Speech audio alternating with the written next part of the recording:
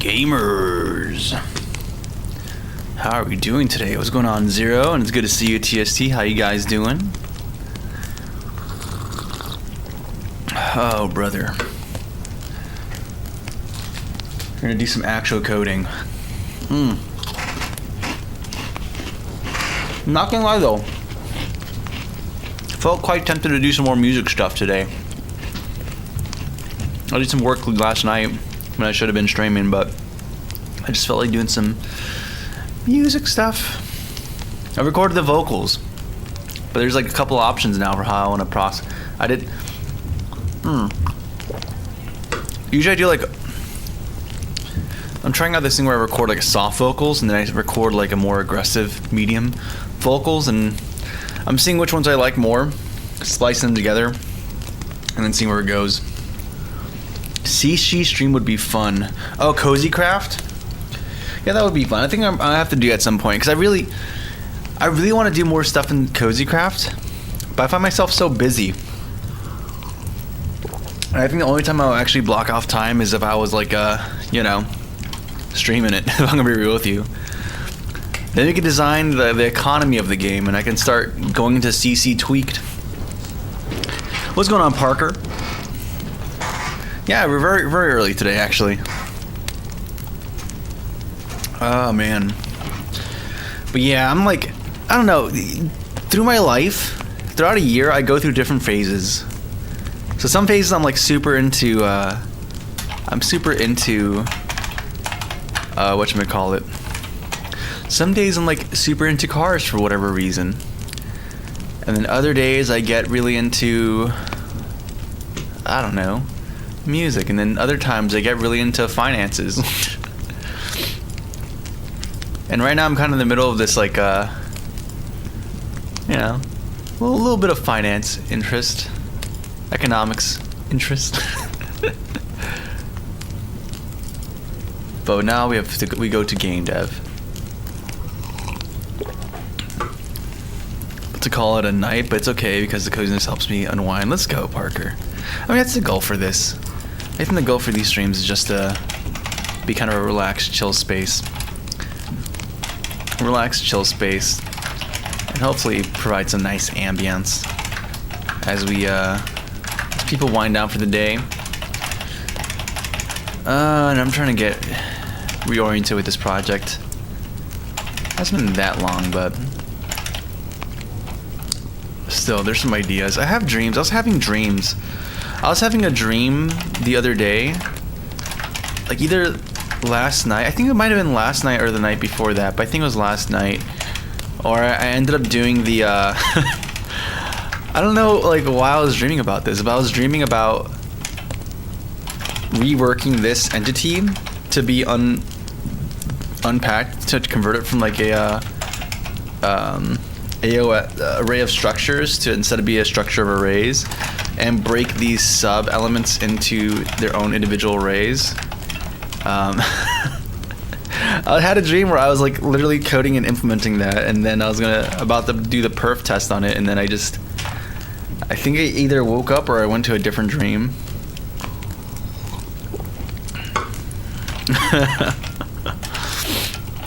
I don't think I'm gonna do that.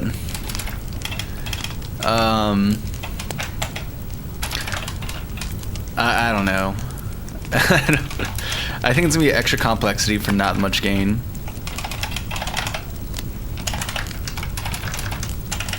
It's gonna be extra complexity for not much gain. Like if I cared about cache line misses, then it's like, alright, maybe I'm going to go crazy here. I don't think that's the biggest factor. Oh man. Yeah, I was like I was dreaming about that, and there's something else I was dreaming about. I think it was actually, we go back to the game board manager.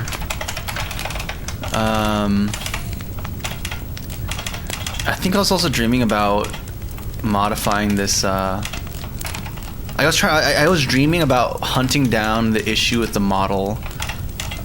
Cause I was like, in my dream, I narrowed it down to one issue being due to something in the update model function and something with how we're rounding things down, but I didn't quite get into it.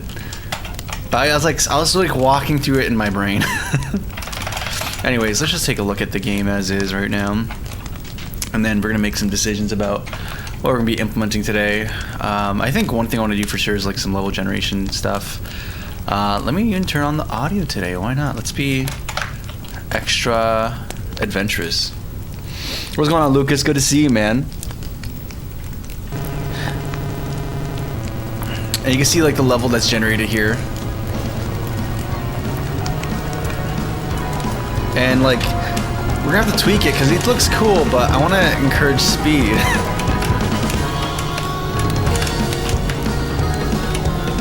But yeah, the object culling system is working way better now. I can't see stuff, can I? I can't see stuff. Let's actually disable things. I'm gonna turn down the master volume a little bit as well. Maybe I should have this pop up on pause only. Oh, you want to do that actually? Let's do that. Who has access to this? Let me see. Who has access to this? UI, game view. You have access to what? Just the HP and the brakes. That's not what I need.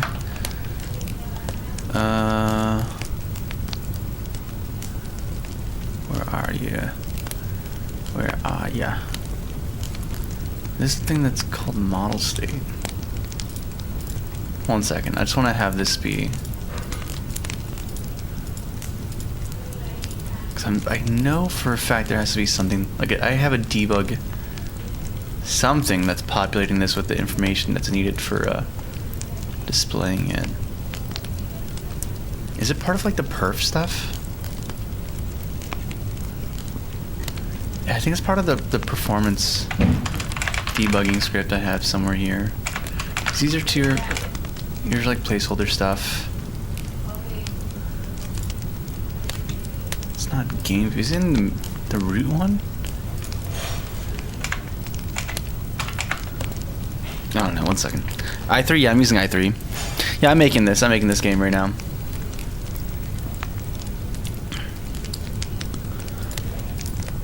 Oh, 1 second, am I going crazy?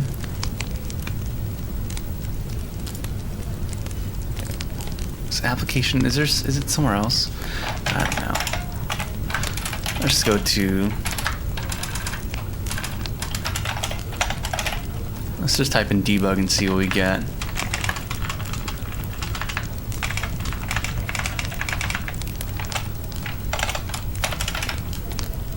Perf readings. Is it this one? Let's see. Nope. Log files. Do you have access to that texture?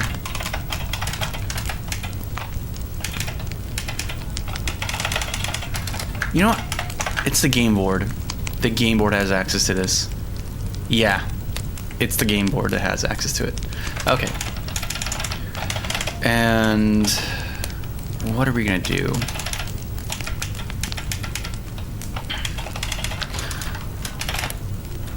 Because I don't have to implement a whole interface just to get this behavior going. So I think what I'm going to do instead is that where we set up the pausing to happen, we're going to create like a signal and then have that be called to like the message bus or something. In fact, where are you? Do we not do that already? Oh, I think you can't do that because you don't have... I think our message broker, yeah, it's like within the actual concrete class, not in the base inherited class, which means, yeah. Then what can we do instead? We can do something like, or actually, iObservable.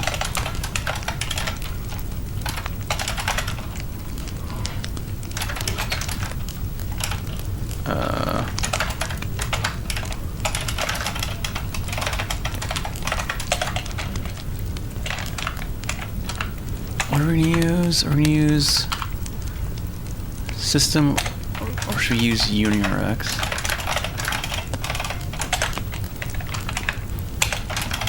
Yeah. And then we'll have an actual Yeah, we need to do the actual.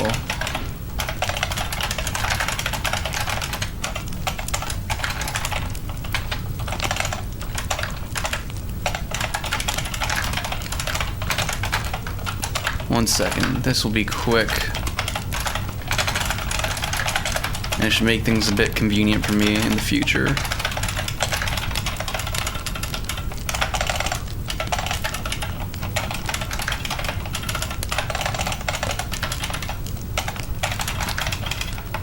In fact, I might even do this for future stuff as well. And then, when we're calling or requesting a pause,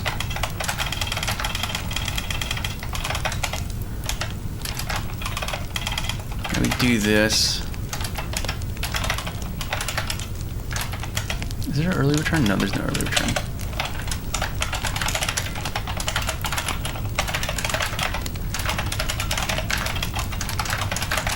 So this is for requesting a pause and then requesting resume. I'm gonna do that here as well.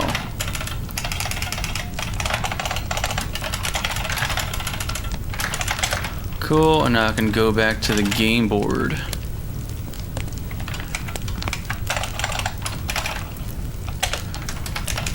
I could probably, we'll see.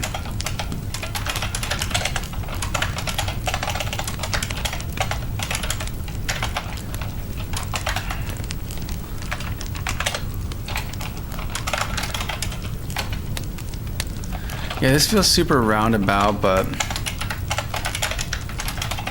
no, not skip until.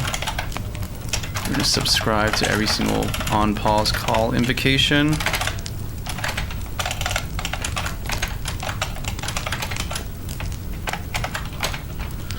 Oh, what's going on? Sorry guys, let me read chat real quick. Yeah, Growbuck is great. What's IO Sevka? Geist Mono, since it takes up less vertical space. I learned my own deuce. What's going on, Mark? That's going good, fun mix time. I'm not sure if you've been around, but I think I haven't seen like your username pop up in a minute. Though I've been really bad with reading chat, so I probably missed it. So what are we gonna do?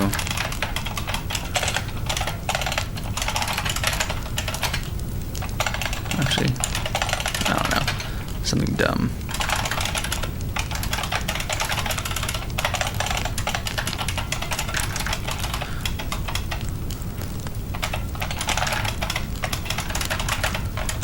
This feels dumb, but for right now, I'm just gonna do it.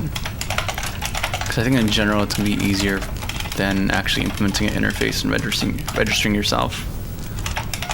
I think if I get instances in this, it's fine.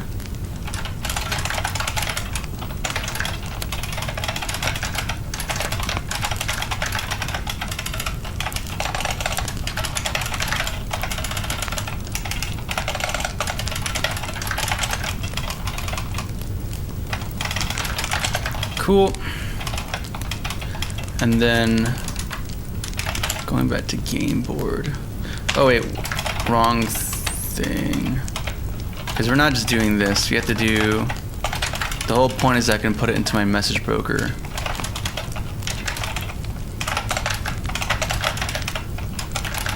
And do that.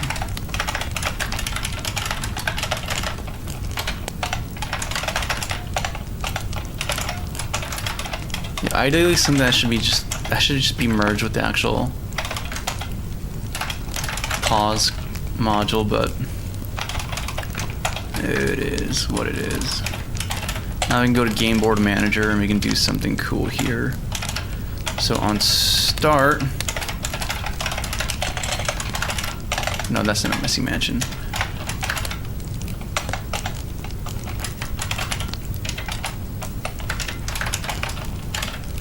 Receive.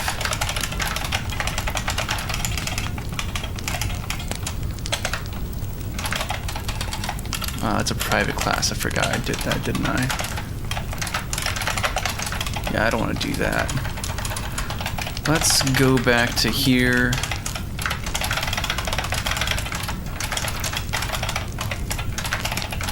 And move them to the top. And then I'll figure out what I want to do from there. And then going back down, where was I? Yeah, here in start. We can do our subscribe, and then here we're gonna do the actual thing of making, what is it, texture? I forgot, what is the thing? What's the actual level generators, path gen? Where do we set model to texture T? Wait, what? Model state texture. Okay, there we go. No.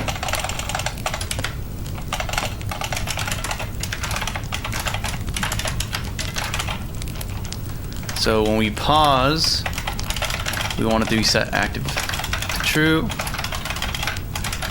And when we resume, we want it to be hidden.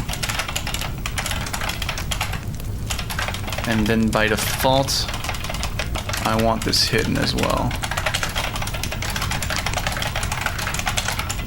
Cool. Set hidden, subscribes, and then also you don't want to have double invocation, so we will add it to this game object. So this auto disposes itself. Cool. That should just work, I think. So now we can, the level will be, the little texture will be summoned once we pause. But when we're playing, it's gonna be hidden and out of sight and out of mind. And we can just resume.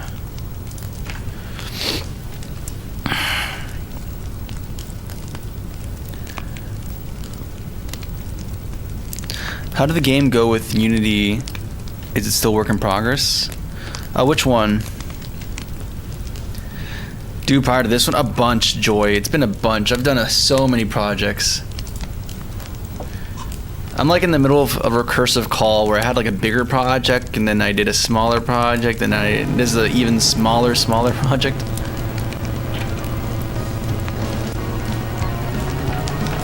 So we pause. We can see level. Cool. Yeah, these paths need to be generated differently.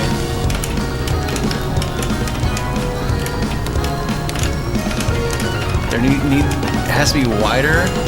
Oh my goodness, I'm getting knocked from around.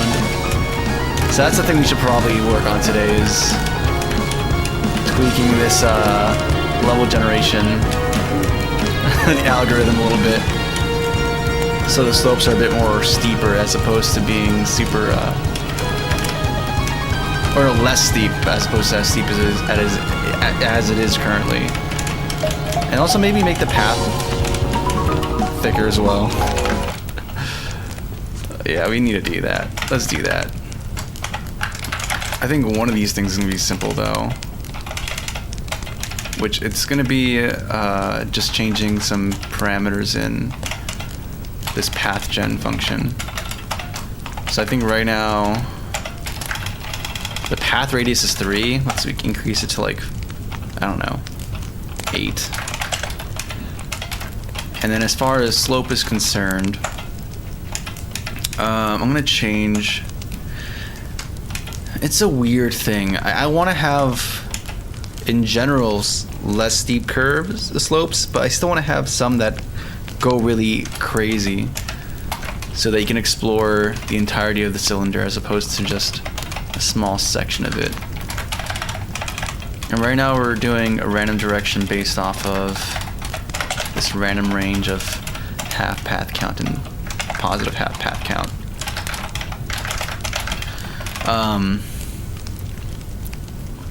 That seems kind of dumb, if I'm gonna be real with you. So I think what we're gonna do instead is just multiply it by 0.5.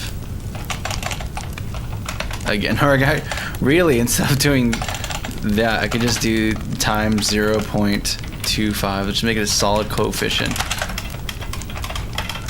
And then see what that produces for us. And then go from there.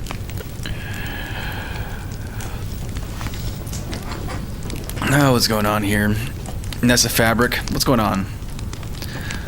The Scooter Sci-Fi one you worked in December, that's the one we're still working on, Fun Mix. That's the one we're still doing.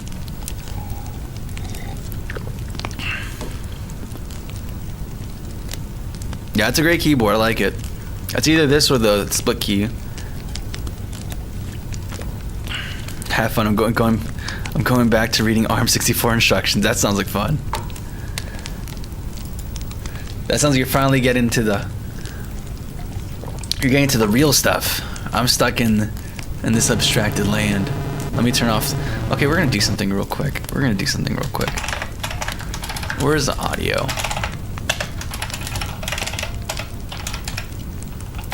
Where is the audio? I'm gonna lower down to master a little bit. Actually, I'm not sure how loud the audio is for you guys. Actually, I'm gonna make the music fade in way faster. I was just testing to see how the fade in thing works, but I'm pretty sure it works pretty well now. So I'm gonna leave it as is. Is loud? Okay, I'm gonna lower down then. I'm gonna lower it down then. So going back to audio, I'm gonna set the master volume to set it to 5. You know, I've been thinking, I kind of want to... There's a guy who made a video about making a PS1 remake of this Japanese horror game. I forgot the name of it. But the thing that was cool about it, that struck out to me, is that people... Not only, like, people liked it, right? It's cool. But, not only was he playing on the actual hardware, there's people playing it on mobile and playing it on their computers and playing it, like... Because you have PS1 emulators everywhere, right? And it kind of dawned on me, like, huh, I don't have to use a... Like, sure, I can do my own game engine route, that's gonna be cool, but, like, I could just write for old hardware, and it's portable everywhere. It's portable everywhere. Why is this lagging so far? Wait, I have this running in the background, don't I? That's kind of dumb if that caused that issue, but... Also still feels a little loud. So let me go back to the audio. Maybe 0.3 for right now. But I'm like, huh. If I should just make a PS1 or PS1 game. And it's like totally viable, man. People can have emulators. Emulators run in every... There's an emulator for every platform, honestly. Like, maybe the most portable thing... A portable platform to make your game for is what is going on? Why is this performance terrible right now? Why is it like chugging? Why? That's so weird. Why are you chugging like that? Okay, now it's better. Okay, not as much obstacles. Yeah, it's a way bigger path. That'll do it. We need to do the particle effects too, and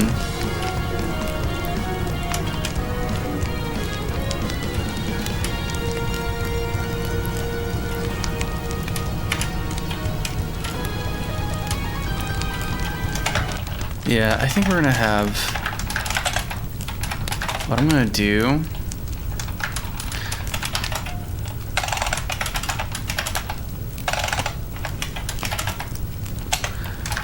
You know, we should go away from using websites, because the whole point of using browsers for everything, like the reason we have Electron apps running, like the reason we have JavaScript running in the Windows operating system, is because it's like, all right, you can just write JavaScript code and it runs everywhere.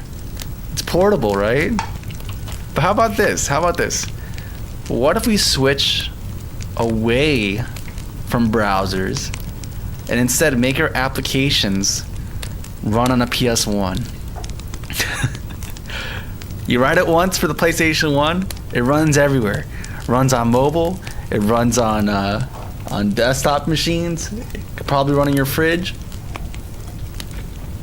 It runs on the PSP, it runs anywhere, man. It runs everywhere. That's all I'm saying, man. That's all I'm saying. Maybe we chose the wrong thing to make the universal platform. Maybe we should have used the PS1 for everything.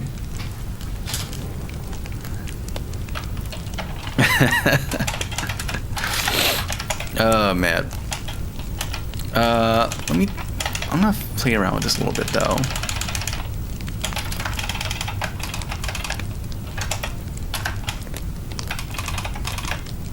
Path gen.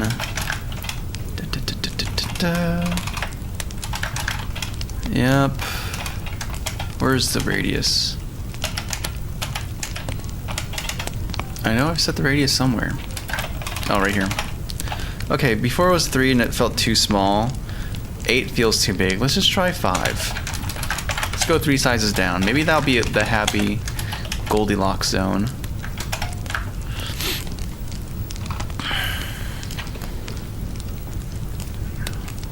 Fatal Frame. Hey, what's going on, Jocko? What's going on, Maximus?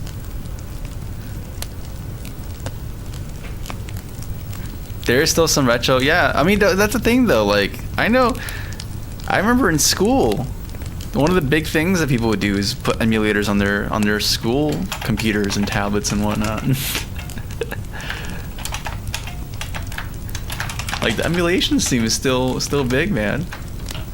Maybe that's just how. I'm just saying, man. There's a vision here. There's a future.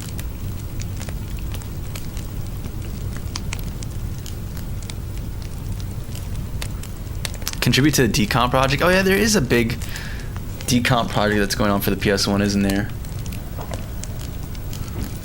That's pretty cool.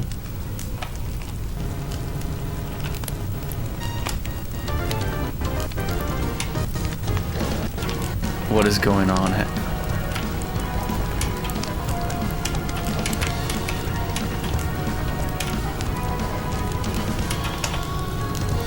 That looks more natural.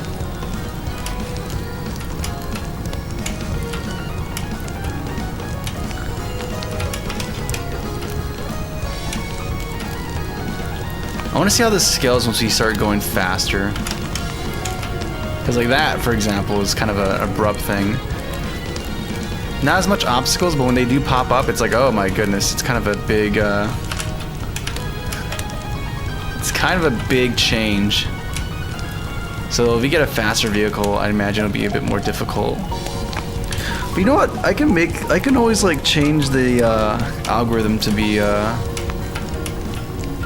to adapt with the maximum speed of your vehicle, so that it's like,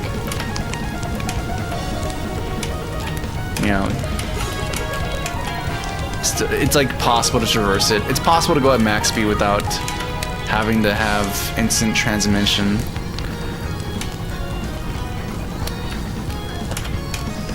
I need to expand the range a little bit too.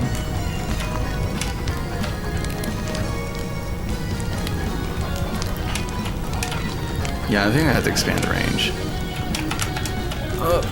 We also have to get the coins working. The coins aren't popping up for some reason. I don't know why that's happening, so we're going to have to investigate that. Because the normal hazards are popping in largely. Ugh.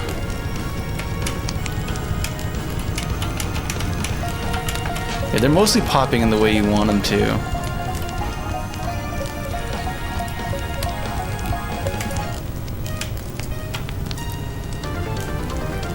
Yeah.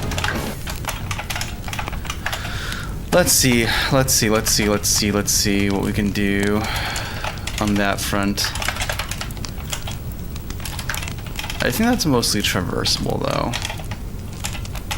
So I think I might leave that as is for now.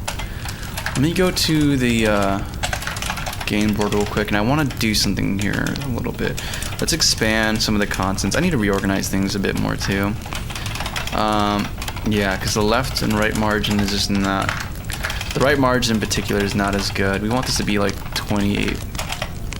Let's make it like 30 meters.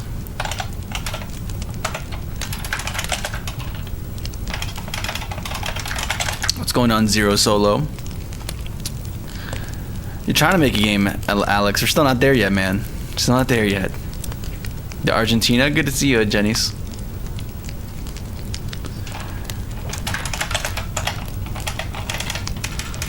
So we're gonna expand this a little bit, and then we're still having this issue where, let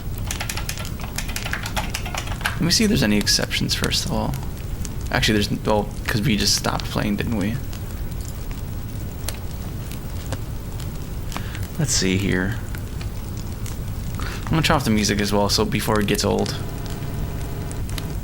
I like it. I like my song, but I also just, I want to preserve it. I need to profile what's going on there too. That's weird.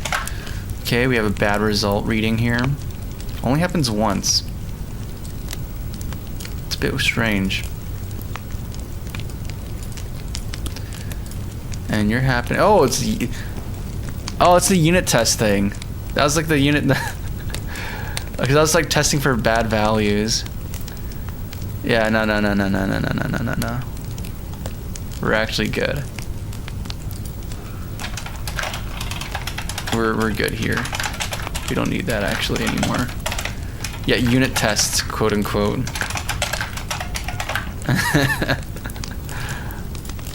Because I didn't want to set up a. I was too lazy to set up what was it? That C# thing. Well, you have to get NUnit, right? But you have to set up a NuGet for Unity, and I just screw that. I was just like, we're just gonna write our own testing framework, our own way of doing individual tests. I'm out of water already.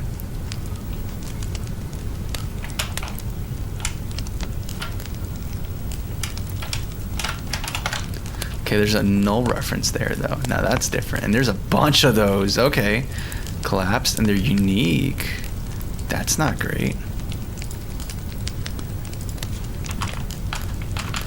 135. Is it a different stack trace each time? CC. Oh, it's from the sprite. Oh, is the sprite renderer just failing? Oh. I think the objects are actually they do exist. It's just that they're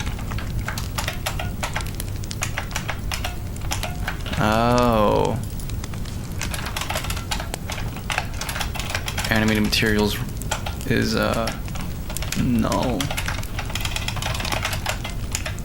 which means that this is being called before animated material exists.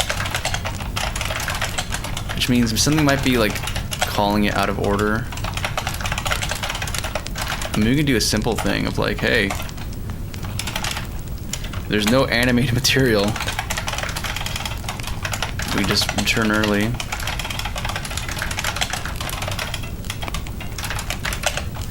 And I'm assuming that's coming from the coin, which is why it's nothing's popping up there. That being said, games, where are you?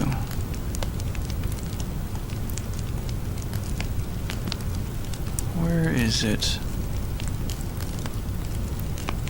Gameplay, resources, pickups. You should have. You have the MCoin material assigned. You have this. If you go to CC Sprite Render, you do have the sprite binder attached to you, so you should be good on that front as well. Interesting.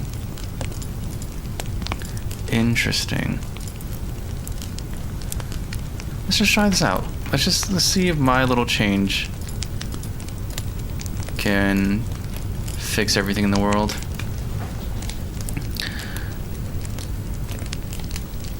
You're averaging 300 now. Last time it was like 20. For what? Like FPS?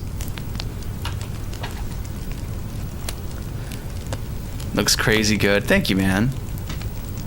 What programs do you use? I'm using Unity right now, and then I use Writer for all my text editing, debugging, all that fun stuff. For C++ and C, I use CLion. Okay, so I'm not seeing no exceptions now, so that's nice. Is there any coins that exist here? Pickups container? None exist here. This is weird. Now if I were to pause the game, and let's actually look in here. Every single blue dot you see is where a coin is supposed to exist. So there, for sure, should be some coins here. I could really make a map out of this. I don't want to do that because I hate when games introduce a mini-map and you end up just looking at it more than the actual game itself. Or the actual world. It happened to me with Metal Gear Solid, where it's a pretty cool world, but you kind of end up just looking at the map. Because,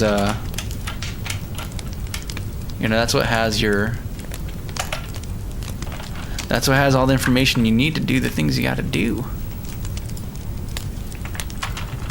Yeah, this is very odd. Very, very odd.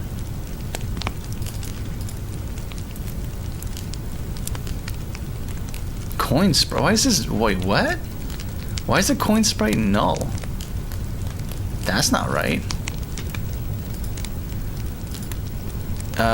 Yeah. I mean, we should still be getting some kind of. I guess I.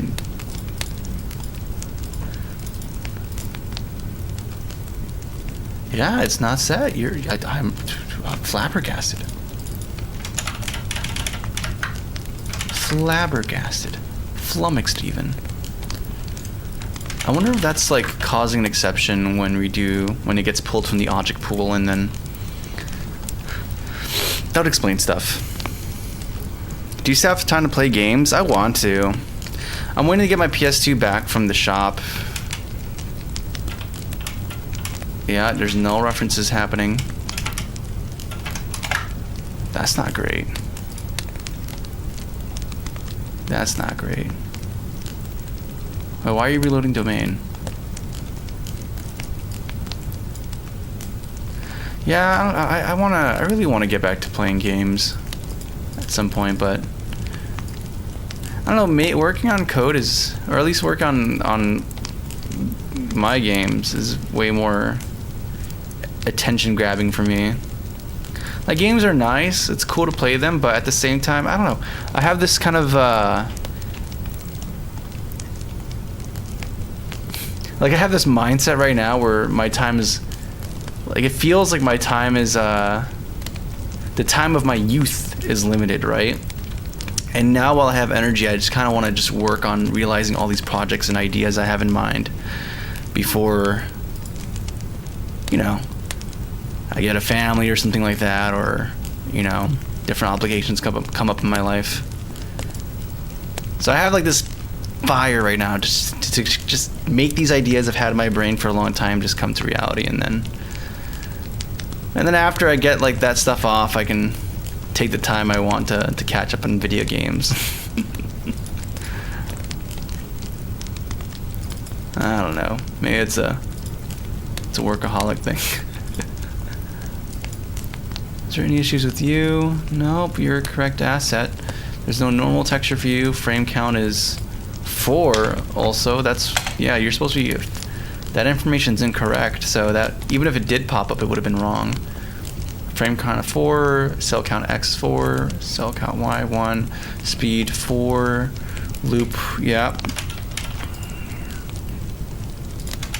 That is the information that should be there. Your standard unlit sprite. You should just behave the way you should. This should be 64, I believe. At least. Maybe even 128, actually. Yeah, 128. I was actually 100% right. It's on 128.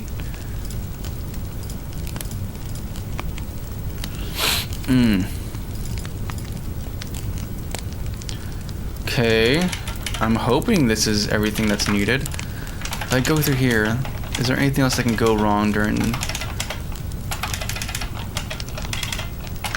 Yeah, because we assign entity, we do the basic init if it's possible, and then we do the switch case, and then in here within coin pickup, we assign the material and we set the sprite renderer set sprite to coin sprite. So yeah, that if there's any null references that happen here, it would stop the initialization, I think, if I'm not mistaken.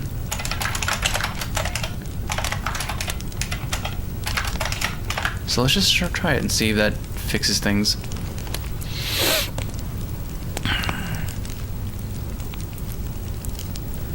Your Mega Man type game? No, that's in the back burner. That's the game engine project. I feel like I need to finish before I can jump to my game engine. I feel like I need to finish a game, even a simple game. Like if I can't finish and complete a simple game project, like at least in my mind, like how can I have the ambition to try to finish a game plus an engine, right? If I can't get a simple game done. So I want to get a simple game done first, and then maybe get another game done before that, and then eventually jump ship to my game engine and make that Mega Man style game that I so desire to make.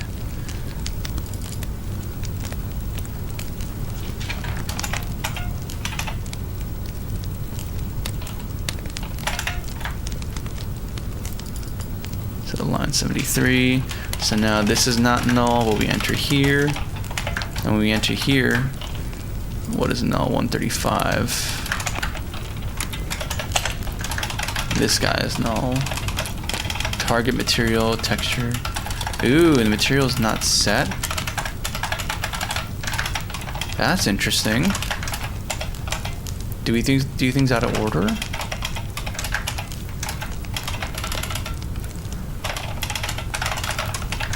Well, first of all, this should be instance. So that's kind of important. Second of all, so if it is true, we return early. Otherwise, we get these components. That's cool. We set up the pickup behavior. Yup. Mark that as true. Yup. That's going to initialize the false. Yup, we're good there.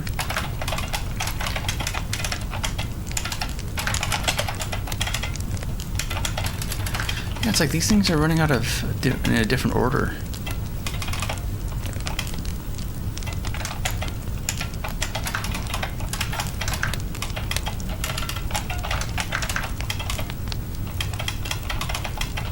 Animated material, set sprite. Yeah.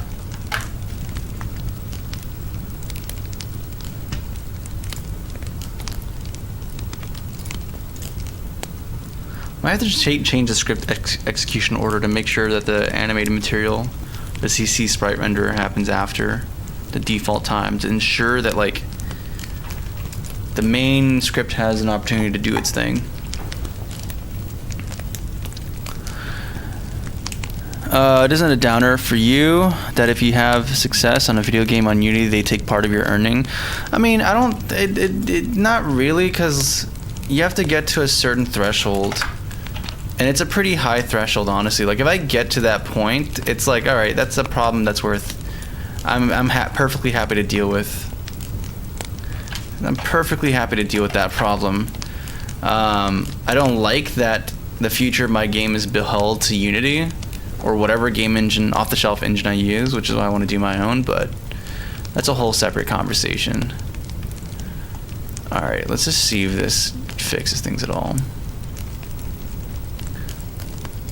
Kind of don't like it, because I kind of want this to be... This is a script I use a lot, and I want it to be way more robust than it currently is. And this feels just kind of unacceptable. So what part of it is null here? Let's actually do this. Let's see where things fall.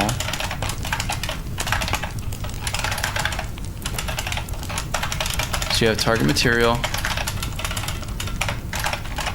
and then main texture. So it's one of these that have to be null. So let's find out what it is. Okay. Yeah, IBM keyboard. Eggs are great, dude. I like eggs. And turtles are cool, dude. I dig those as well. Is Minecraft mods a good moneymaker? I have no idea, man, to be honest. It's kind of wild how big the world of modding in Minecraft is. I know, so we're making a Minecraft server for the Discord, for the Cozy Cabin Games Discord, but right now it's like a private thing right now until we set up a bunch of stuff. But it's kind of funny because I'm like, we can just go wild with this. Like I could we're talking, I can introduce an economy to the game and like introduce taxes. and we could add like the Cozy Cabin Games Federal Reserve and issue cozy bonds. You know, you like introduce kids to an economy, the real economy. We have inflation. I'm memeing, but at the same time, like, it would be kind of cool to implement that. Like, I would go to Minecraft modding just to do something stupid like that.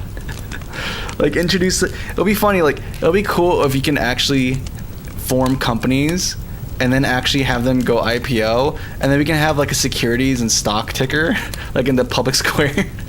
So like we could, I mean, think about it, right? Like there's a bunch of games that introduce gambling to kids. At least my mod is gonna introduce gambling to kids in a way that can equip them to do it professionally. And then you can have claims, but have the claims have like mortgages to them. It wouldn't be a 30-year one. It would be like a 30-day thing. So you can have like 30-day fixed term mortgages, or maybe 15-day fixed terms for people who are willing to pay more. And then like for the depraved people, we can have adjustable rate plot claim mortgages. And then we can start slowly architect all the different instruments of the 2008 recession. So we start with just introducing mortgages, and then we can start introducing mortgage-backed securities, and then I'm not going to regulate it, right? So we're gonna have some crazy deranged mortgages, and then we can have people reinvent CDOs, collateralized debt obligations. It'll be great. I can't wait to see the Cozy Cabin Games Great Recession in Minecraft. What was it? Was it 137 that caused the problem? Yeah, this one. So main texture is null. Gotcha. So what do we do here? How do we handle this case where main texture is null? Who's supposed to assign it?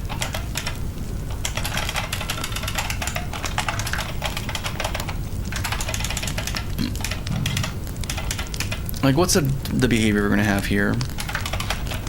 It's animated sprite, so it's assuming there has to be a texture assigned to it.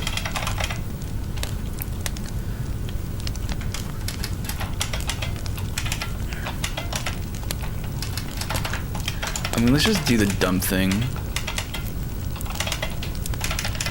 of like having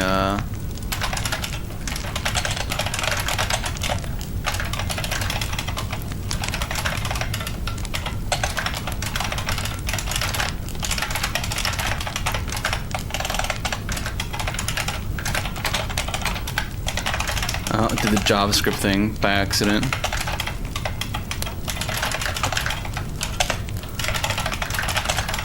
Yeah, allow this to get fixed next frame. Let's see if this little dumb thing fixes it. If that's a cause, then I'll have to figure out a proper solution to that.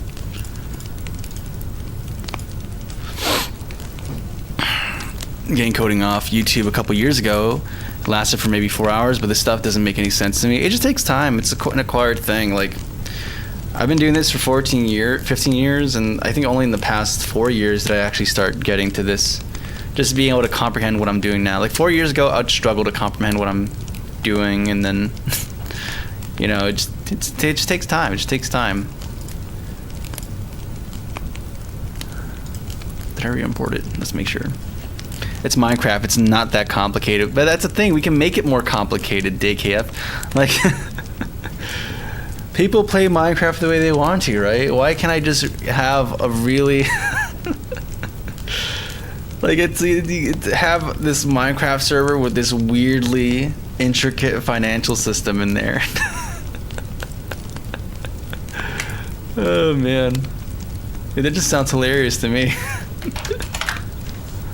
Okay, let's see what we got going on here. I'm still not seeing anything, but let's just see if at least we're having objects pop up. Because we know there's some objects that should be popping up here. None are popping in here. Interesting.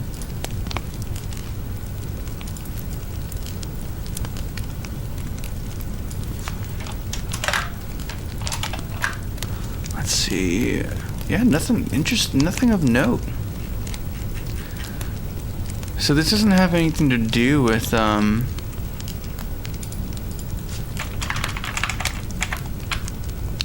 has nothing to do with the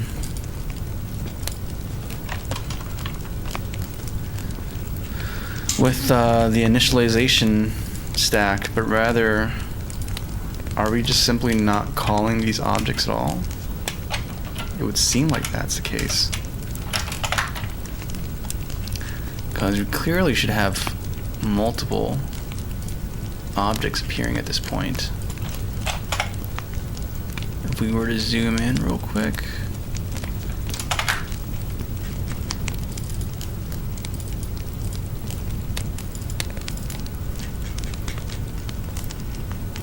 Yeah, should be plenty of objects visible. So, okay. Another layer of things to debug, potentially.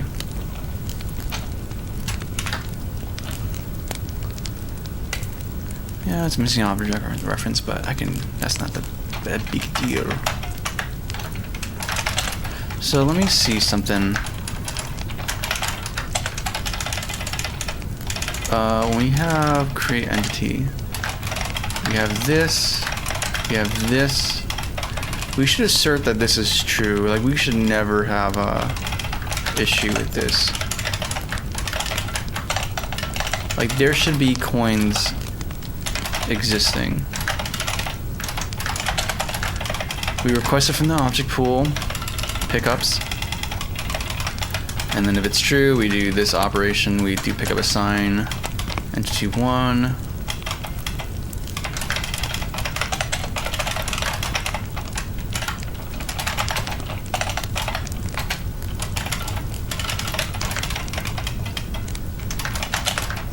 I want to have this in case the coin does get generated. That way we can at least see that something's happening. But yeah, we request it from the pool. If it's true, then we assign the entity to it, the value that's tied to it, and then we do set the new game object to this and name it by its type. And if this doesn't go off at all, like there's no failure nor printout, that means that we're not even entering this part here, which means that the entity value passed in here for some reason isn't never the type we want it to be. Now that would be weird because we were directly reading the index from model, so that'd be very weird. Actually, yeah, no, that's happening too. So let's find out. Cozy Economics 101. Yeah, guys, let's talk about index funds. Let's talk about stocks versus bonds. I know some people watch the stream to go to sleep. That would be the perfect thing. I have a book there. I still have a book there from when I was studying this. I took a single class in this, and I failed it, but I still learned a lot from it. It was great. It was a great educational class.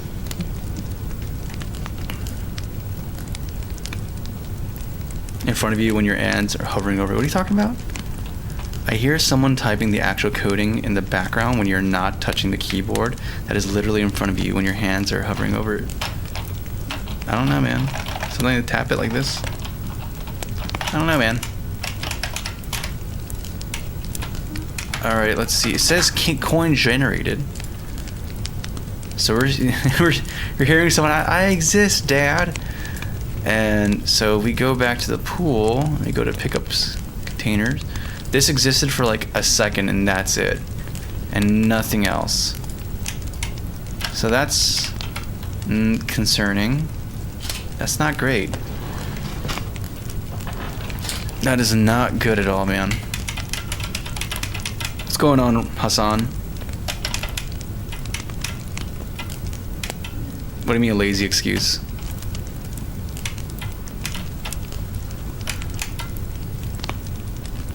What's going on here?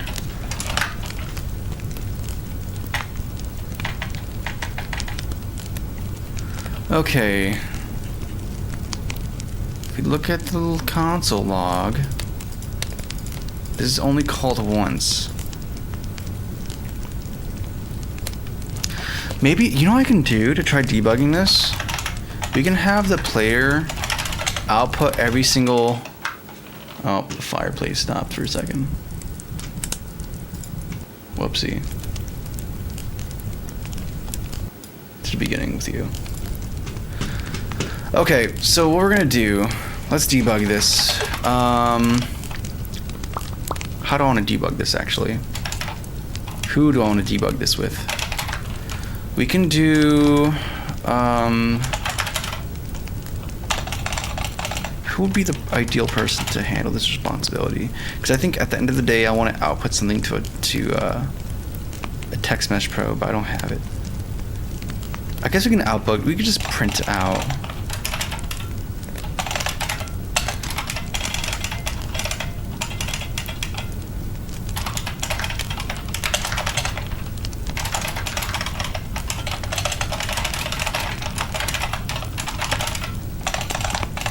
Print current, I guess.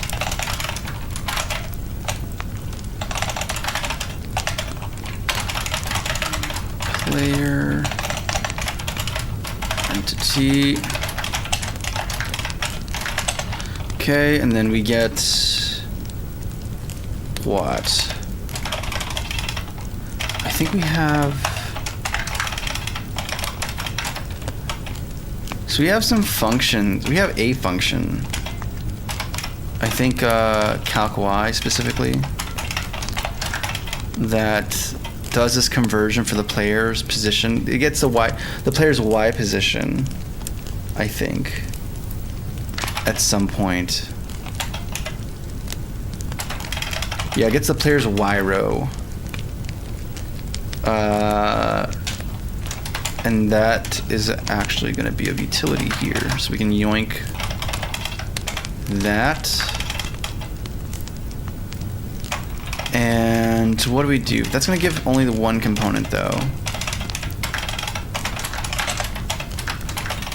So we get the player, we get the current angle, mod by 360. Then that ensures it's within range. And then we do player divided by 360 depending on if it's negative or positive, and then that's going to produce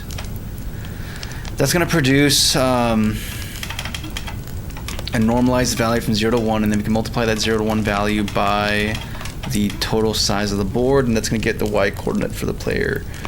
Cool. And then we need to get the x coordinate for the player, and that's much more straightforward because the player's x coordinate is tied to the actual world space x coordinates. So you can easily just, yeah, this right here. So we get position.x divided by board cell height. We can rename this to player y, and then player x. Cool. So we have player y and player x, and then we have these board. What was it? Model utilities or buffer? I think it's called buffer utilities. Yeah. Buffer utilities, and then get index. And we can provide, I mean, it wants a vector too, but we can also do a, I'll just do an override for this.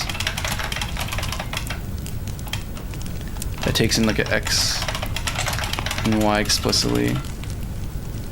What? Wait. I have a function here that given vector 3, a world space vector 3 position,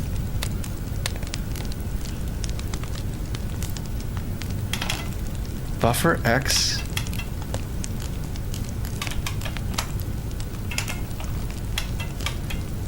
I guess the function. Wait a second. Row to index to int position dot x divided by. Okay, so that's doing that. The more complicated one is y, though. What do you do? Math f round to int, math f get utilities from position x zy 360. Oh, it's kind of doing the same thing. It seems simpler, but I think it might not cover the same edge cases as the other implementation. Oh, that's so odd and weird. No, that's not what I want at all. I'm looking for a simple utility that turns whoops. I'm not sure that's a whoops. Might be a different usage over there. I just want to get, because there's a way to, like in the level generator. Is it in the level generator class? I know there's a way to, all I want to do is take an x and a y index space coordinate and convert it into the unwrapped, unrolled version.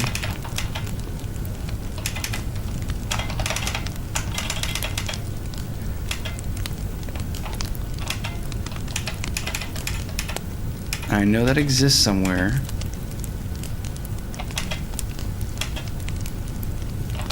Here we're doing the math explicitly because we're iterating through steps, so we don't actually use that function. But what about here? What about when we build the map? So we have this, buffer utilities to index x, y.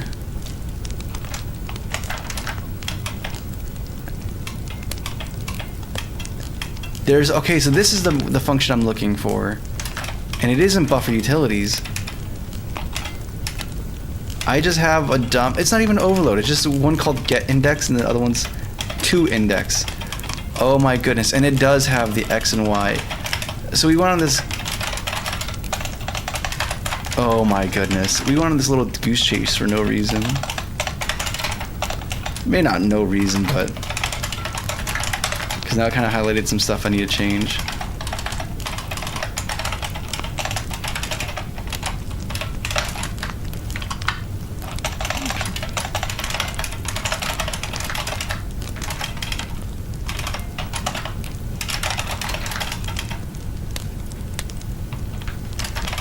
Wait, what? Wait. Why are you...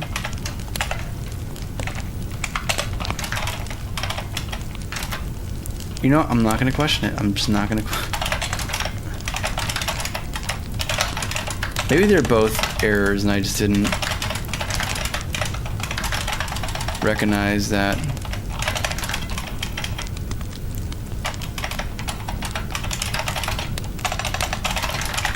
Yeah, we're good. Okay, cool. We're good here. And then...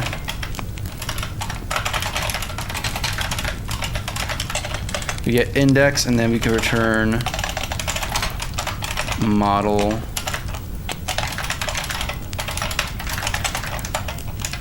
And that should be fine. I think we should be good there. And then every single update, we're gonna just do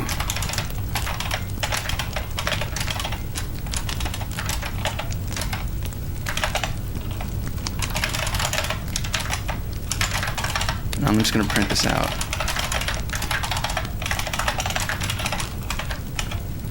This will give some good insight as well.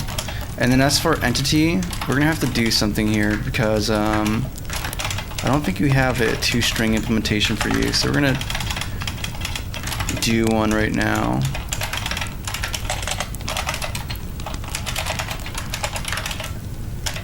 Yeah, override two-string.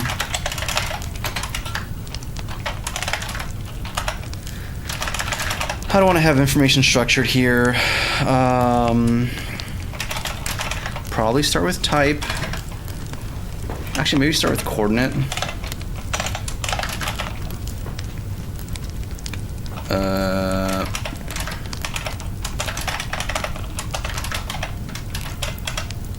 Actually, you know what? No, type is more interesting.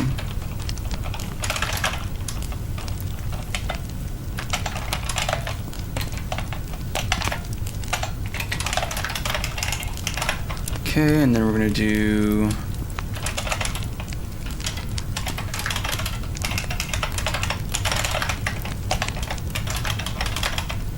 I think that's fine. And we can have the is alive thing as well. Because why not be more verbose about it?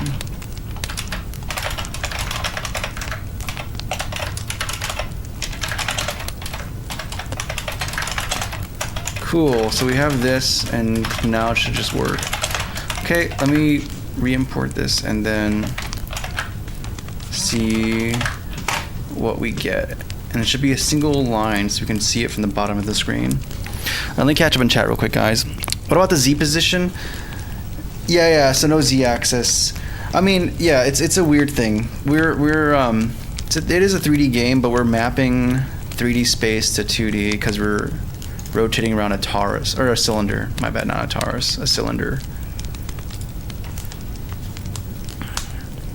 Thank you, BMAD. Yeah, to string. Did you do test? I have some unit tests, quote unquote. But I'm too lazy to actually do proper tests. Type chords, marital status, favorite color.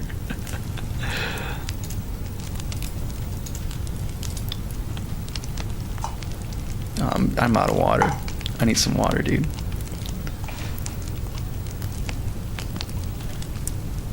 I mean, hi, Parth. This is a real dude. I'm coding on this. This is for realsies. I mean, I could turn the TV on and off if that makes...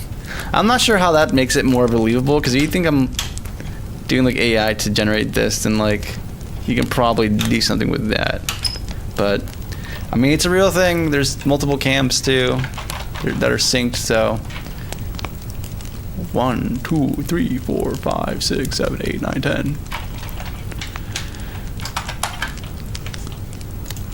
So okay, we re-imported. I'm not going to re-import it thrice. Let's just run it. Here's the info for the setup, the general stuff. 1 second.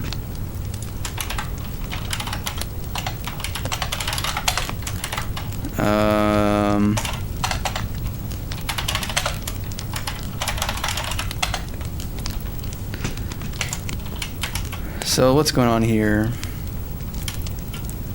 So we're occupying a bunch of free spaces. Coin pickup was right there.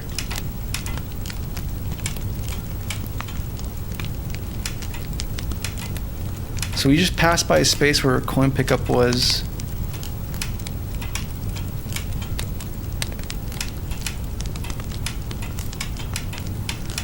So we are encountering spaces that are coin pickups.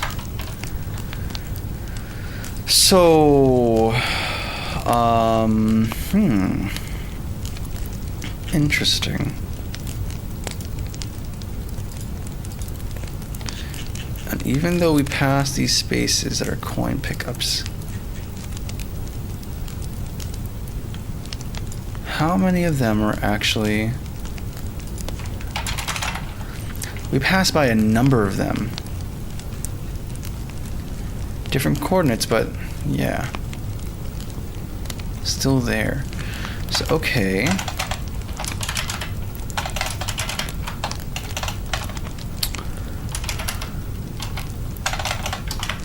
So even though we're for sure passing over these spaces, we're not getting the things we want. Why is that the case?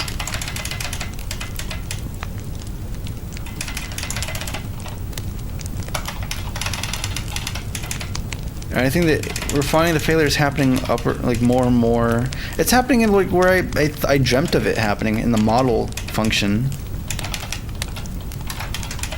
So let's see if that comes to fruition. But we're not getting this function, this coin generated thing in the call stack. Which means even though we're stepping over cells that should have a coin on them. Wait, alive is marked as false. Wait a second. Live is true. Never mind. It's true. These are all true.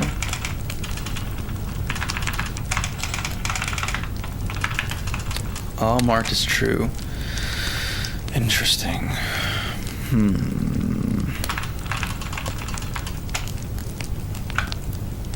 Okay, so that's not the issue.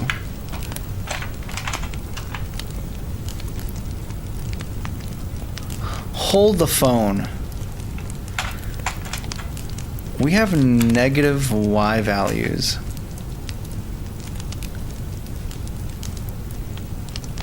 And for indexing it, wait, 1 second. Would that cause, it should cause an issue. Because I'm pretty sure for index space,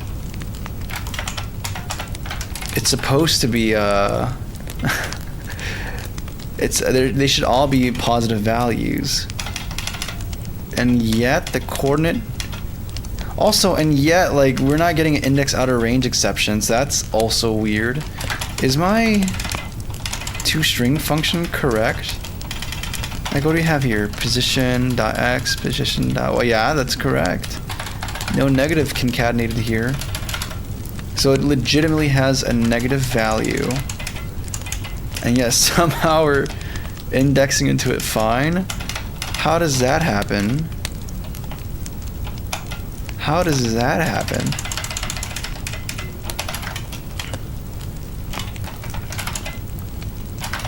Update model.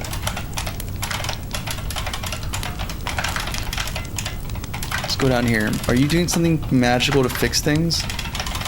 Nope, you're just doing X. Oh. The Y value is added, not multiplied.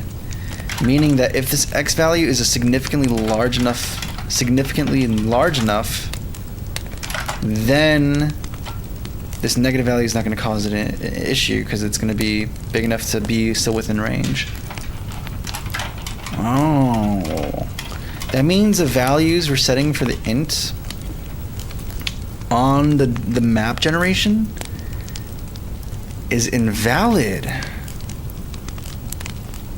Which is even weirder because it looks good on the actual generated thing, but it's not. Or at least it's not going to be, it's never going to be iterated over in model, because model always iterates through a positive value range, not a negative value range. Oh my goodness. Meaning, oh, I see now. I can see clearly. Meaning that how we calculate the Y value for player is no. The value we're assigning to entity is incorrect, which is an issue and fault of the game board. Level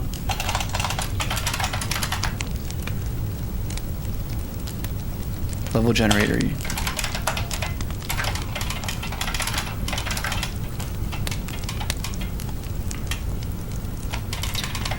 Yeah, that's the issue here. So where is coin being generated? Yeah, place coin. We take in some kind of X and Y value. What X and Y value are we taking in anyways?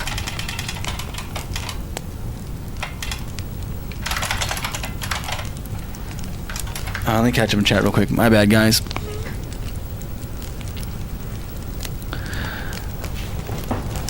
Yeah, no. So here's the deal. We're not going to talk about AI. So goodbye. We're not going to. Yeah, we're not doing that. It's a pretty well known thing on this stream. We don't do that.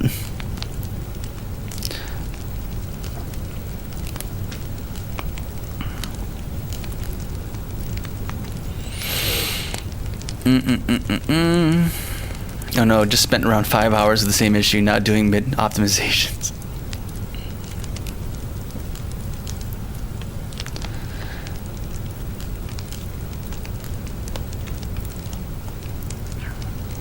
I'm glad, Dreamer. That's the whole goal here. Yeah.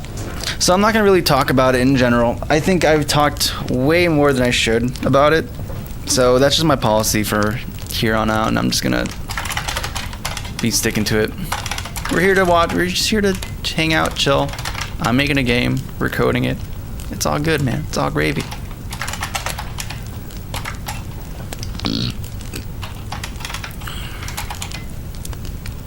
What are we doing here? So the value here is wrong. I can try sanitizing the Y value here. That's an option. We can do that. I could sanitize it. So instead of just throwing Y in here, we can be like, hey, something's clearly gone wrong up there, but we're not going to allow that to happen.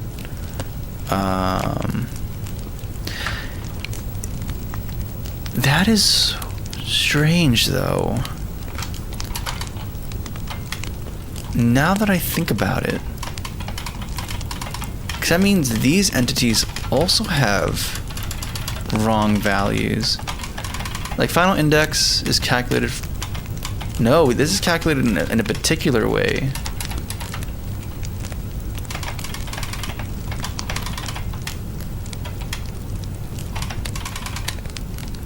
Wait a second. What are we using Y for in general? Like, we're using it for this component, but like...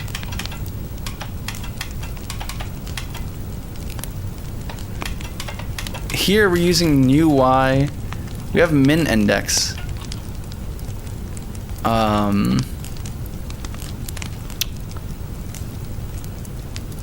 Which is like going to be the top, the starting point of the it's like essentially 0. You can think about it essentially as like the 0 element. And then like we have new Y plus the brush offset.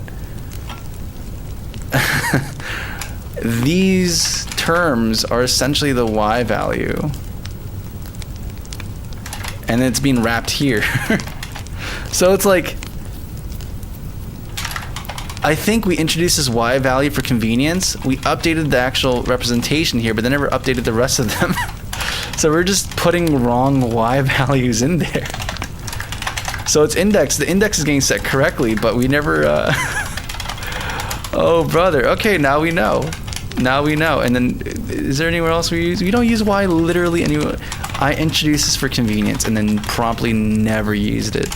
So let's kind of rectify that to make sure behavior is just kind of unified. So we're going to have Y be represented by those terms together, and then we're just going to add Y to this, and then now everything should be hunky-dory in our life. Hunky-dory. Okay, let's try this out now. And hopefully all these indices are going to be within a positive range. Alright, and start, and we're going to be gravy. This is it. Okay, it's not it. It's not. We still have negative values. That's not great. So something else is going wrong. We're stumbling over coin pickups, but they're not existing. Let's check something real quick while we're at it as well. None of them are being spawned in, right? No. It's still a negative value, so they're not gonna. Okay, so we're getting closer. We're getting closer. Let's figure out why there's these negative values here, though.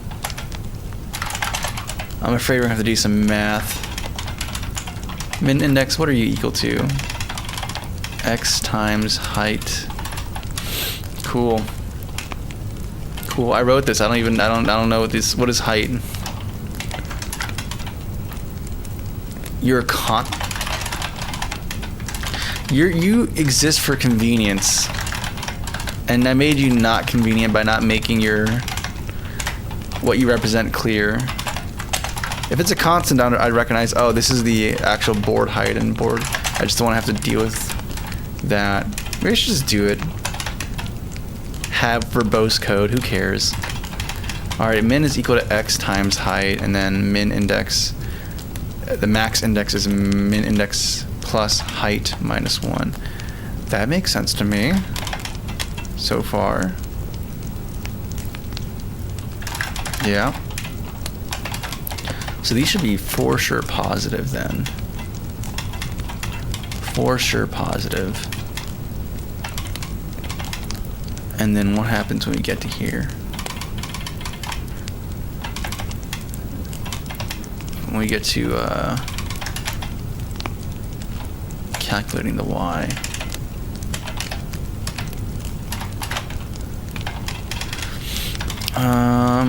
Y equals new y plus brush offset. So let's find out what's new y. What is new y? Who are you? Okay.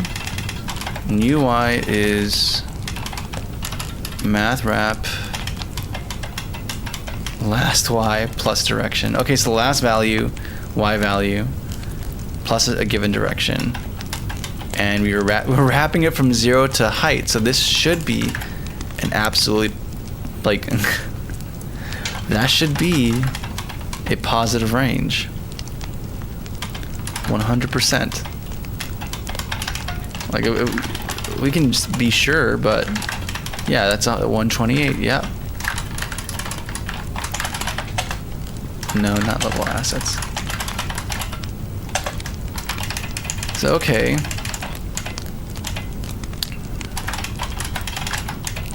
That's something. So, okay. Now, the only way this can be I mean, we're doing math. Unless my math wrap function is not working great, or like we have a negative value and it doesn't wrap. In fact, let's just go to the tests. Math utilities test. What is a test? Do we test? Yep, negative values, and this works. So if it's -2, it's gonna wrap around to 8. Yeah. I mean, we can test like more egregious examples, but where it's like multiple windings to be sure. But in fact, let's find the values for a particular failing case and then go from there. Let me close some stuff real quick. I'm getting a little claustrophobic right now. There's like too many buffers open that we just don't need right now, or we can easily access if we need it again.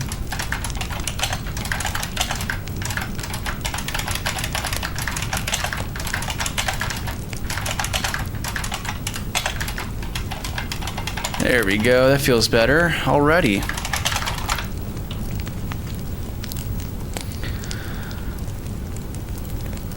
What's going on here? Still in Windows 10, but I hope I could possibly build a Windows 11 computer. Oh, tragic.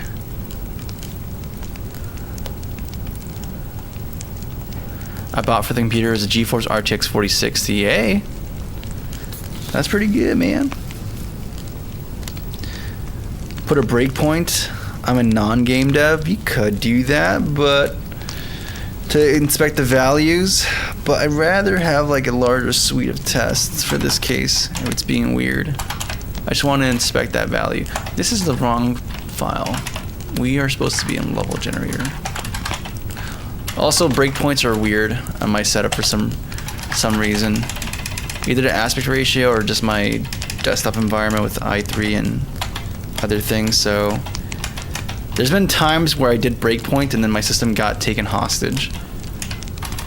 I still do breakpoints, but it's just I find myself being a bit more cautious about using them.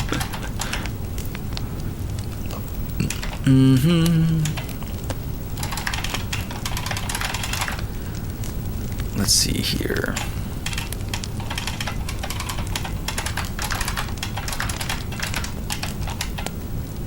I think it should be fine, honestly. I haven't had an incident with that in a long time.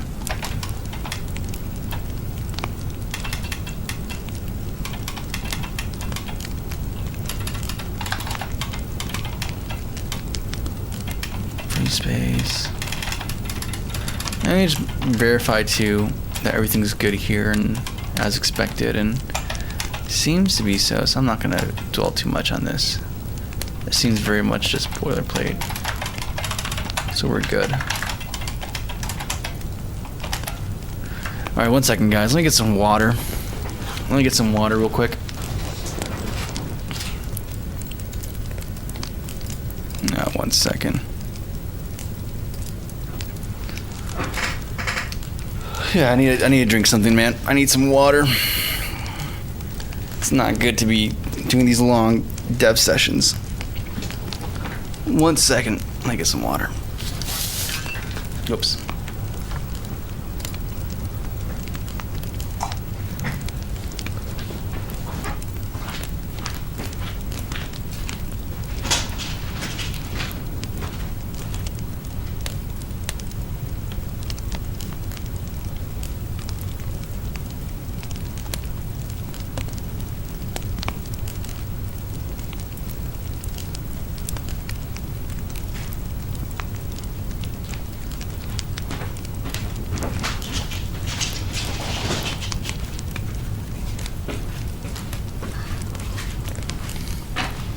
All right. Got a little bit of water.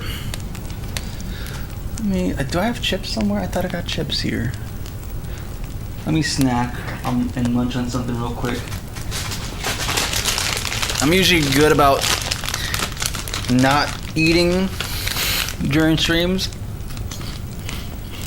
but I do long sessions, man.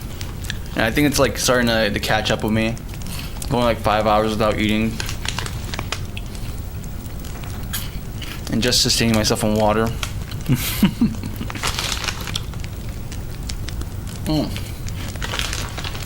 Pardon me, just a few more bites and then I'm gonna get back to it.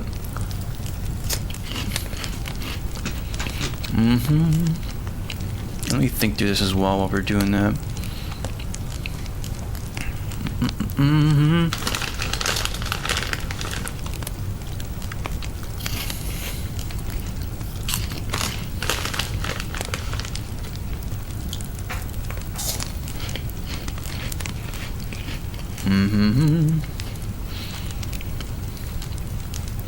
Yup, I'm scrolling up and down and I'm not understanding what the culprit here. Maybe that's what we do. Actually, I want to trigger in this specific case scenario.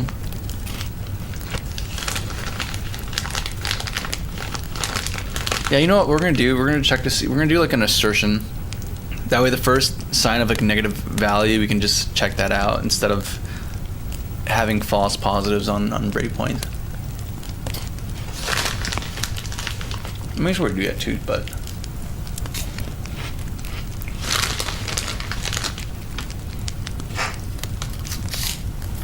Alright. That's the last of it. I mean, there's still a little bit more, but I'm satiated for now.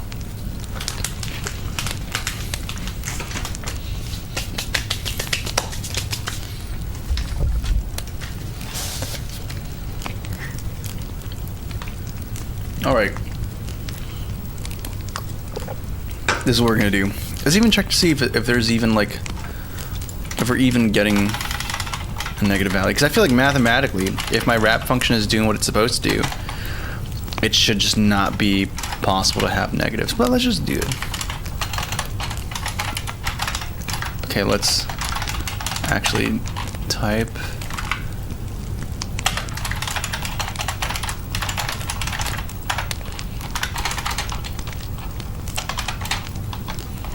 And then if it fails to do so, let's actually get some insight into the math that's going on here, which is going to be y equals to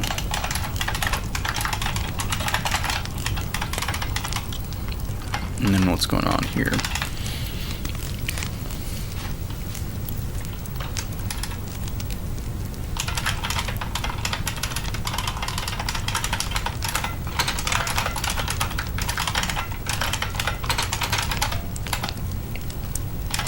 Brush offset.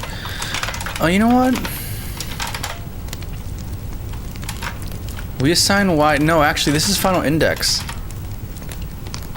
But if the Y value, because we're iterating this brush offset, because we're generating a path, right? This is what this is, and it's essentially just, you're basically having a brush that's moving across the canvas, and this final inner loop is the radius of that brush size for how thick it is, and we're iterating through negative half radius to positive, no, not half radius, negative radius to positive radius, right? And that means we're introducing a negative value here, and that means that there exists a possibility for a value when you do new Y plus brush offset.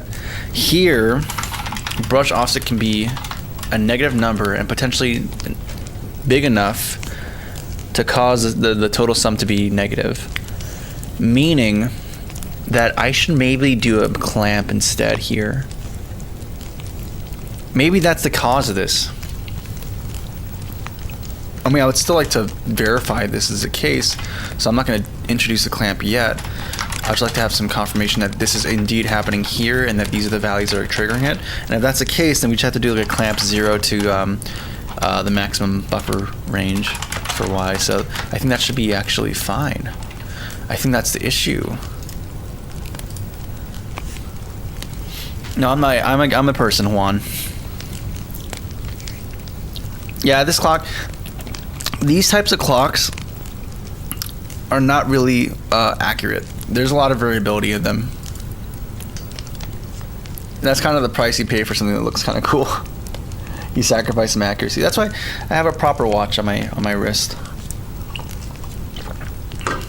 Oh my goodness, that was the issue. Wait, what? Wait. Wait a second. Did I fix the issue already? Like, did I fix the issue already and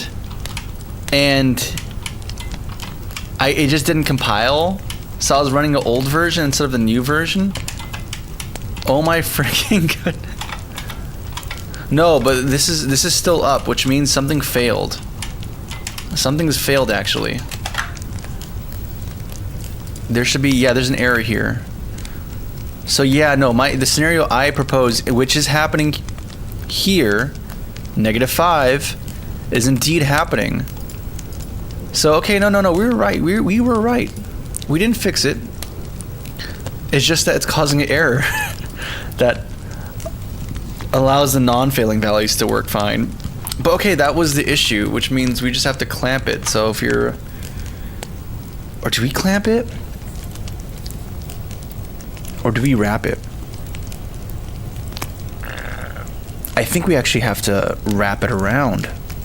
Yeah, because keep in mind, this is not a flat board where it just ends, or each side ends explicitly. This wraps around.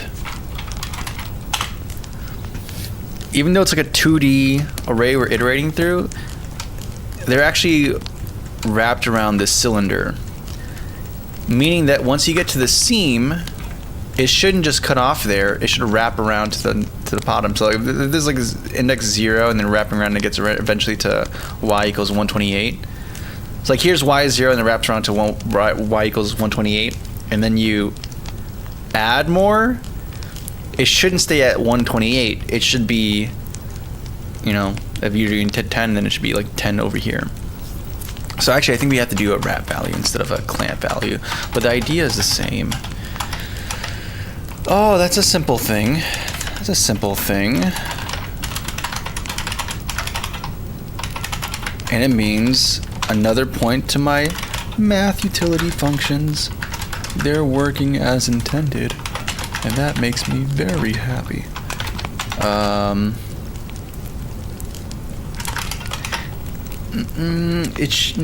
Yeah, it should be 0 and then height, I believe, because height is the max number of indices, if I'm not mistaken, unless height -1.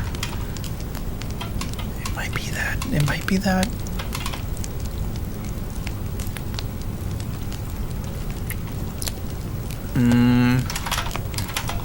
Do we do this?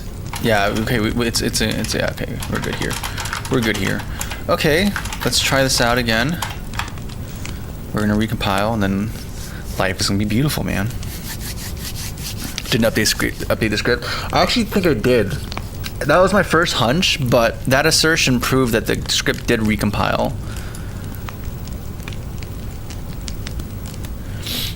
It's just that when you throw exceptions, I think it stopped. I don't know. I think it probably stopped the culling. That's probably what happened. That's exactly what happened. Is that exception happened at the top of the update function? So the objects existed, but they weren't culled. No, it wouldn't be at the top of the function. It would be top at,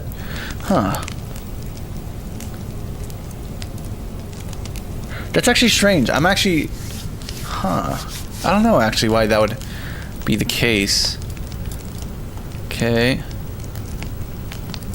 Also, these coin animations should be playing, so that's also not good. I mean, it's cool that they're working though. They're being picked up. But, yeah, and there's no errors. That's cool. I like that. To be a cylinder. Yeah, the map is a cylinder actually. So if I play the game right now and we go backwards, you're gonna see that the world actually exists on a cylinder with a proper like day and night side. I can't wait because we're just in the land of implementing assets right now. But you can see the cross section of the cylinder. Yeah, but right now we're in the land of asset implementation or system implementation, so I can't work on making cool fun assets, but this does exist. This does exist, though there's some other errors happening here.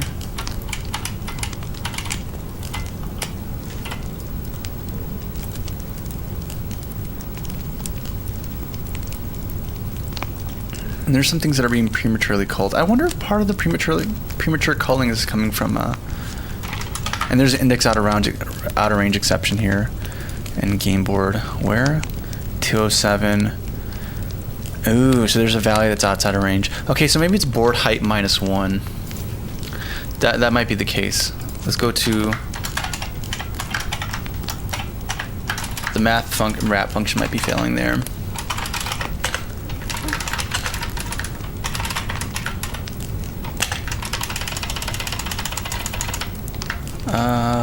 Here we go.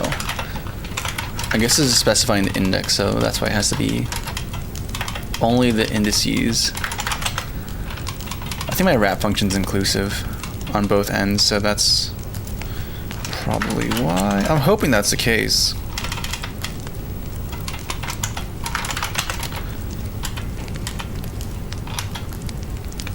Yeah, because if it was, yeah, because it's overflowing. So this assertion wouldn't have caught it. Which, by the way, we can get rid of this. Actually, doesn't really matter. But I'll deal with that later.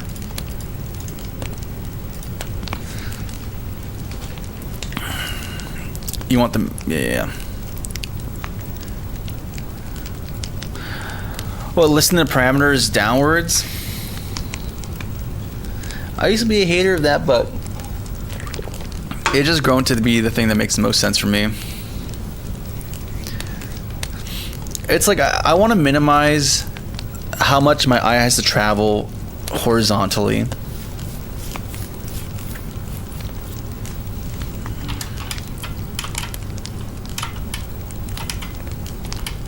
Okay, why are we doing this? We're gonna have to perf this because I need to understand why we're stuttering. If that's from the game, I doubt it's from the game because I know we went through a lot of effort to like make this go fast, and it went fast for a while. And now it's like smooth, so I think there might be something weird in my system. But hey, okay. You also have to make sure, so if I go backwards, so if I collect this, I never mark it as unalive, so I can keep infinitely collecting it. Yup. So that's the next step we need to do. We also should probably fix the animations, that would be a good idea. That would be a good idea.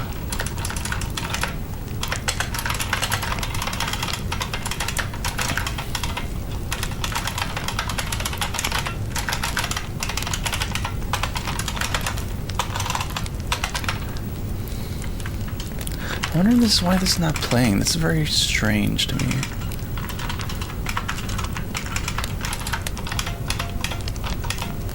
The setting sprite should be more than enough to make this do its thing.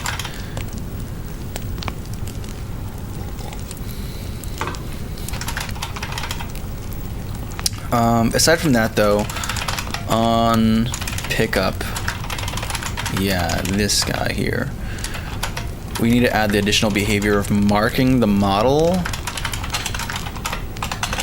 as, you know, hey, this spot's been cleaned up, so mark it as not alive. There's a couple ways we can do it. We can do the message broker approach and like broadcast events, like board events to it. That might be the easiest thing actually.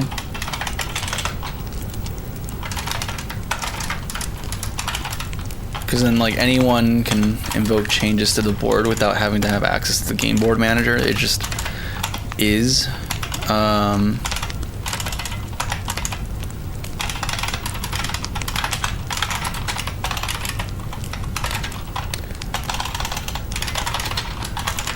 Board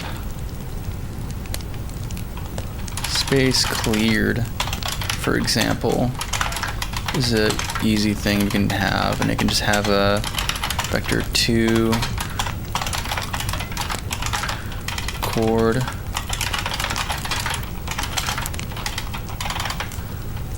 and then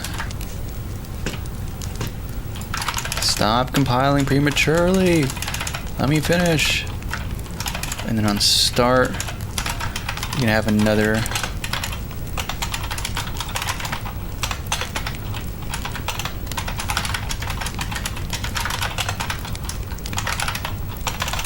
receive.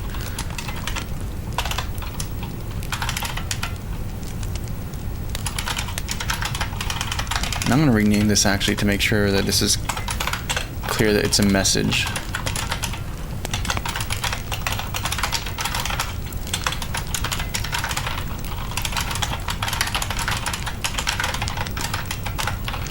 And then with this,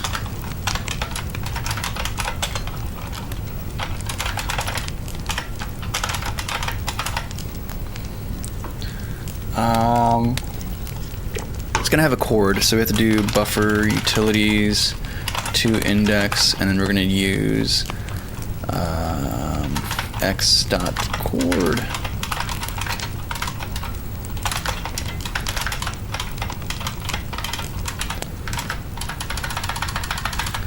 Of course. Okay. This is coming up enough times to be just to warrant an overload.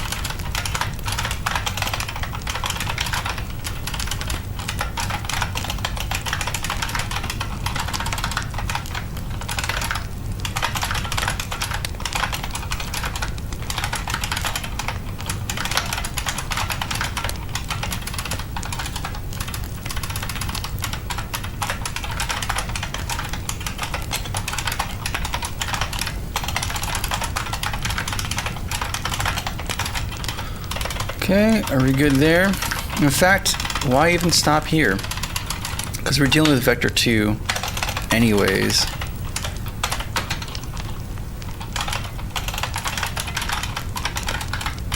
So why not just pass this, right? Cool. And this becomes a little bit more readable.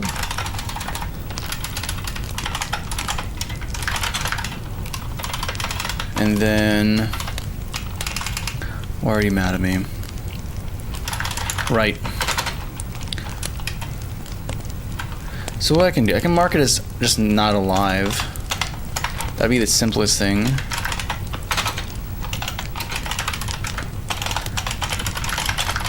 That way we can still preserve the total, the element that was there.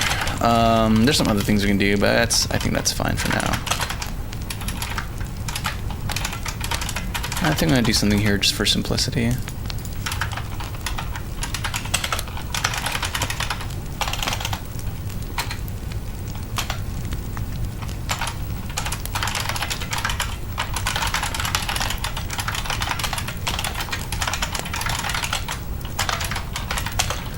Honestly, this that's a single field thing. Like, who cares? Go to pickup. And then we can do, before we return to the pool, we can do NFNF, application, instance, message broker, publish, and then new, board space cleared. See, this is one I wanted the parameter actually.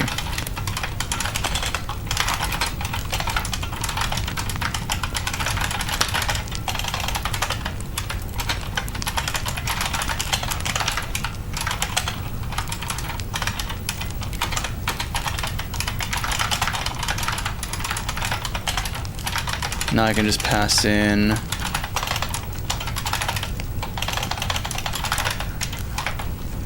position. Cool. We're good. So now when we pick up the item, it should mark it on the map as cleared, and then when we re-enter the space, it's not gonna just resurrect it back to life. It's gonna remain collected. That should be the goat here. Yeah, no cloud. No cloud. And in general, just no AI. Heavy 3D game. It's a 2D game, but the way I'm presenting it has forced me to do a lot more 3D stuff than I would have expected. But it's also kind of not. It's very odd, man. Very odd.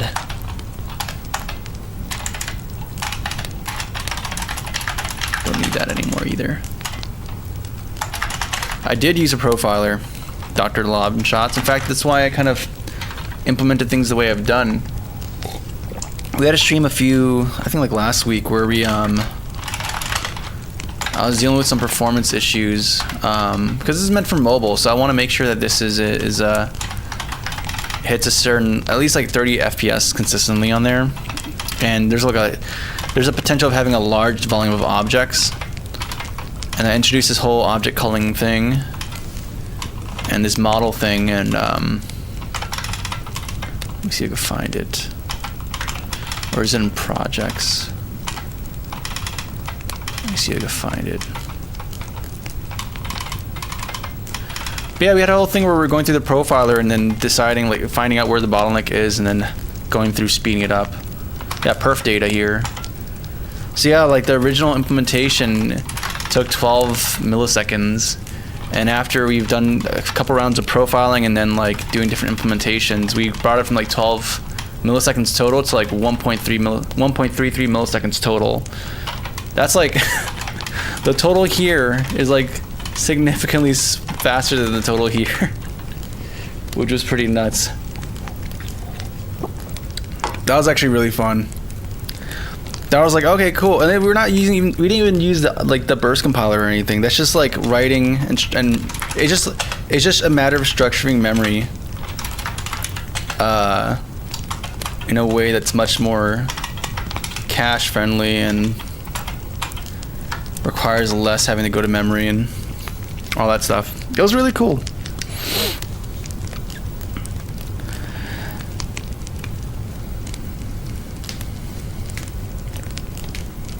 Yeah, so that's part of it, Dr. Lobbenshots. So we have an object pool, but so like this update thing you're looking at, there's two sides of this. It's an object culling and then object, it's a model update, right?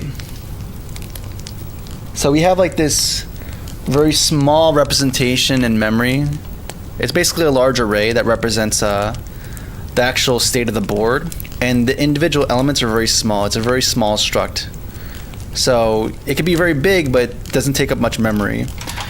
And you can index into it given the position in a world. It's not directly using the X and Y to index into it. You use the X and then you calculate an angle for Y, and that's how you index into this array. But that's the idea, right? And with that, we can figure out based off where the player is, what objects in this board have to be brought to life, have to be pulled from the pool and represented here. And then there's the other half of this, which is the culling, which is like, all right, we can also figure out which objects are outside of this range and have to be returned to the pool. So that was like the thing that was taking. So we had to implement that to make having a bunch of objects like feasible in this game, right? Without having to actually have a bunch of instances. But that process was still very slow. So that's what this whole round of different of iteration was about, making the model updates and the object culling faster. Pretty fun.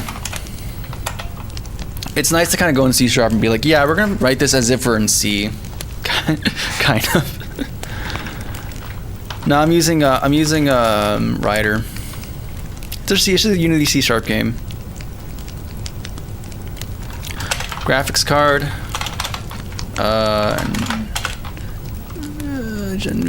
RTX 5060. That's what I'm using right now. I should really be more confident in that. It comes up in the stream, but I keep forgetting.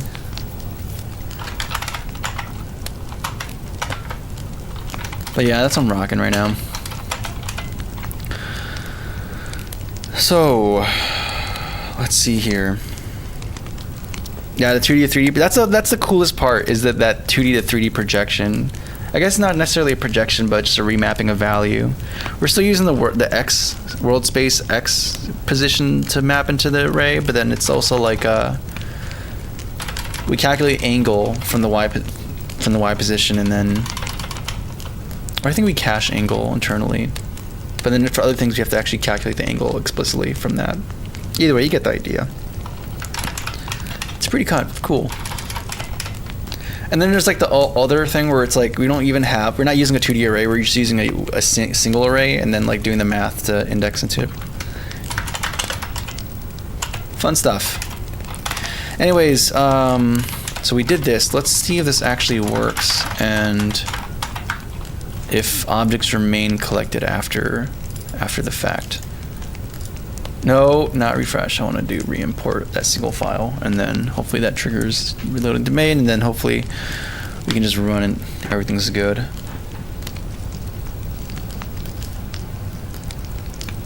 Come on.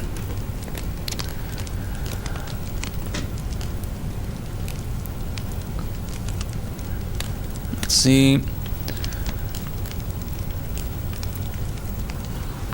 Okay, so we have these objects here. I'm not sure why it's being so choppy today, though. So we collect a couple objects here. We're gonna profile this. I want to see if this is something I'm doing wrong or if it's just something weird with my system. But yeah, the objects remain dead. Nice. There's some things that are incorrectly getting cold. I need to deal with that. I wonder if it's some more oddities with position, the entity positions, because there's some things that are either prematurely getting cold or it's not consistent either. It's like one or two objects. It's not a whole suite of them. So that's a bit weird still, but it's working far more consistently.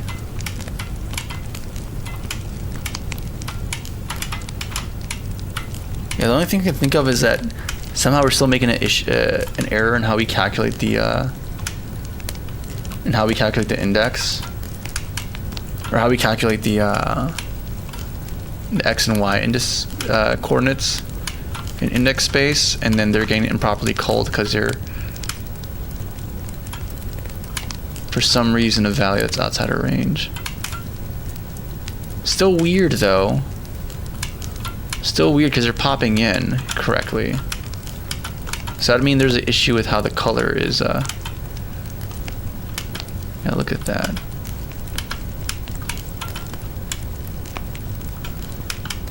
So you're collected. This area is collected. If I go back in and out, it should still be empty. Yeah, let's make sure this is collected here too. Go back. Yeah, area is still empty. Okay, so that at least is working correctly.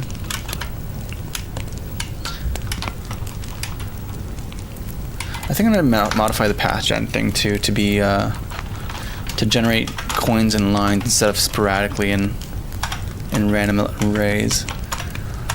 That's gonna be a trickier thing, but I think still doable.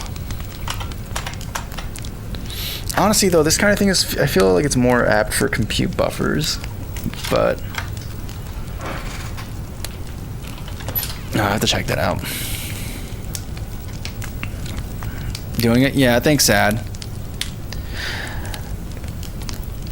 I mean, this could have been avoided if well, could it have been avoided?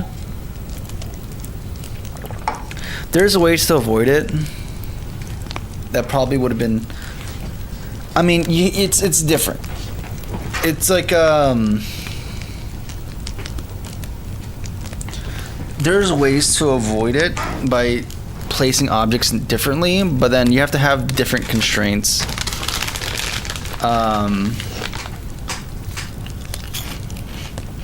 And it's hard to have like more... Sorry, 1 second. So like, for example, let's go back to the original game I'm rewriting here. I know we've shown it, but I haven't talked about some of the actual implementation behind it, right?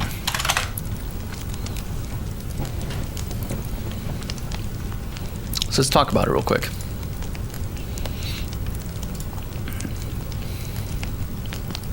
I'm just gonna mute this as well.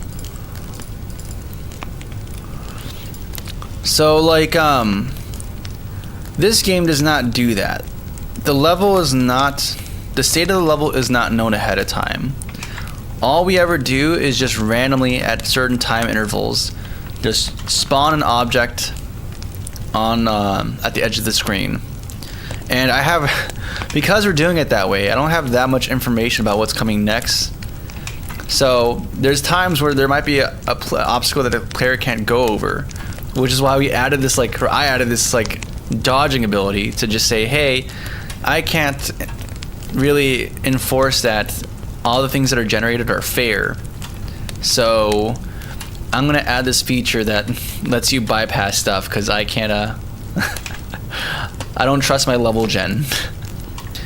Way simple, super duper easy, but it limits how sophisticated the obstacles can be. And there's ways to do it, but I can't do what I'm doing in this current iteration of the game, where we have more defined paths and whatnot.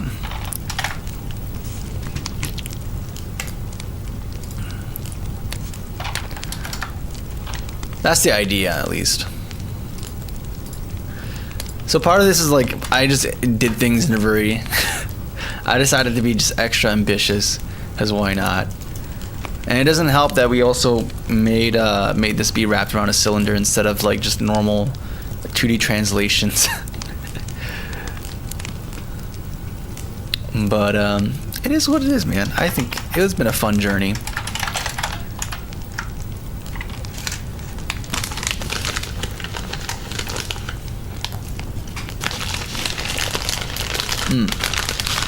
One second though. I am curious about something, but let me also remove some other things here too.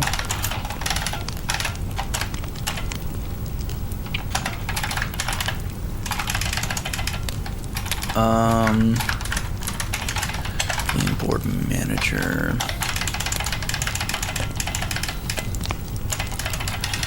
Let me get rid of. No, I want to go to update. Here we go. I'm gonna get rid of you for right now. Don't need the extra work. And I think I might bust out the profiler to see what's going on here. If it's a me issue, or if it's something happening in Unity. I don't know. Or maybe we just close down Unity and just hope that restarting it will make things go better.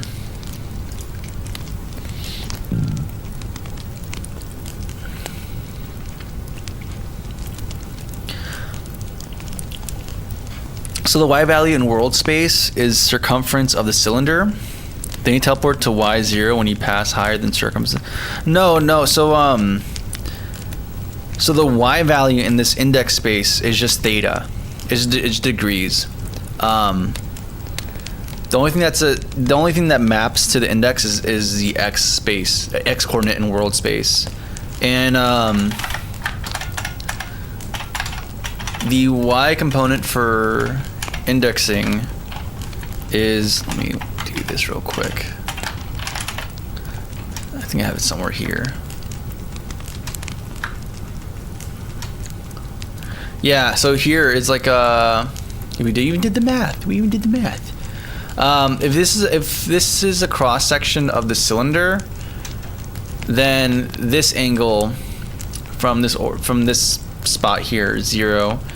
This angle around here is the Y value. And you can see it in a more discrete way. X is world space position is mapped to the X index or X component. And then theta around the cylinder is the Y component, essentially.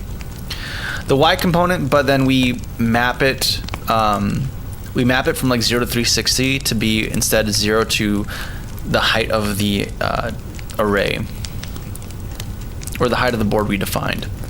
Because keep in mind, the array length is actually width times height. But if you're thinking about this in terms of it, like as if it were a 2D array, then yeah, it would be 0 to height.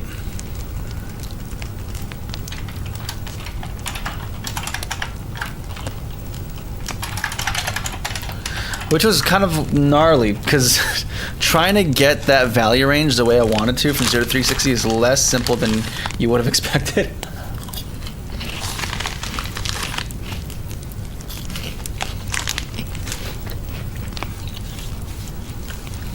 Part of writing some tests was just to make sure that function was actually doing the math correctly. Because I was super shaky if my implementation was actually correct, and it turned out it wasn't correct. Unit tests can be pretty good, man. They can be pretty good. There's a few things we still have to button down the hatches on. Yeah. Few things to button down the hatches. I'm kind of curious though. Does Unity support compute shaders on Android?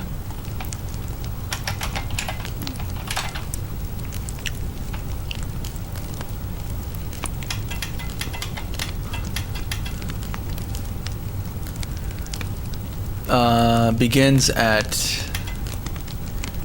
ES 3.1 and Vulkan. There isn't a good reason to avoid compute shaders these days unless... Sweet! Okay, if I'm really ambitious, then we'll rewrite this to be to use compute shaders. That's great, actually. That's actually really cool, because then like the way I'll do the coin layout thing is much more. I mean, I can still do it here, but it's nicer to be like, hey, I can just treat it like I'm doing a sampler and do offsets. Like the way I'm doing the normal calculation in the shaders would be kind of similar to how I determine if a spot should have a coin on it. And since these are paths, you might end up with like, you know, some lines kind of naturally emerging, which is pretty cool. Thanks, Aboga. I appreciate it, man. And thank you, Ham. Definitely about the old stuff. So I might have to learn some stuff though about compute shaders, if I'll be real with you. I'm used to normal shaders. But I wonder how I can like, because I need to have this data exist on the CPU side as well. But that would be nice, because it'll be super easy to do like multiple different passes, or just consolidate them into one pass. But I don't know, I can create an easy pipeline that's doesn't require iterating the entire buffer.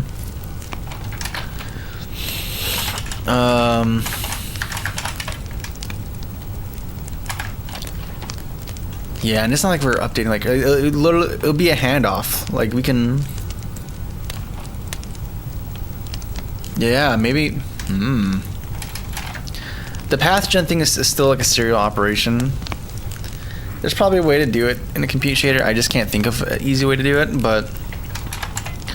The coin placement and other hazard placement, that can totally... I can totally see how you do it in a compute shader.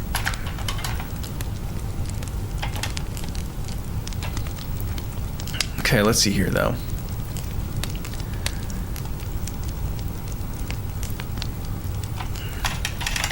So we are at a crossroads. I could keep trying to make this more robust and make this less janky.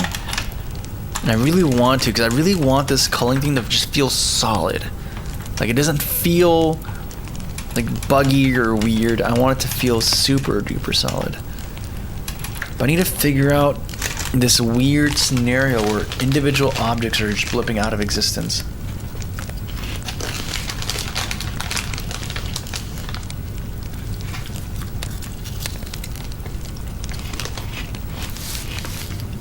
And I need to understand why too. In fact, I should check to see if there's any errors or exceptions. In fact, I'm surprised I haven't done that already.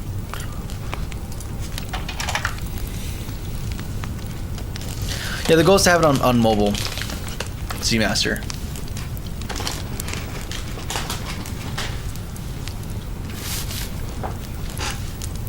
What's going on, Rupesh?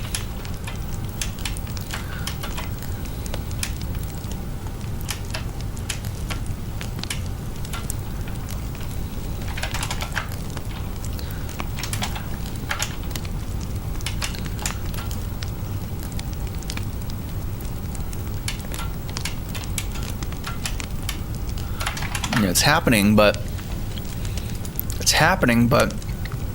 I'm not seeing it. I'm not seeing it. I think we might have to bring back the, you know what?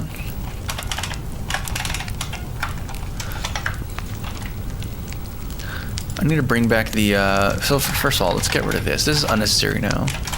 I mean, we can do assert true to make sure this never happens, but it seems to be working fine now, and it's not the issue that's causing this to disappear. So now it's a matter of reviewing the call objects function and see where. And I think it's not like it's happening at the fringes. It's happening well within the bounds of the view. That's what's also very weird. That's what's weirding me out.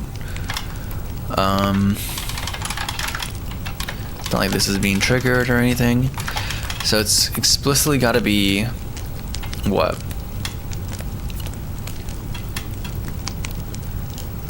And for it to be culled, these two requirements have to be met. This one's easy. If entry exists, you know, continue.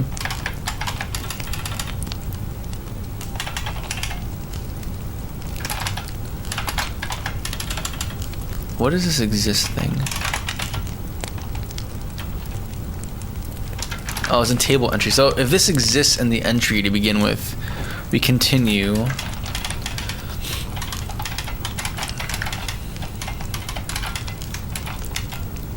So okay, cool. So it has to be in the entry. It has to be in the table.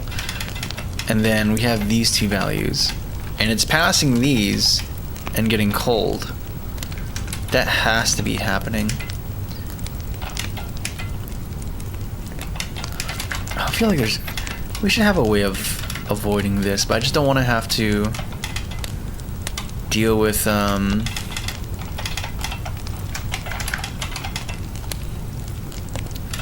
yeah, like honestly, this should just be poolable object instead of just game object. If I'm gonna be real with you, I should probably make this generalized as well, but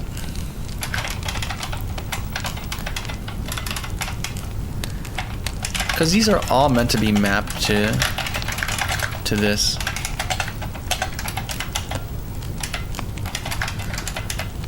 And then you're gonna be mad, that's okay.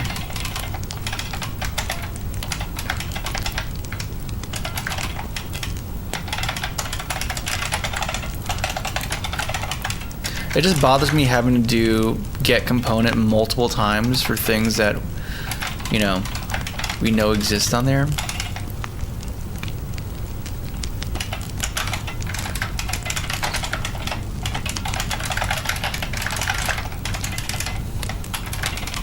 Just kind of bothers me.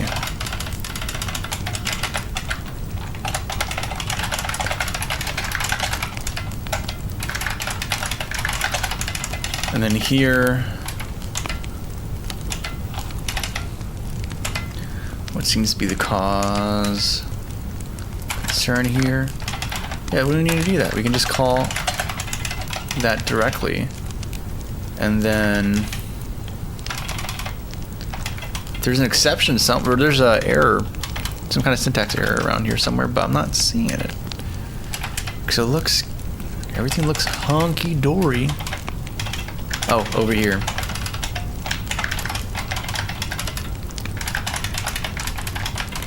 New object. Oh my god, we're gonna have to create new entity. We're just hiding the get component at this point. It's either gonna happen on dealloc or realloc, but you can't avoid it unless this always guarantees to return a pullable object. I could do that actually.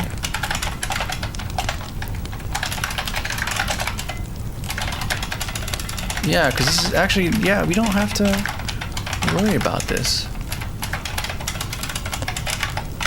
Yeah, never mind. We can just do the thing correctly and life is gonna be good.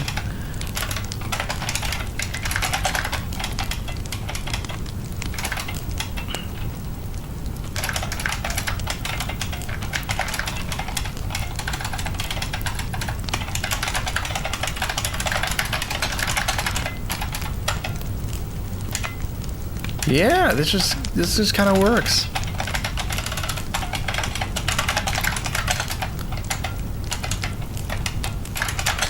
Cool.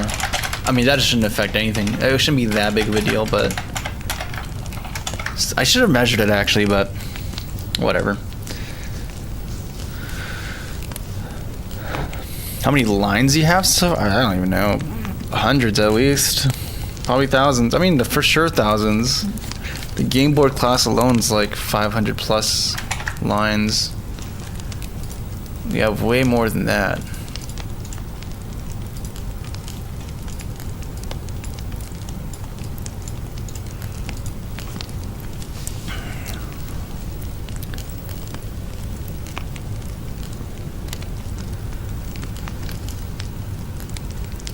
Alright, let's see. Mastercrafter, I don't like how you act, man. I really don't get it, man.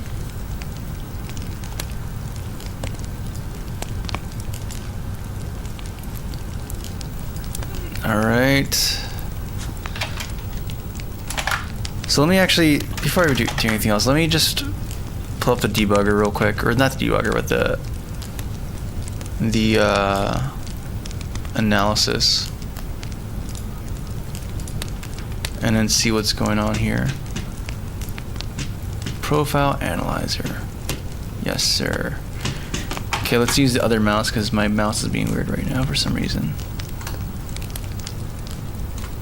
Yeah, I know this can analyze stuff.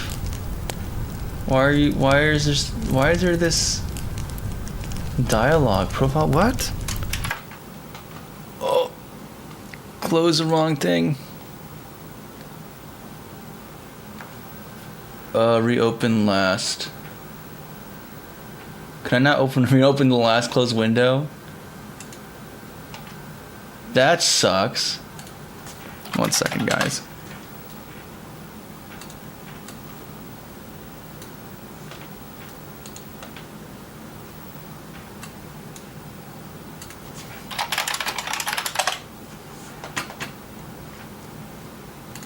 Here we go. We're good.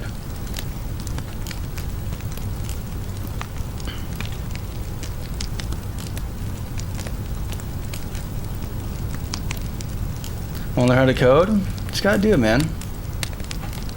Need to learn this programming, not coding. I mean, they're both kind of the same. I'm not sure.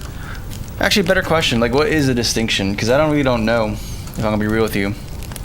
What's going on, Tamerka? How you doing?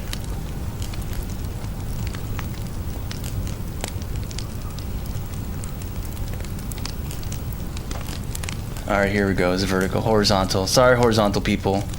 I accidentally closed a tab on y'all.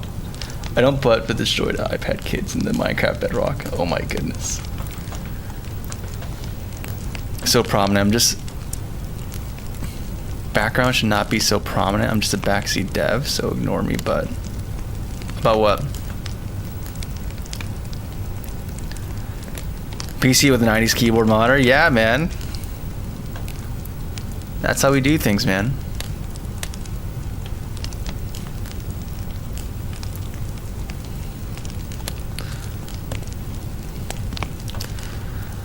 Alright. No, I was trying to start up the profiler. That's what I was trying to do.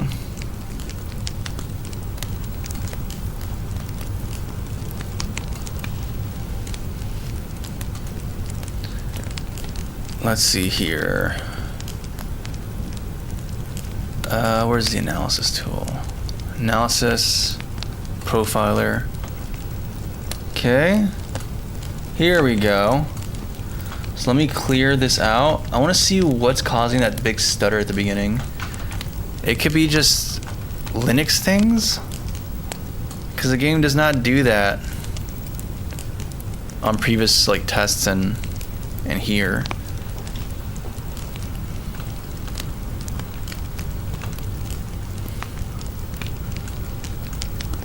Yeah, it's like chugging for a second, then it starts performing better. So what is going on here? Like these big spikes that are going on here. It's all editor loop stuff. It's like the most prominent thing is the editor loop. It's taking 80% of this. So yeah, no, I think this is not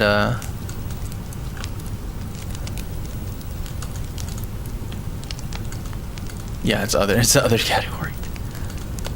Okay, let me try doing something. Let me just try closing the game and then see if that fixes things. I think I might stop on the model correction thing and just start fixing some more easier to see nuances about the game. That need to be done at some point anyways, like the particles and all that stuff. Needs to happen. It's fun to visually tweak it.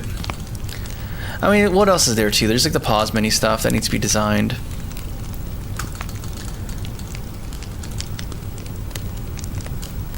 Okay, here we go.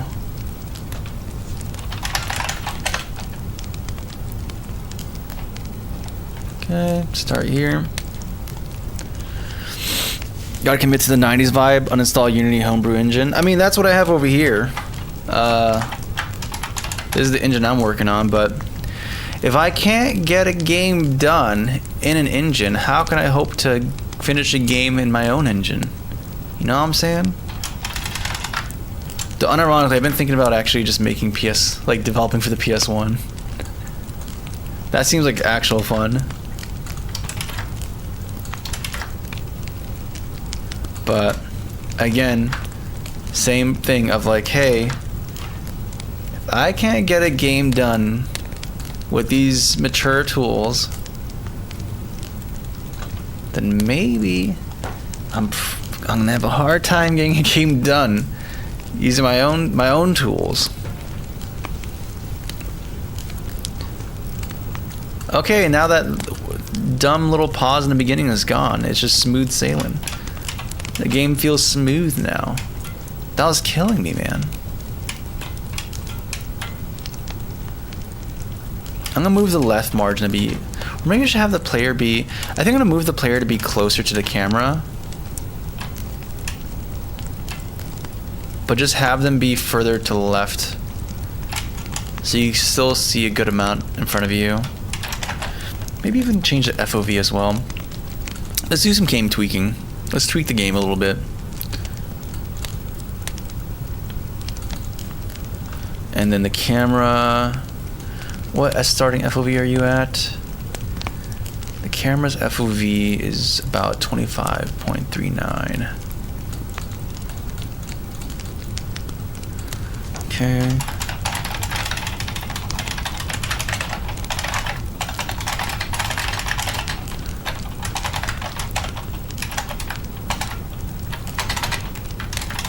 And we said it's what, 29.39?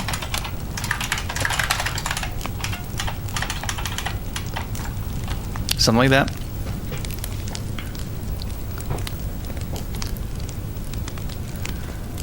No, I'm using C#, Diego. You go right through. Should make them a little darker. We're gonna deal with visuals later, man.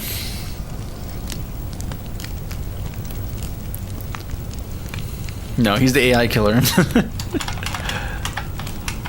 SFM2, he's the AI murker.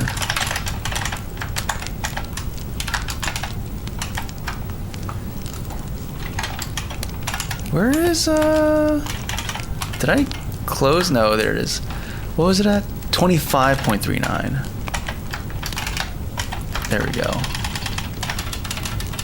25.39. And then honestly, this should just be...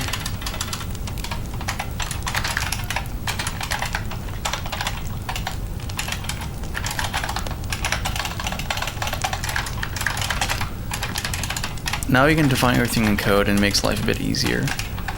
And we don't have to cache starting FOV either. We can just do...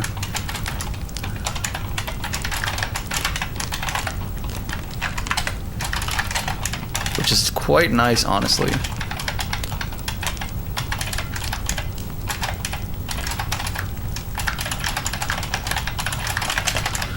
Cool. And then we can kind of play around with things a little bit. So we can have like, I don't know. We can have the distance be smaller. So instead of being at negative 994, we can make it maybe negative 90. And then the increase is actually like maybe just 10.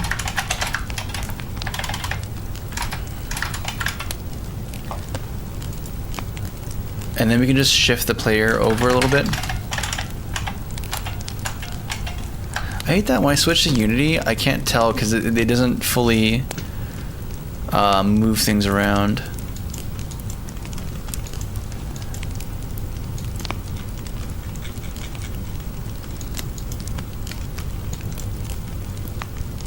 So we're gonna move you to be a little bit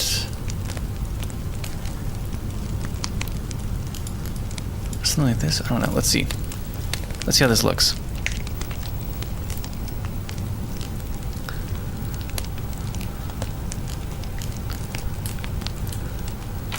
Okay, so as we speed up, looks better. Yeah, because now you can actually see the player way. You can actually see the character. I like that actually. But you can still kind of react. You can still see enough to react to dangers that approach you.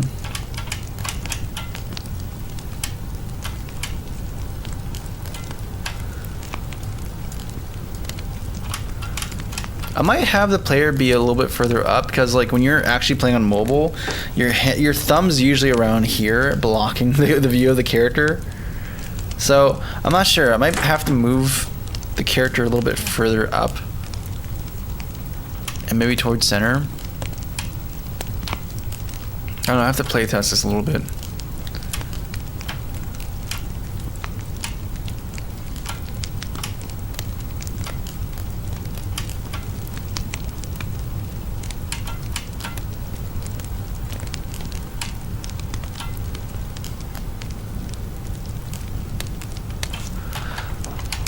Sweet. Okay. It's coming together. Still have some system stuff to deal with. We'll deal with them. But hey, man.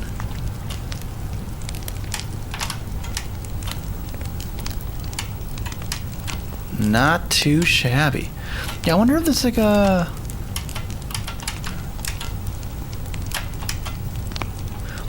Yeah, now that it's zoomed in too, you can't even see the objects like disappearing at the edge of the screen. We still have that issue with the objects disappearing in the middle of the view, but as far as the edges are concerned, it's pretty seamless. Okay, maybe not seamless. It still kind of happens, but it's not the big end of the world. I need to start thinking about UI. I need to reach out. I should have reached out last week. I keep forgetting, but I need to reach out to my boy and see if he'll help out with some concept art.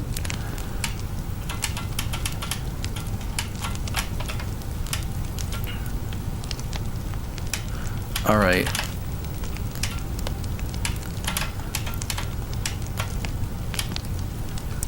This is coming together. We need to fix the shaders a little bit too to make sure the angle mapping works there more consistently. That's not a big deal.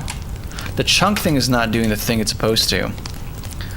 But we'll deal with that when we deal with that. I'm actually very happy with the progress we have, so we're going to save it real quick.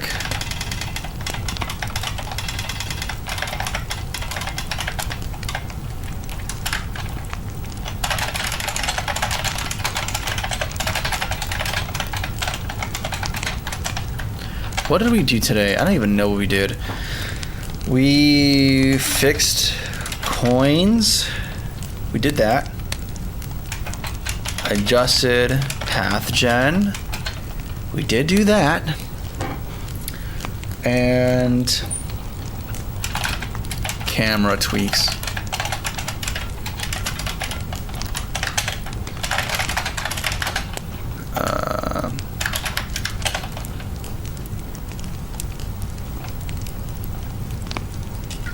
A little bit of water.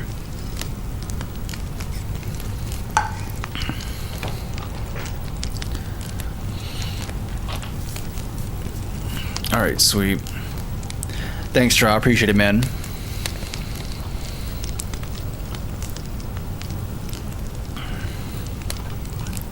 Source tree? Never tried it.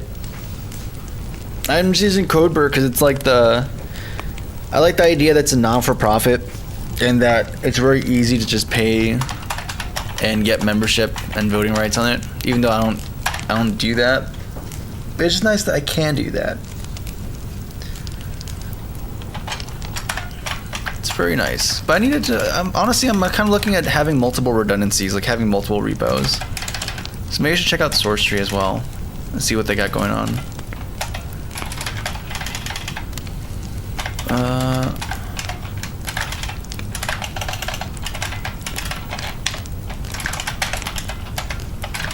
Okay, why are you still mad? No, I have my naming convention for constants. Shut up, Ryder. I know what I'm about. I know what I'm about. Okay, that being said though, let's do something simpler. I want to do the thing for the character.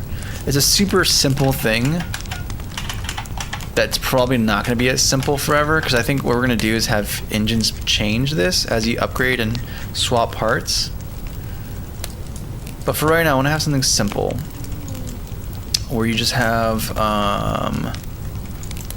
let's see here, where you just have I'm gonna have a light source. Create empty for the engine, and then we're gonna start doing the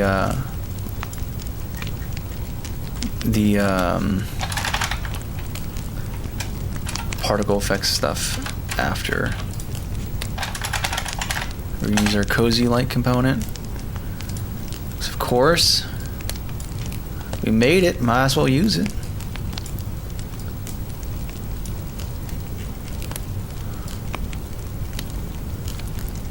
And then we're gonna have to have our like some kind of component to make random lighting happen.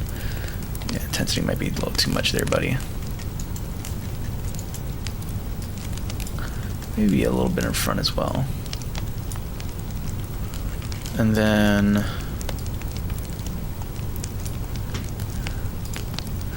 that way it looks like there's light being emitted from the back of the character, and that's gonna be much more prominent when you go to the night side of the level, or if you go to the night side of the level. Let's see how that looks. So let's go to the night side, to the dark side. Yeah, I think I want to try having it be more, now that the shader information's actually here. And we're working within local space. So I'm gonna make this be more, oh, I could pause it, by the way. I could just pause. Why am I not doing that? Yeah, because I want to have a more sharp shadow. Yeah, I kind of like this more than, I see, like, I feel like too much is being lit, but over here it seems like no, just the engine, just like the parts adjacent to the engine are getting lit, and then maybe some other components around it. But yeah, that's pretty sick.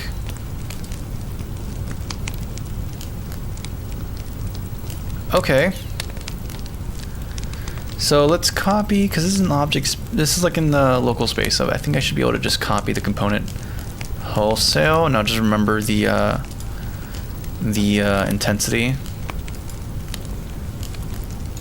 So paste, component values, and it's like 1.01. I think that looks good. And then we can add some random variations to it, so we can change intensity to be like every frame it's like a random amount, so it's not just, it doesn't look like just like a lit thing, but rather it looks oops, it looks more like it's an actual active flame. Might even try to increase intensity a little bit. Let me actually do the random light component thing. Do I have it here? CCDK, cozy light system. I'm gonna make a new component. I said I'm gonna make a new component. Okay, we're gonna do this. I played your games, Unity. We're not doing this again.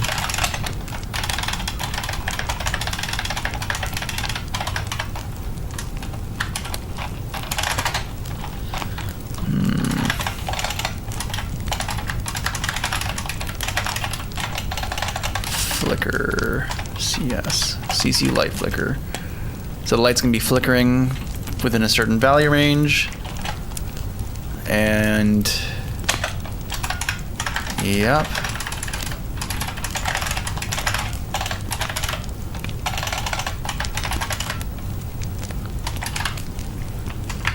You don't do this to me. I know you exist. You can't lie to me. There we go. Oh my goodness. Stop.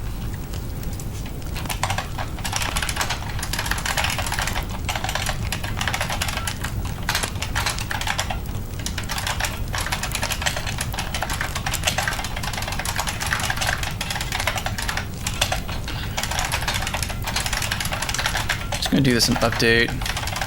We're also gonna require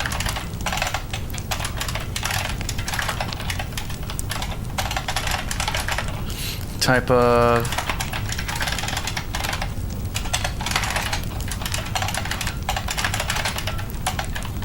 value range.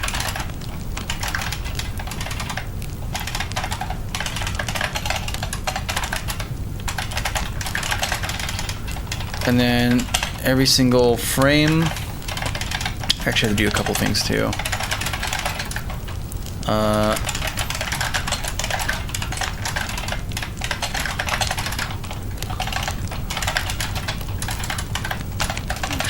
Cozy light. Also, wrong thing.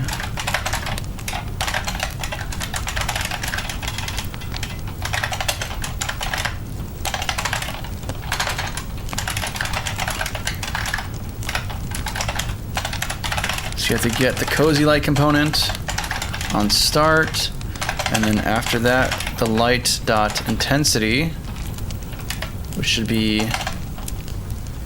is it not a public field? Oh, don't tell me this. Light data. Why did I name it that?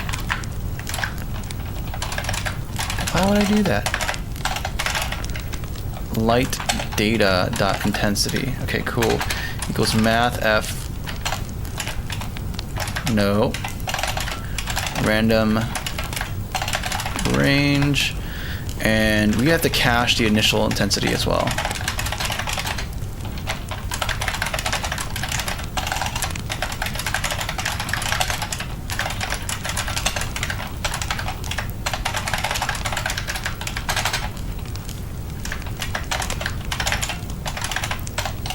I'm so mad at myself for having that bad naming. I don't know why it's called styled like that.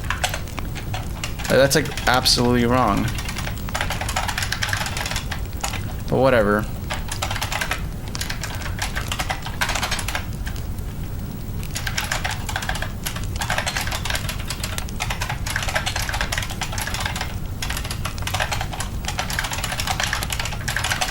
Cool. So every single frame, it's going to vary based off of this intensity range. And then let's just add a little, I don't know.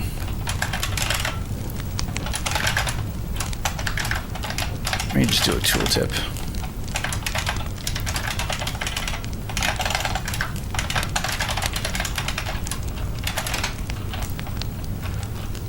Light will vary. Plus, minus this value relative to its starting value or intensity. Cool. So that's there. That should just exist. I can be able to go to the player now once it reloads domain. And catch up in chat real quick, just 1 second. I need to use the bathroom actually. I drank. I didn't even drink that much water, but gotta use it, man. So we're gonna do like, let's say 0.5. That's gonna be our amount that we vary by. And then now we should have that flickering fire effect. And I'm gonna yoink an asset from Messy Mansion for the actual jet. Yeah, I'm crazy. Can you remake Ashes of Creation? I've never heard of that game, if I'm gonna be honest with you. So is it doing the thing? Are you doing the thing I want you to do? We're gonna pause. I'm gonna go into scene. And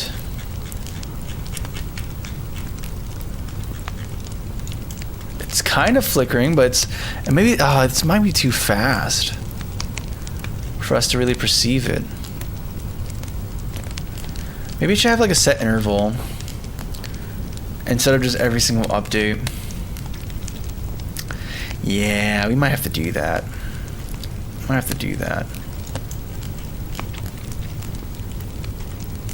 What if we increase the radius? Not radius, intensity range. I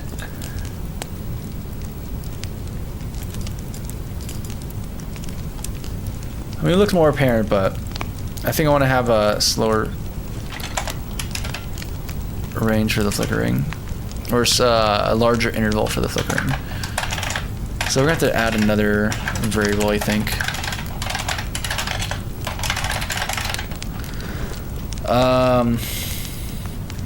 There's two ways to go about doing this. There's gonna be a target interval, and it's gonna be in seconds, I think. And then interval range, I guess.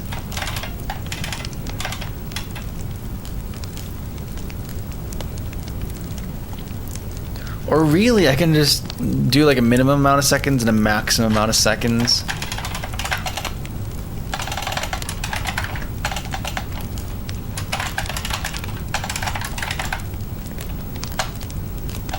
Like the minimum interval in seconds, and then this is gonna be the max interval in seconds. And then a matter of enforcing that is going to be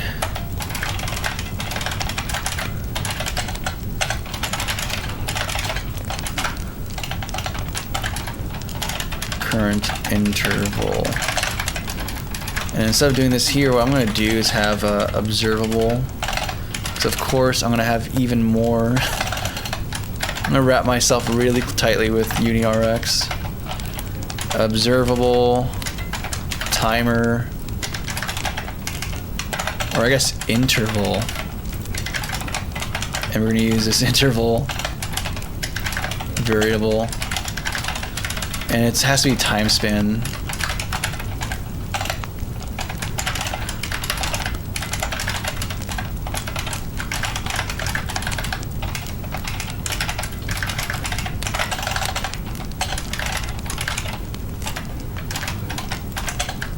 Oh, I had it right, just didn't include the correct thing. First of all, current interval is going to be equal to random range max interval seconds. Cool. And then here, we're going to do a few things. We're going to yoink this, throw it in here.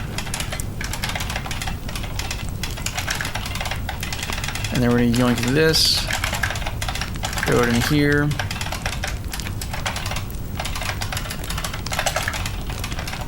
Why you're so unhappy, I don't know. I know I'm right, though. Oh, you know what? I know why. And watch the problems go away. Yep. Problems just go away. Just like that. Cool. So we wait this current interval of seconds. We perform these actions. We update the current interval of seconds, and this is going to keep going and going and going. And this will stop once this game object gets destroyed, so that we don't keep trying to call this function. We can get rid of this update function. And we're just good to go, man. We're just good to go, dude. And now in here we can actually specify, oh, I particularly wish to wait for maybe at least half a second, if not at most 2 seconds. That's probably not what I'm going to do. It's going to be much faster, but no, still, it's gonna be longer than at least a frame for sure. I'm glad it's entertaining, Dennis. That has to go. Yeah, we're using Vim-key bindings. Thanks, Kelvin. I'm glad you dig the lighting. Modulo the frame or something. All right, we're gonna run it, and it's gonna be either fantastic. Let's do 0.3 and then maybe at most 0.8 or I don't know, 5, like at most half a second. No, that feels too. 0.2 to 0.4. That seems reasonable. Let's start it up and see what happens. And then might be a little bit too long.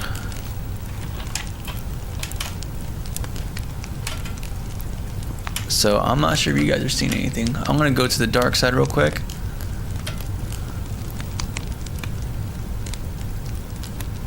Maybe the variations aren't big enough. Let me do that real quick. Let me make this variation be, you're gonna be, yeah, so this might be, go down to 1. No, we're gonna do like 9. That should be big enough for some big changes.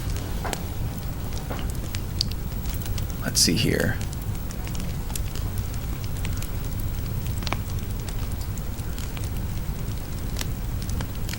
Okay, I'm seeing something, at least from far away.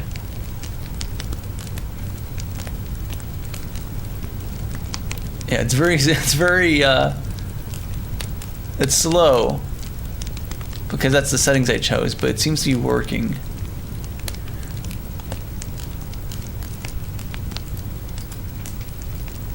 So if I want a bit more speed, we could do like main interval of that, and then a max interval of like maybe 2, 5, and then have this be even bigger, like 0, 1.2, maybe 1.3.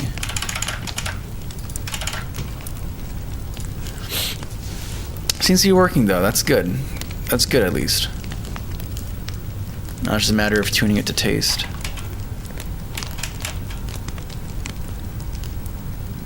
Yeah, okay, I can see it from here. I can for sure see it from here.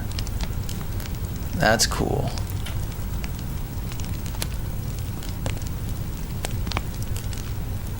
Nice.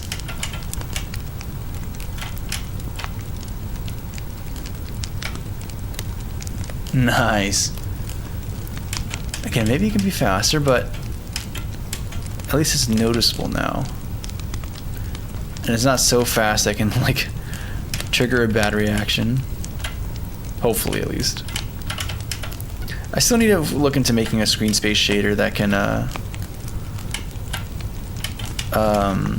smooth frames so that it can prevent like triggering epileptic episodes in people. That would be cool. I need to figure that out at some point. Nope. Whoops. Okay, but that's okay. This is something. This is something. I think this the way it's implemented is totally fine. Maybe I'll change this intensity range since that'd be like a min-max thing as well. But I don't know. I kind of like having this be the center thing, the center point, or relative to the center point. Okay. One other thing I want to do. This is less so technical. I just need to yoink an asset from another game that I have. I have to go back to Messy Mansion. Remember that game? Thorns.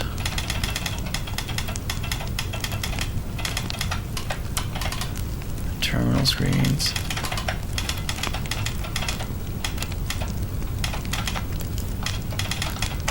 Huh, I don't have the fireplace thing here.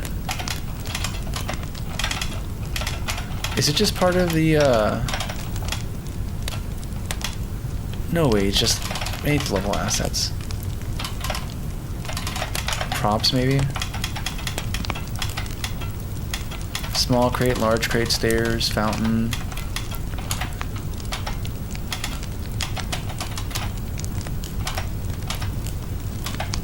Key items, maybe here?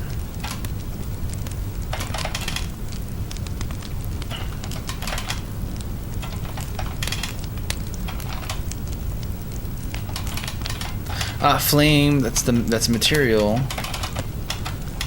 Oh, prefab, Gentile. Flame, that's a prefab still. Ah, here we go, FBX flame. Yoink that. And we're gonna go into here. We're gonna go to, I don't know, gameplay, I guess. I guess so. Or maybe bike. Actually, bike config probably, yeah.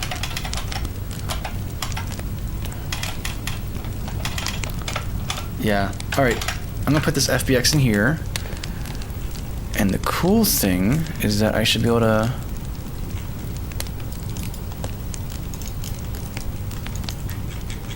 Where are you at?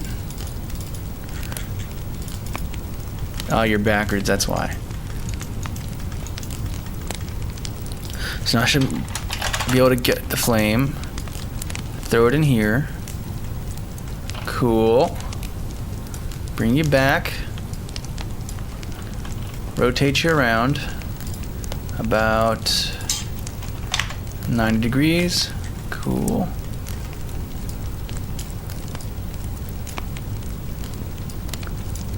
And we're going to use this to be like the effect for the jet. I'm going to modify the sprite real quick because it's like an easy thing to do.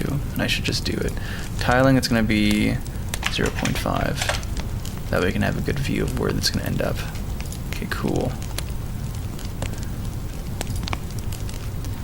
Let's also put this in the same. Cool.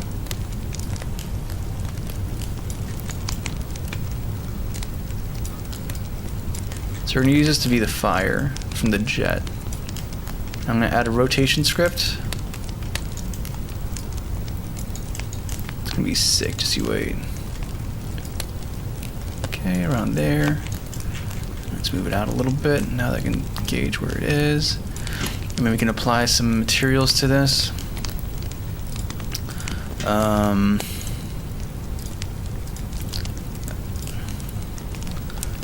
Yeah, we're just gonna make a new material.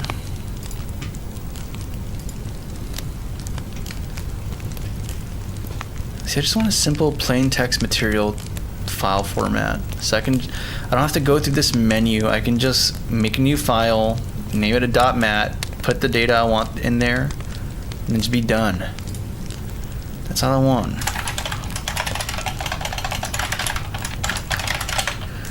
You're gonna be a unlit color.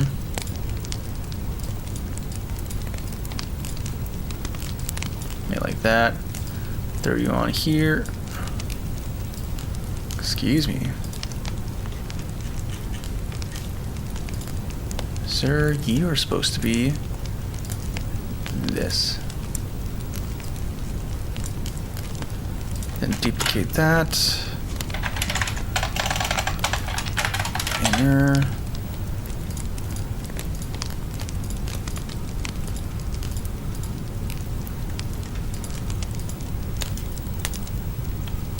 Okay, cool. There we go.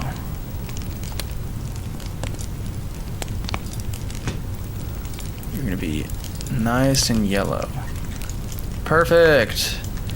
And then the final icing on the cake is gonna be making it rotate. So we can add our rotation script. Constant rotation. You're gonna be going along the y-axis, so that's correct. At a speed of, I don't know, let's do like 10. I didn't put the units there. I probably should have done that. Angles per second. Okay, cool. Degrees per second. That's the actual term I should be using. The unit, not angles per second. Whatever. Okay, so let's save this and then let's see how this looks.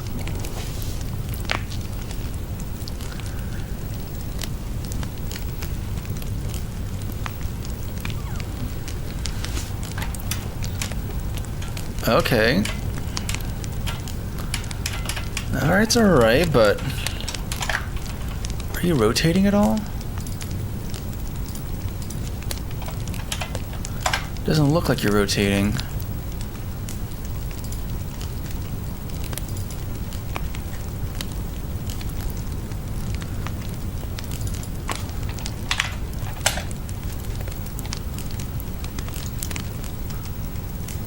It's like you're stopped or something.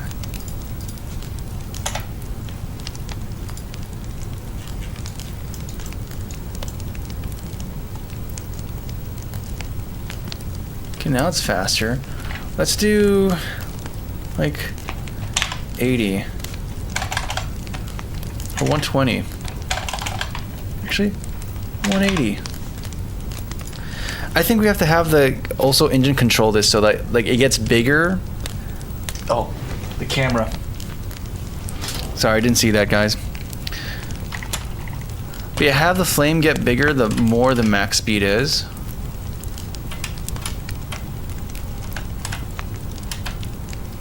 Yeah, I can barely see the rotation happening. It's happening, it's just kind of imperceptible, honestly.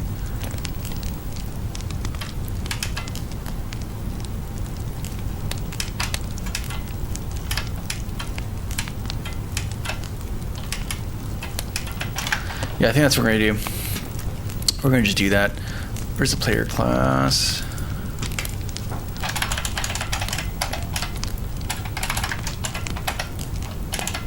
Well, let me use the bathroom real quick. 1 second, guys. Let me do that. 1 sec.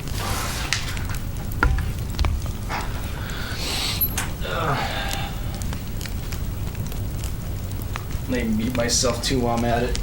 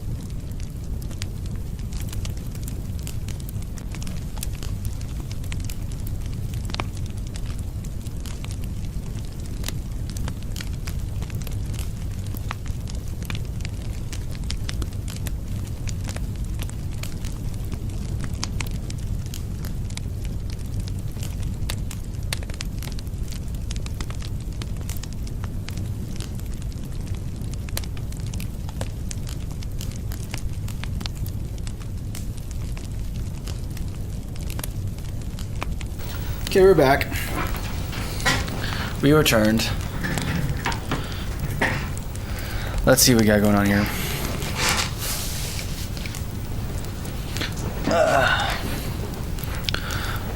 44 gigs? No, it's 64 gigs, my friend. You need 64 gigs to do 2D game development, guys. Only the most intensive hardware can handle the games I'm making. Yeah, I did fix the clock, Jocko. It was a dumb thing. It was so where it shows the date was actually the month for some reason. I put my config wrong.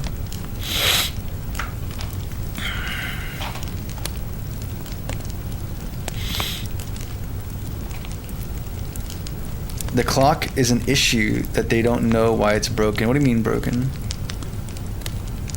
Is 11.5? Why is it on your desk? What do you mean 11.5?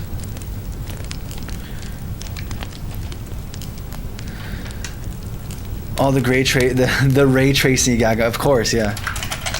Anytime you see any drops in FPS, it's actually just the ray tracing. I don't know why Linux, because on my screen it's actually a high FPS, but for some reason when I stream on OBS, the video capture is like really low frames for some reason. I don't understand why. It's very weird. Like I can be playing games like Warframe, and I just chug FPS. Like it looks perfectly fine on my end, but on OBS it just looks super slow and choppy. I have no idea why that's the case. At least with Display Capture XSHM, I don't know why that's the case or the issue. There's also like Pipewire. That's for video capture though, not display capture. I don't know. I can't figure it out. It's annoying though. Anyways, what we're doing? Yeah, the player. And they're gonna have control over the flame so that the faster they go, the more the flame is just it's going crazy, man. We also don't need the game board anymore because we're not gonna implement that thing that I thought we were gonna implement, but turned out we don't need to implement it. Where's the serialized fields? Here.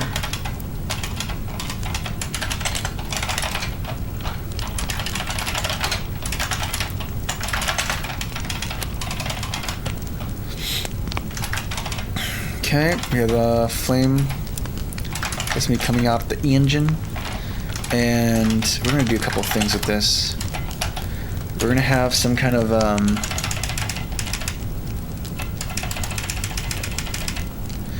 the same way we have like a thing for updating visuals. Yeah, we have a function for updating sprite. We'll have one for updating flame.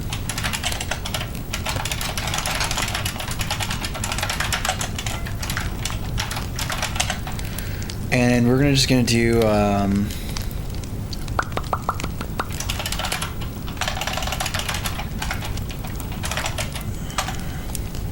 we have to cache the local scale because I don't think it's uniformed. Or is it? Is the flame uniform on scale?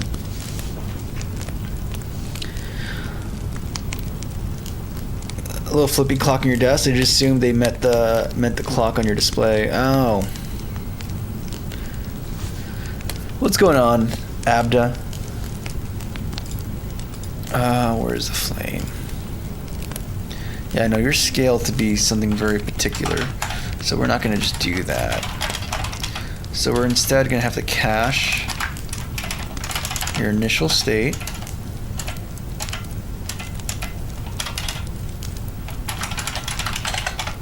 Or your initial scale.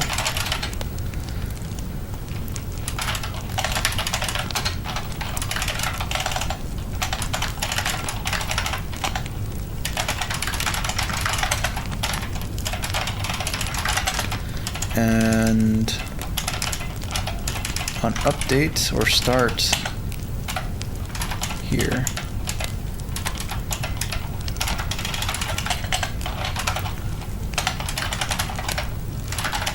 Actually, we're gonna do flame equals this dot local scale. So we cache it, so we can do all the transformations relative to that, and then here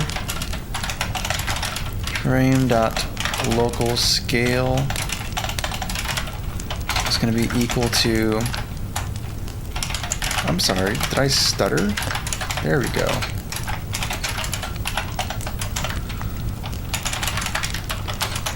Times. What am I gonna do?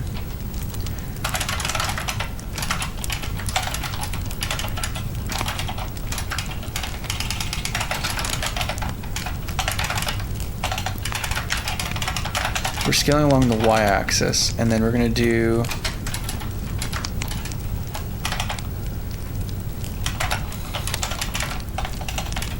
We only care about the Y. I don't know why we were caching the whole thing, but who knows? Maybe I want to do some other weird gnarly transformation, so we want to keep that.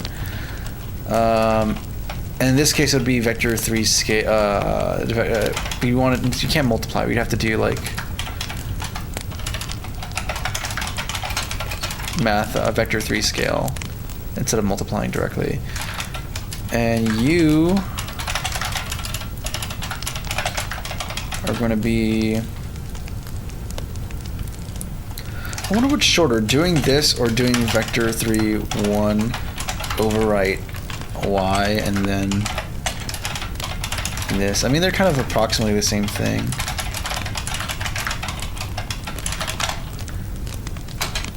All right, random. No, not random. We're going to use times.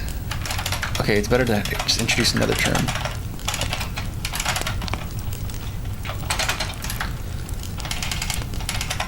Can even be a little bit more specific.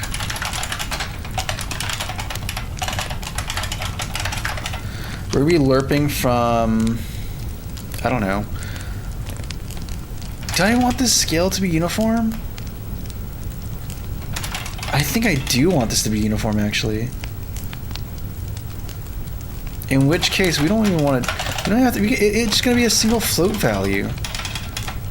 We're gonna keep it uniform, and then it's just gonna be value or min max and then p value, which is going to be just speed 0 1 for the p value. The min value is going to be, I don't know, 0.2 f,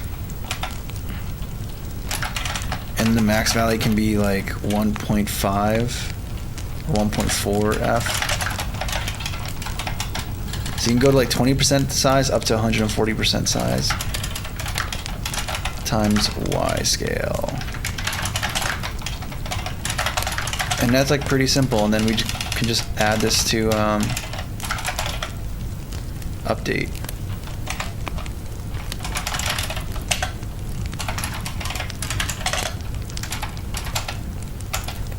I'm sorry, what? Oh, that's part of the machine's update cycle?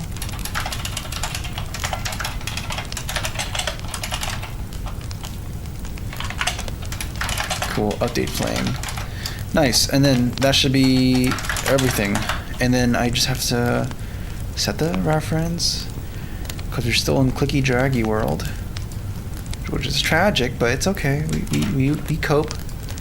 We cope with living in clicky draggy world. One day we'll be in full keyboard world, but that's not the future we live in.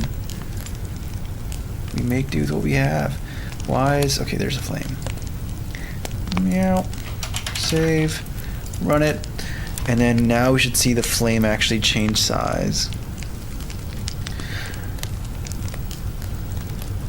No, I do see C++. I actually enjoy C a lot more, but right now I'm stuck in C# Unity world.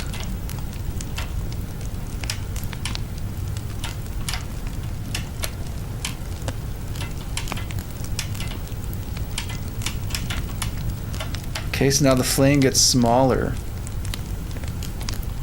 We need to adjust the Y position of it.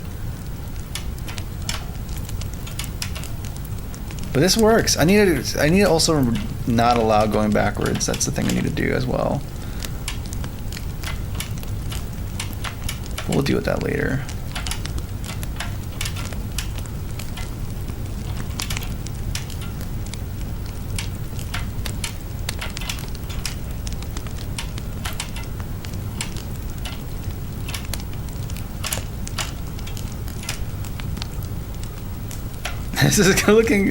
This is looking better and better, man. This is looking freaking... Okay, we died. But I'm actually really happy with this, man.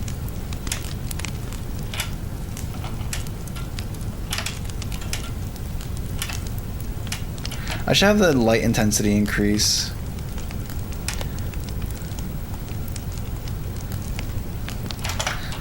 We can deal with that later, though. Bring this down a little bit more. That feels more accurate.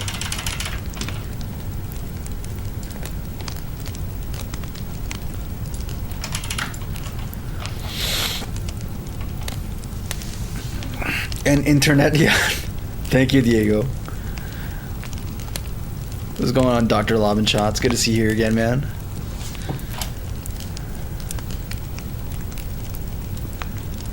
Yeah, I should probably modify the light thing to work with this.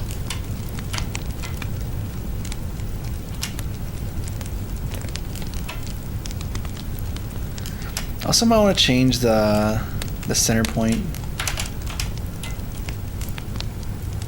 so that when it's small, it's still attached to the base of the jet. But that wouldn't be crazy to do. I still want to do some particle effects as well. 'Cause as cool as this is, it's nice having like a trail.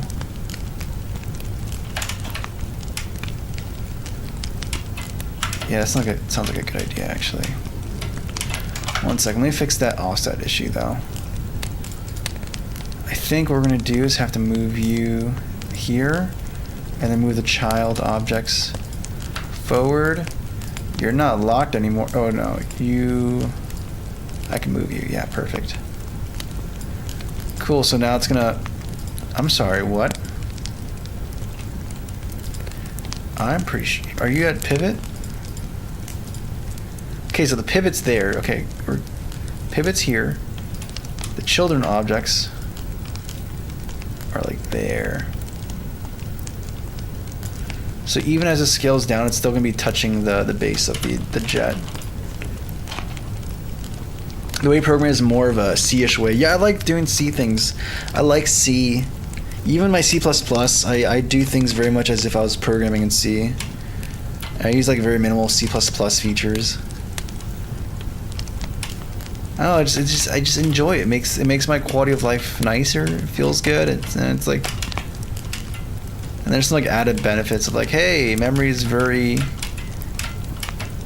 like local and it's very cache friendly. I like that. I like thinking in those terms.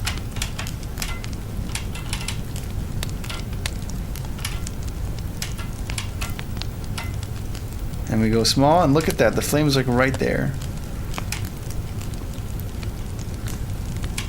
Yeah, we have to do a particle trail now. I think how we're gonna do this. I think I might try to make some like particles or based off the flame. Hey, look how like when we go to a dark area, it's like, oops. Like it sticks out though. It's great, dude. It's great. Oh yeah, it's a little thing, but I love it, man. Okay, so particle systems, right? Particle systems. Let's call you flame. I don't want to deal with particle systems right now. It's just a ton of tweaking things. I could do that. That's for the asset making day. The thing I do want to have though is have the light intensity change for this. So like, I think what we're gonna do is because we have our current. We have. Do we not have? Yeah, we have initial intensity. In fact, I should really rename this to be like base intensity.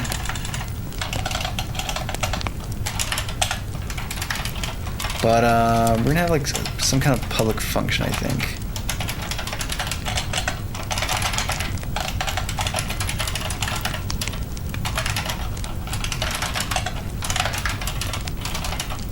Set base intensity specifically.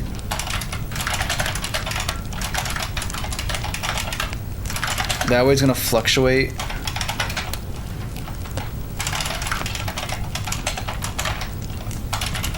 around the value that's provided. And honestly, I should just like expose this. Whatever. And then we need to have this min-max interval be changed in accordance with that. So that like as lower, the intensity gets lower, the less the variation in range. If that makes sense.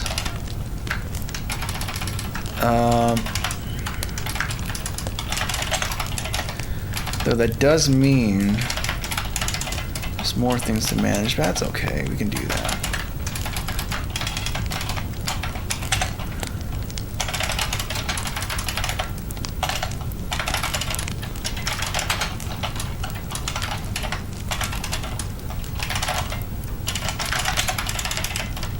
Okay, and then we go back to, oops, start. We're gonna do, nope. It's gonna equal to flame, because that's, game object, get component.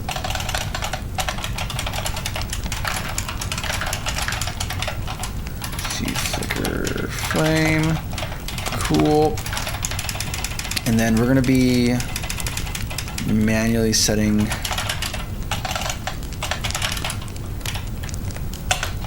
here we go. So the nice thing is that speed 01 gives us this value to do lerp based off of. We can just use different values.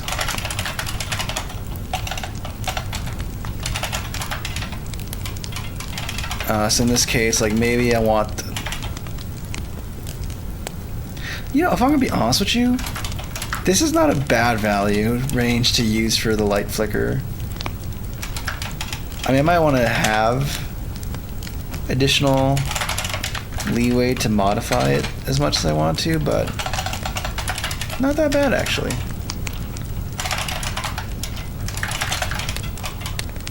Cool. So we set the base intensity. I don't want to deal with the upper and lower bound for the min-max range. Oh, you know what? Actually, we can even scale. No, the way I implemented it, we can actually. It's easy. I mean, the other way is easy, but I just didn't want to think about it. But this one, we can just set intensity and range together.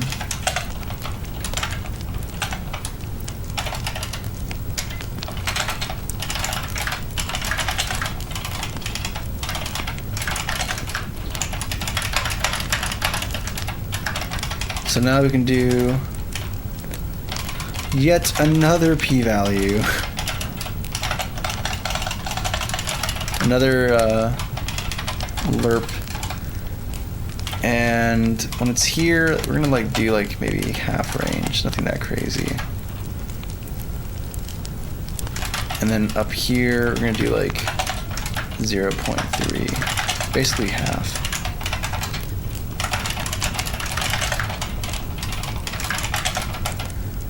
If I was cool, I'd add a thing for time interval as well, but I'm alright with this. And we're gonna just recompile and see what happens.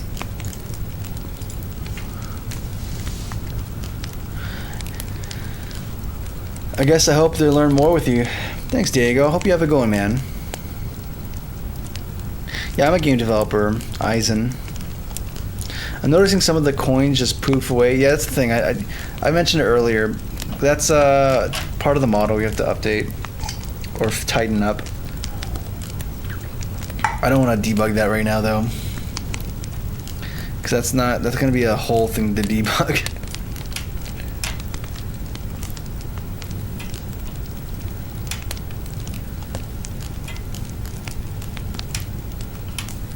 Especially since I don't really know what the cause is. Like, it's likely something in the object culling, something with my math isn't quite right. Either there or with the coordinate values or setting in the path gen for the coins. So I'm not sure which is which.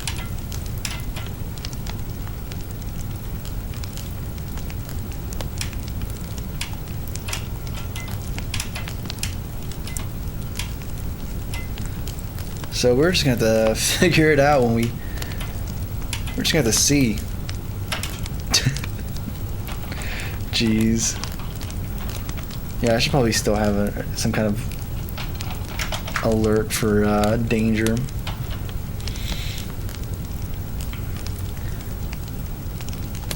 I think the nice thing about having everything in an array is that I could just now, if I want to do like a warning on like the bottom of the screen or top of the screen, like it wouldn't be hard to just sample a few coordinates below where the player is. If there's a hazard there, then display that warning, like a little danger in the bottom or danger in the top.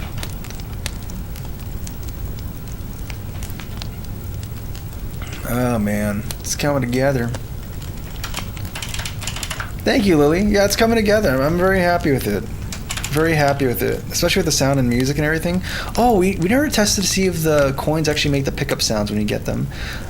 But let me fix the freaking coins not animating. I don't know why the coins are not animating at all. It's very weird. I'm sorry, what? Object reference not set to instance of a... I'm sorry. What? No shot. We get it on update. Do we not, or on start? Yeah, we get it on start. Flame flicker, flame.gameObject get component. Yeah. What's the problem here, man? What's the deal here, dude? I know I'm right. Let's see, flame. Oh wait, that's not the light. Jet light is separate. Okay, we have to actually, we can't do this. We have to actually expose it publicly and assign it. Oh, that's my worst nightmare. More things to assign. More things to remember about the game object hierarchy. Oh, dearie me.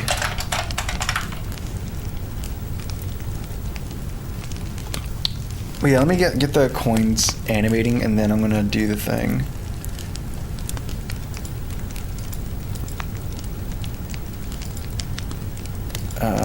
What's going on here? Jet light goes right there. We're very happy. Where is the coin?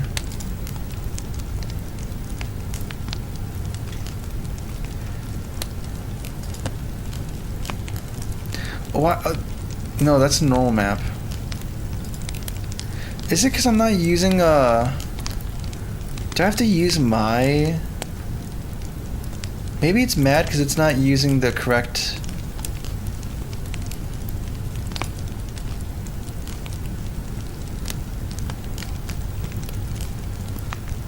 texture.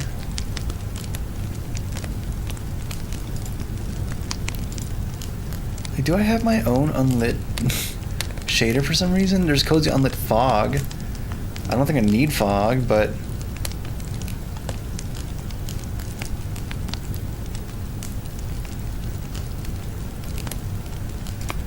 yeah, like I'm pretty sure this material... I mean, let's just try it. Maybe I'm just... maybe this is what I need to do. Run it.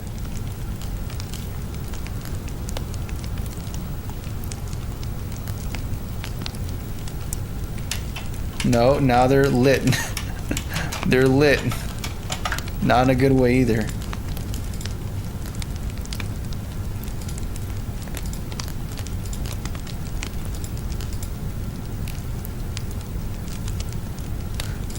What material are you using? Cozy Light FNF standard. Yeah, I'm using the standard. What's going on? Yeah, it's using the standard. We're gonna use per pixel. Disable cache shadows as well. It's essentially unlit. Let's just see. Let's just see.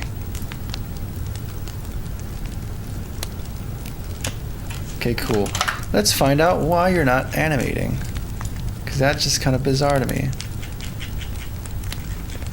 You should be animated. Yeah, you have the coin, you have this. The recipes for a happy life. You have M coin. You have this stuff there.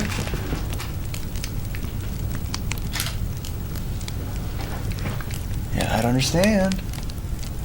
I am confused. 1 second, let me fix this.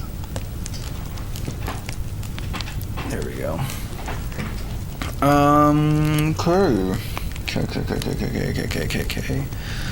Okay. The only thing that I can see that can pose an issue is the fact that I set this to, wait a second. Do I not have a CC sprite render on this? I do. Is that I had it set to random initial starting sprite, but maybe I just turn that off and hope for the best. Let's see here.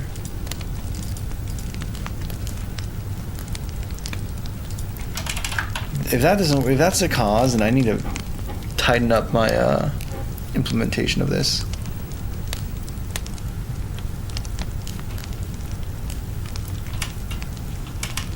Nope.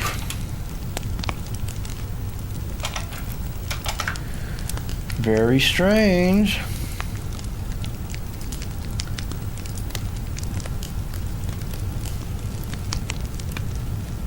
Let me check something real quick. Hello, player. What's your sprite binder say? Your sprite looks like this. Wait. Cell count to... Okay, yeah, 1. Yeah.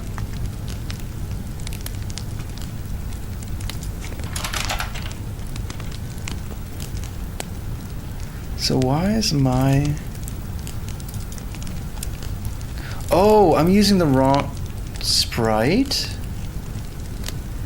I'm supposed to be using you? Oh, is that it?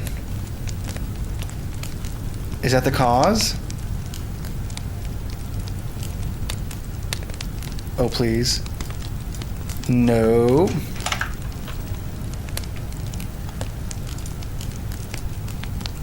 No, because you have the correct thing.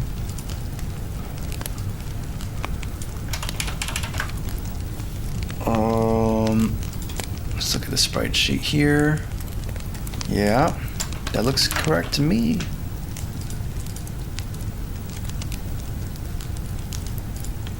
Frame count 4 frames. 4 on the Y, or on the X, 1 on the Y. The speed of 4, because that seems good to me. I wonder, is it an issue with double assigning? Or maybe it's animating the wrong thing? We're in the pickup. No, pickup's right next to it. So like what? Is assigning the new sprite the problem? Or the new material?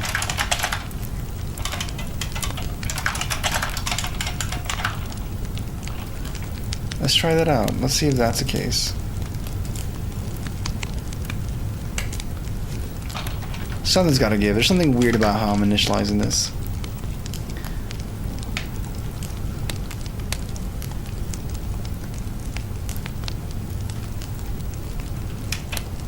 Okay. That's not better. It's actually kind of a step back.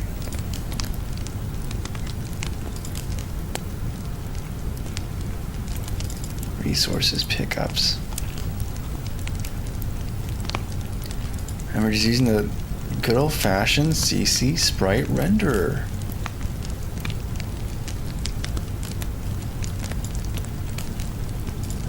And the player, you don't have... Like for example, you have the quad mesh renderer with the provided material, and you provide the sprite binder, and this just works good. Okay.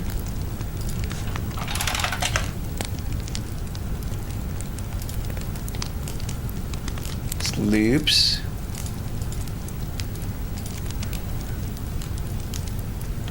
Everything seems hunky-dory there.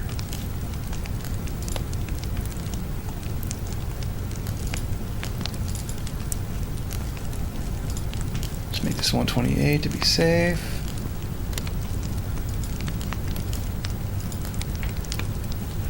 This is so odd. I've used this in a bunch of projects and I haven't had issues with this. So there's something weird going on with...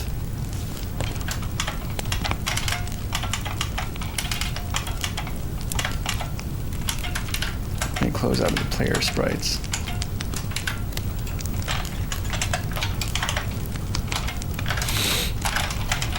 So when we init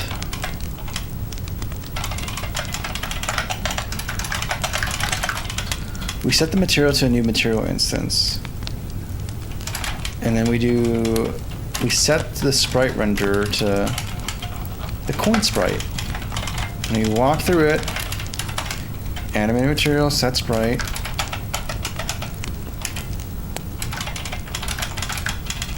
None of these are happening, which means everything here is not null. It creates a new animated material.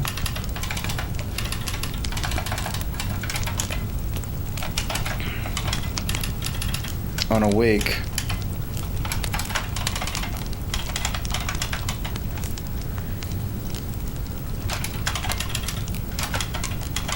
Yeah, we do this, and then we go through here. We have checks in case things are null.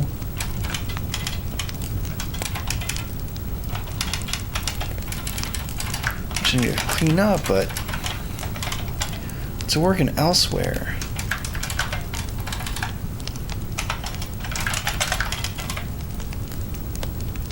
This isn't null either.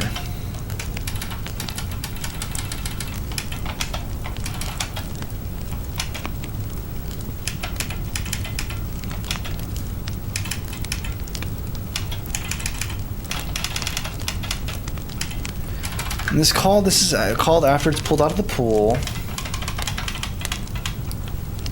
You can just modify the current material instance if you want to.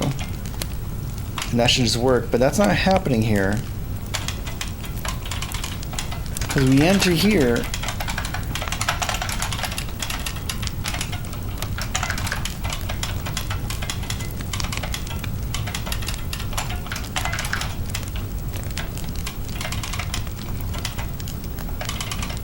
We should have this refetch the target material. Honestly.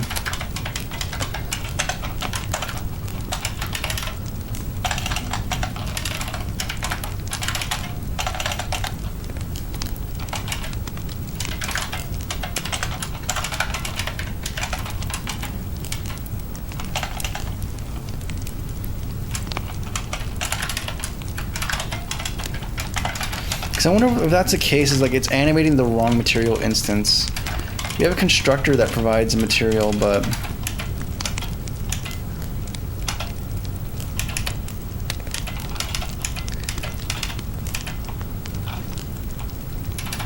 we don't have something that overwrites the current material.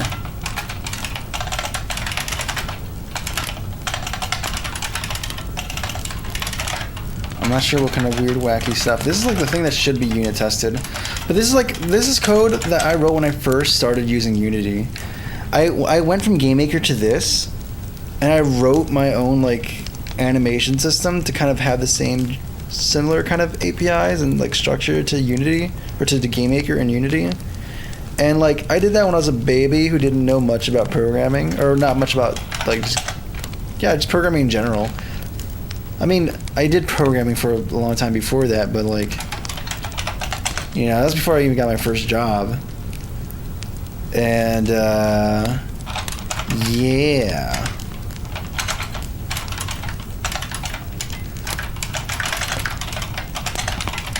So there's a lot of questionable decisions about how I've architected this. And I should really like consider redesigning this or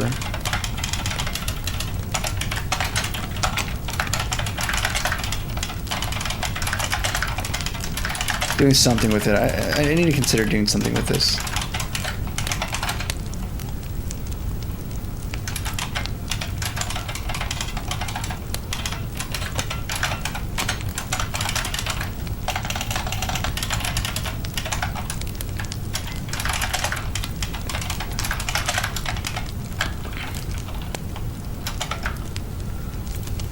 Let's see.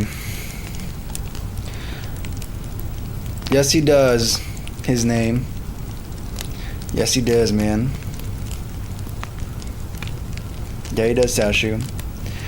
Yeah, I was a baby, EG Sports. I was a little baby. A little wee baby programmer. In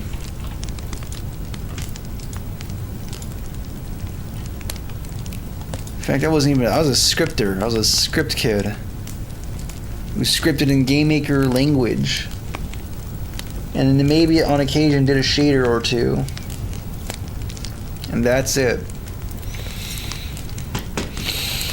You know, my biggest achievement was realizing, hey, I should probably use enums instead of strings for switch case statements.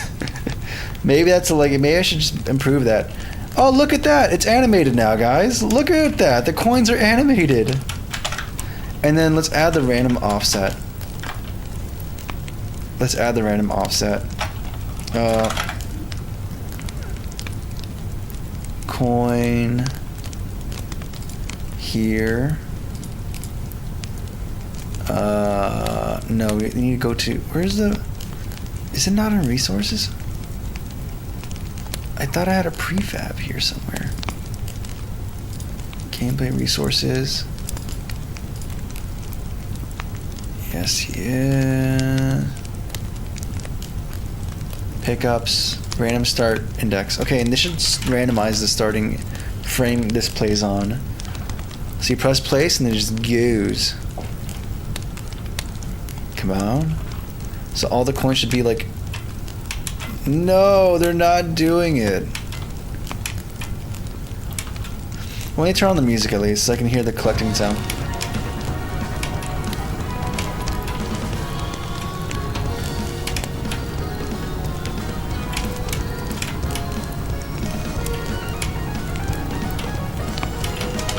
I can't hear the coin pickup sound. Where is it?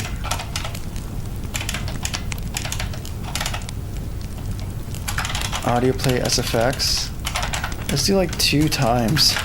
Let's be volume times 2. Probably not a good idea, but to do it like that, but I think it's fine. It's proportional, I think.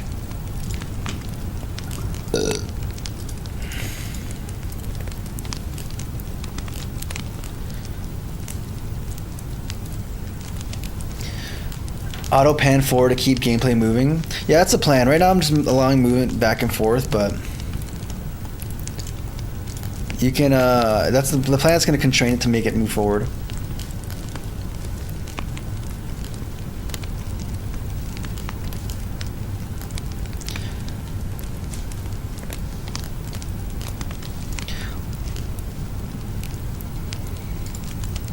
Yeah, I've made a game before, Sashu. Nothing great, but I've made some games. This is a remake of a game I did a long time ago. What is the meaning of life? Death is inevitable.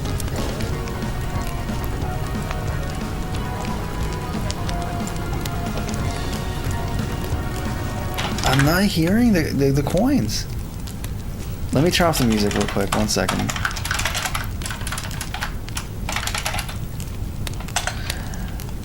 You know, if you're actually interested, Sashu, there's like a book in the Bible called Ecclesiastes, and the whole book is a meditation on, like, not a meditation but exploration of, like, yeah, life is just done, dude. Like, you know, it's inevitable. What's the point of anything? It's one of 3 books called, like, the wisdom literature, and they each approach wisdom from, like, a very different perspective. One's very optimistic, one's kind of pessimistic, and then one's like wisdom in the face of, like, absolute loss. Really interesting stuff, and if that seems of interest to you, I'd encourage you, like, looking that up and reading it. Or even go to the Bible Project. They have like really good videos explaining some of these books. Because it's very easy to kind of get lost in like cultural context and have that be a barrier. Where is the music? I wanted to set it to 0 so I can actually hear the sound effects for right now.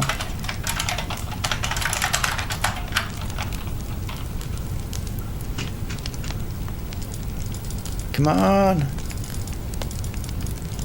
Come on. Re-import. Full-time developer? Yeah, I have a job. I have a job doing development. And then I do this for fun on my spare time. I enjoy it. It's very relaxing for me. Actually, no, it's not.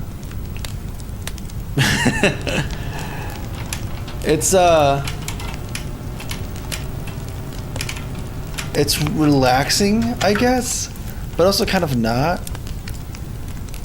It's relaxing if everything's going the way you want it to, and there's not, you know. I think it's relaxing in the early stages because there's not much to. You're just throwing code at the wall, but as your project grows in complexity, your pillars start bearing more weight, and the decisions you make have a bit more ramification. There's a bit more state to keep in mind. I still enjoy it, but it's not, you're not making sandcastles anymore. You're making some load-bearing sandcastles.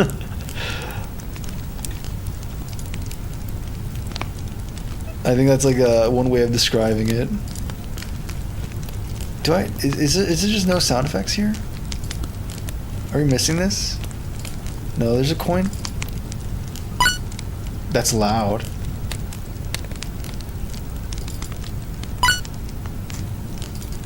What is?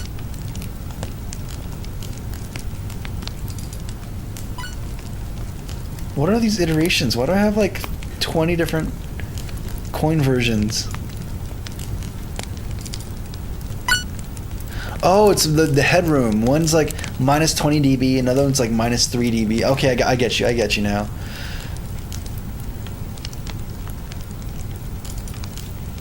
And that's like the loudest one. Okay, I see now. I'm sorry if anyone like bothering with that. Sorry. We're done. For now. That is weird though. It's not playing the sound effect. I don't know why that's not playing the sound effect.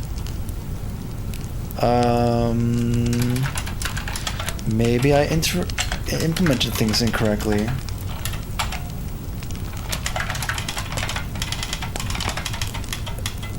Loop false, yes. We reserve a sound effect. We set the clip. We set the volume. We set the... Oh, we never play it, do we?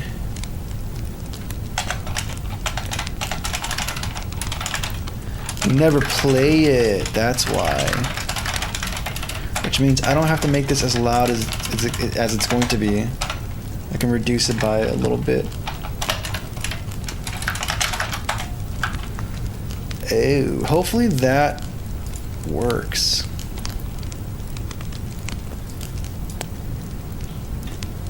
Let's see.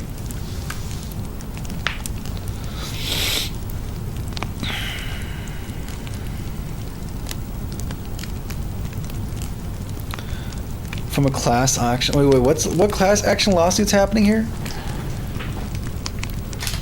I'm sorry, what? A game like GTA or something along those lines? Here's the thing though, like,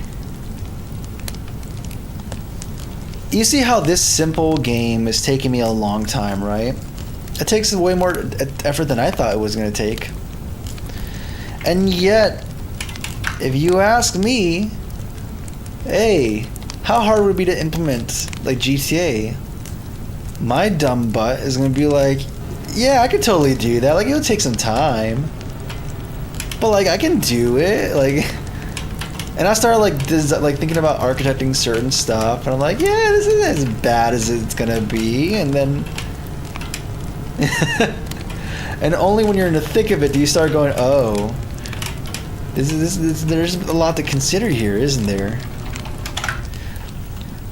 But I think if you're going to be a dev who's fearless in pursuing anything, you kind of have to like be super naive and think that anything and everything is easy to implement, or at least like possible to implement, right? Maybe not easy, but like possible. You get like, yeah, there's be some headaches here and there, but like you can do it. I think you have to be a little delusional. That's how you actually that's how you tackle things that you're not equipped to handle, and that's how you learn to deal with it and grow. Otherwise, you're not going to tackle things that are scary, and you're just going to kind of stay in your, in your puddle. You're going to stay where you're at. I'm not demeaning either. I think I was stuck in that position for many years because I thought I'm just too dumb to do stuff. So, I kind of just was stagnant on the code front because I thought I was just too much of a dumbo to do it. But once you're like forced to face something and you realize, oh, you can overcome stuff, it's like, oh, anything is possible.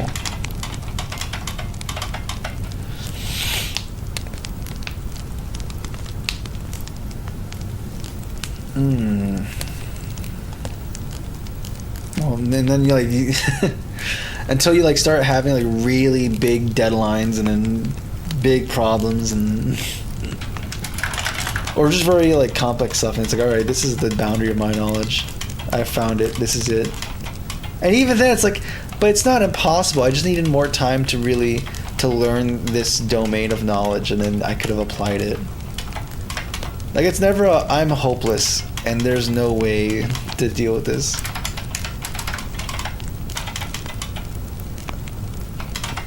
Publish, place SFX. It immediately releases. I think that's the issue here, is that it releases. I think we need to do a thing where this guy will wait a certain amount of time and then just dip. Like, instead of the fact that we have this whole release SFX thing going on here, I guess I could just not release it and just let it hang, and then let it eventually get cold or pruned for being there for a long time. I guess I could just do that. It's either that or have an observable that waits for the time of the clip to finish and then, let it do its thing.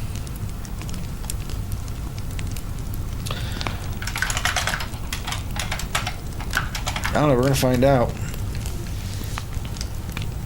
What do you mean how? You just use your brain. Easy, man. You learn, yeah.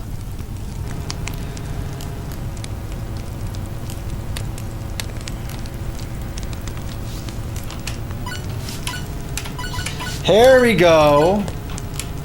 There we go, dude.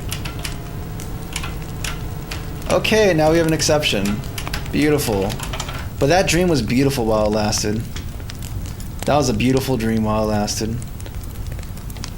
But then we got an index out of range exception. Very tragic. And I wish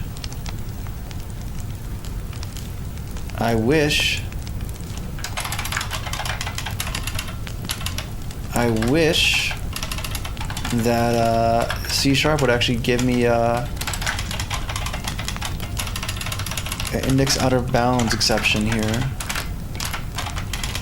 But it doesn't. So I don't know why or how this is getting outside of the bounds. It's like 290, right? This one here. Yeah, index.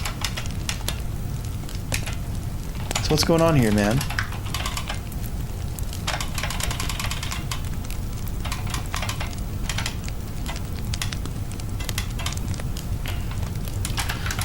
If it's -1. So if index is not equal to -1, then we say, hey, we found the index. Here we go, hey, we find, iterate through the pool, is reserved, continue, last playtime.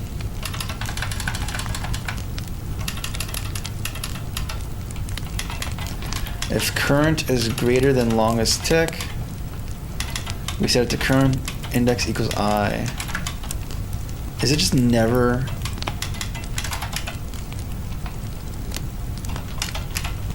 I need to make my own exception here, man.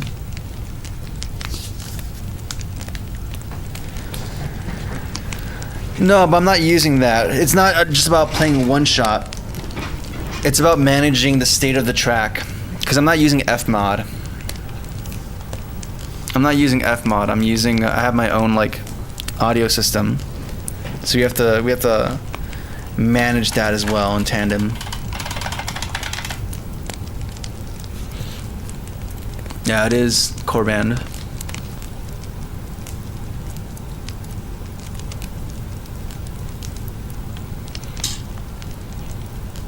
I'm making a game.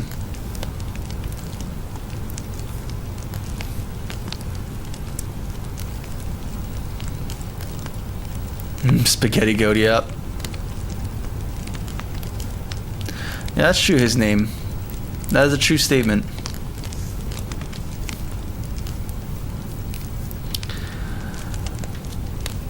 So, let's think about this.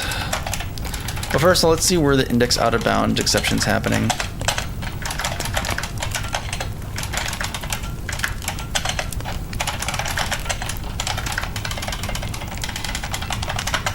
So let's just see if... Also, let's make sure these are using the same constants that we're expecting, right?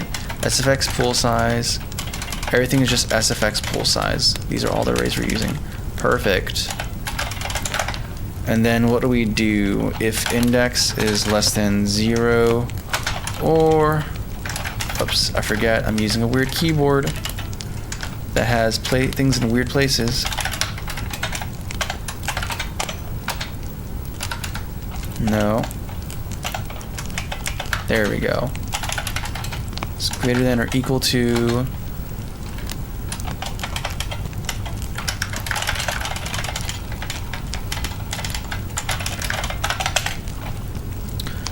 We throw invalid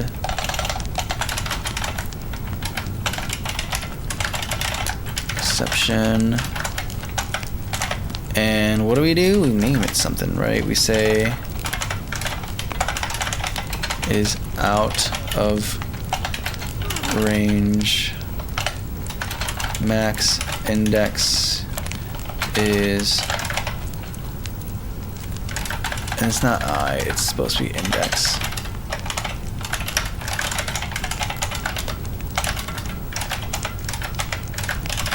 SFX pool size -1. Sweet. So index is less than 0, or if it's greater than or equal to SFX pool size, we're gonna have a detailed summary as to why this is bad, why things have broken in the way they have. And then I can understand where my logic for pruning occupied cells are going wrong.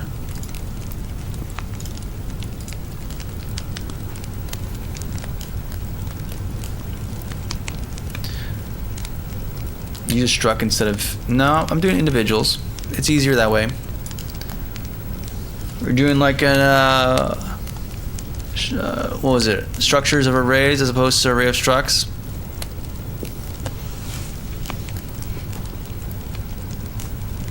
Easier just to index direct into it directly. That's what we're doing.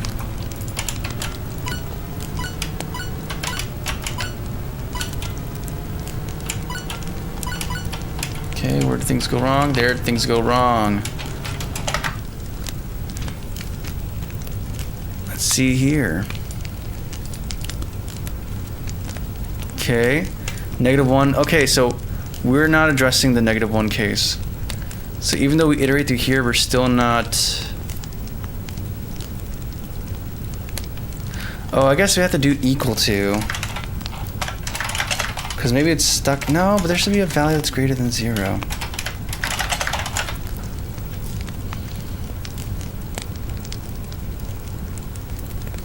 Yes, I can, Resonant. It's totally fine, dude.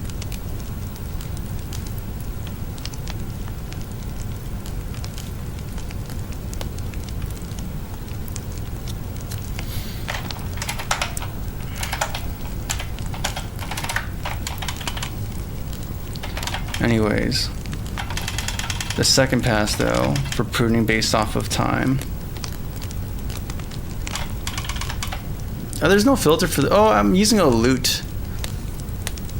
That's about the main thing. That's an OBS. I'm just using like a cinematic loot to get the kind of color scheme I'm getting right now.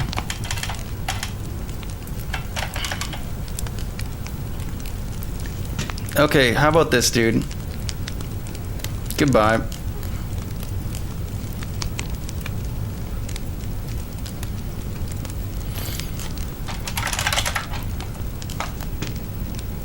Can you use a vector instruction in this case? Curious because I see no way to use SIMD. I mean, there's no real point. I mean, it's not a real point, but in this case, for this kind of evaluation, there's no real point in using SIMD. I'm not performing a uniform operation across the entire set. I'm still accessing by the individual elements and doing unique operations based off of them. I mean, you could probably do maybe some masking there, but the stuff I'm dealing with ultimately is pointing towards the managed stuff in Unity world. So like the cost of iteration is not that crazy. It's a very small set, so I don't have to really worry about SIMD in this case.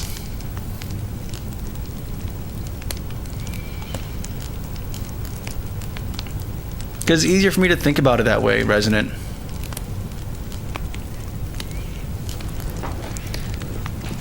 And in a bunch of other cases, I'm dealing with stuff in this kind of way already, so it's easier for me to deal with it mentally in the structure that I'm using more often in this project.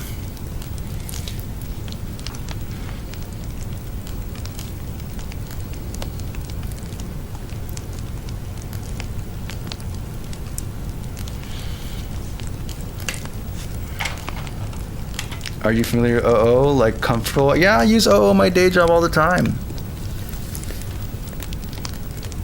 Oh my goodness. Ooh.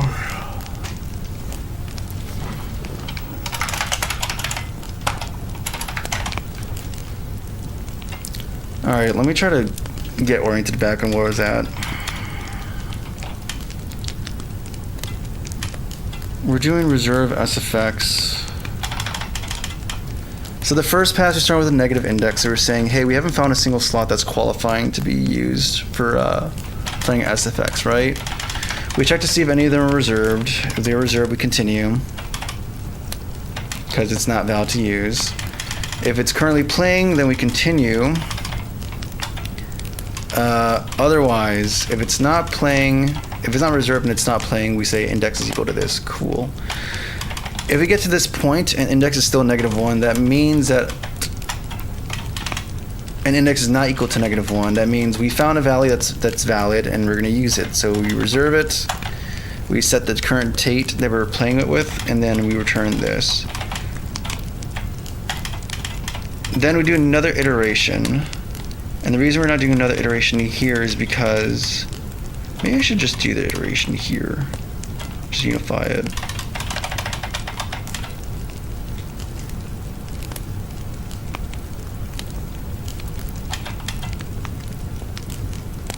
Daydriver, Night Stalker. Do you have any CI/CD for this? No. I did CI/CD for my but like the game Crimson Crown that I did a long while ago, but I haven't done it for any of these projects. And if I move to Codeberg too, so I need to figure out how to set up my CI/CD pipeline again, or at least my CI pipeline again. But I don't know. I need to get good at like just finishing something first, and then I'll start setting up my whole DevOps operation. I think it'll be cool to have like a auto deployment of like test builds to the Discords. Like some people have access to like a single channel, and it'll be like just a certain set of people, and they can just play the game initially from there, and they can report bugs or suggestions or whatnot. I think it'll be cool to eventually get to that point where I can just deploy internal testing or internal builds internally. I think that'd be fun, man.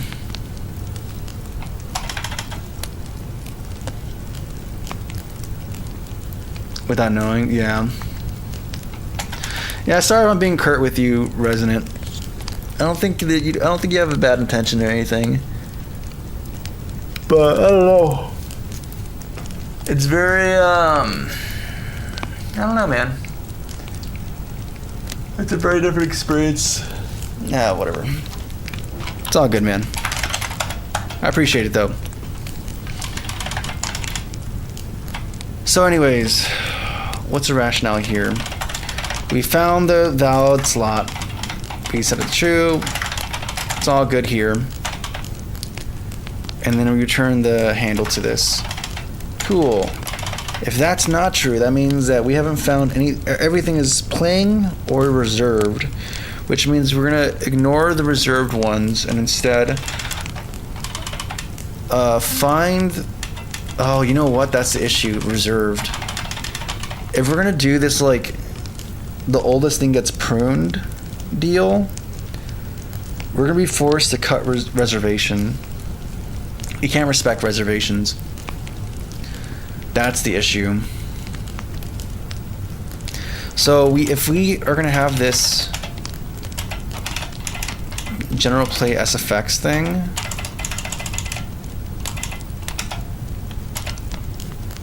then we can't reserve it. We just need to find one that exists, set everything up, and then just let it go. And if it gets interrupted eventually, that's fine.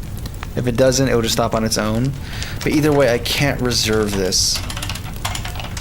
So using this is not good. Like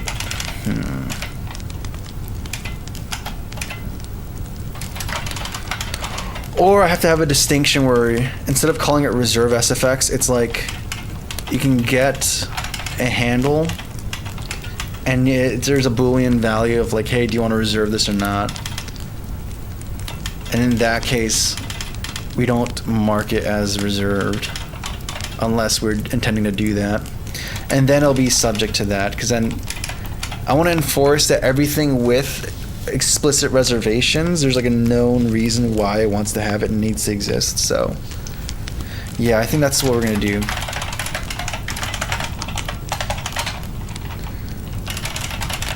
We're gonna use this. Actually, no, let's not break the signature first. Let's rename this first. And since we're calling through this SFX class, we can just do like get handle,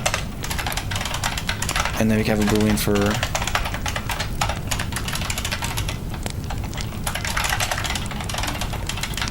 or no, not is reserved, but rather reserve.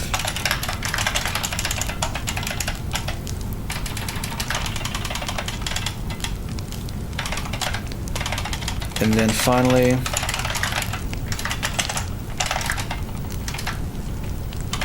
actually, we can even do something here where it's is reserved.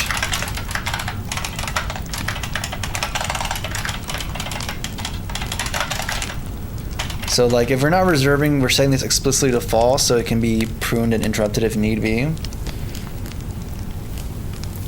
Yeah, that makes sense to me. And we're defaulting to what? Let's default to this being... Actually, no, let's just go to every single call so we can explicitly handle this situation. So there's play and then there's... So in the case of play, we're not reserving. It can be interrupted all we want. And then in the case of the player,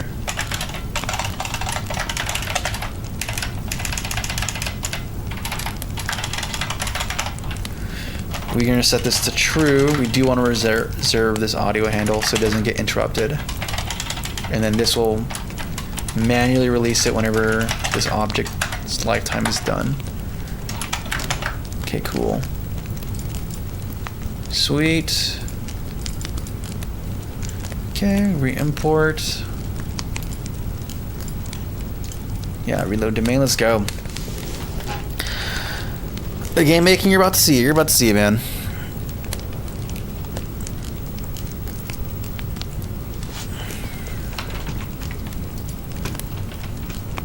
Alright, nah, sadly, man. We don't have any cash flow right now. Right now I'm net negative.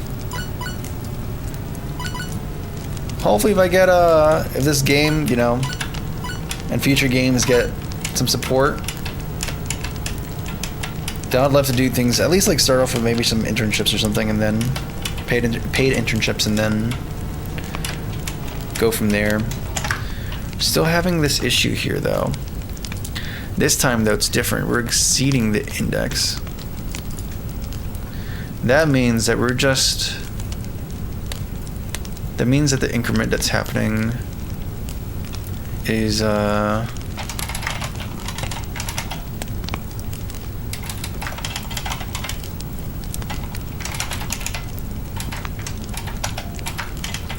what's happening here?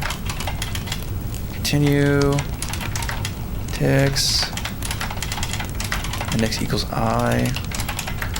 Wait 1 second. Okay, it's -1, so it's still getting to -1. That means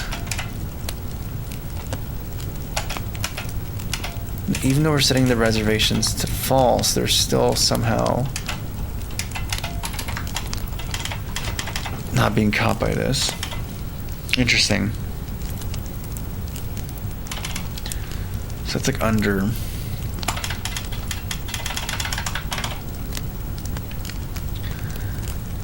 Let's see here, man. Why is this happening? Why are we going under?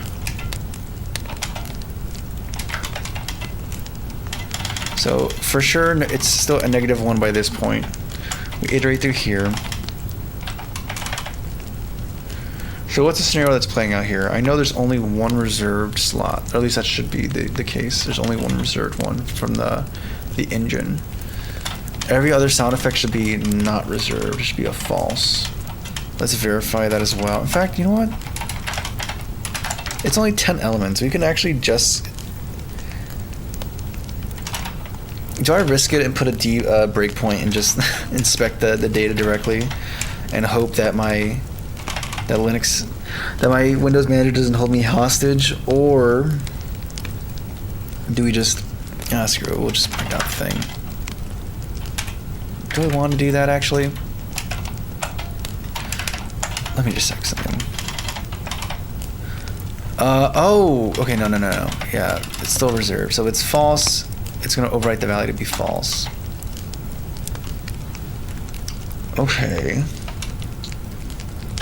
You know what? We don't do that here. Here, in this case. Oh, that's it. I'm assuming. Let's hope. Yeah, that might be the case, is that we're filling it up with reservations when we're not meant to in this case. Okay. Hopefully that's the crux of the issue and it just works.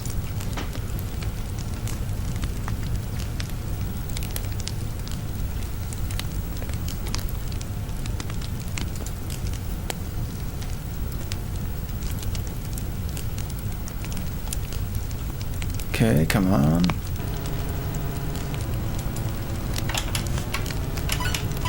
Okay.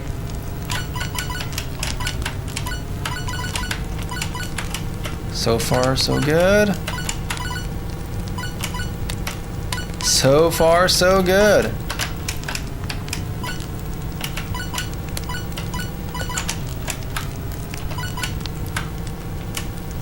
Yeah, and I think we're good. I mean, I want to stress test it more, but yeah, I think that was it.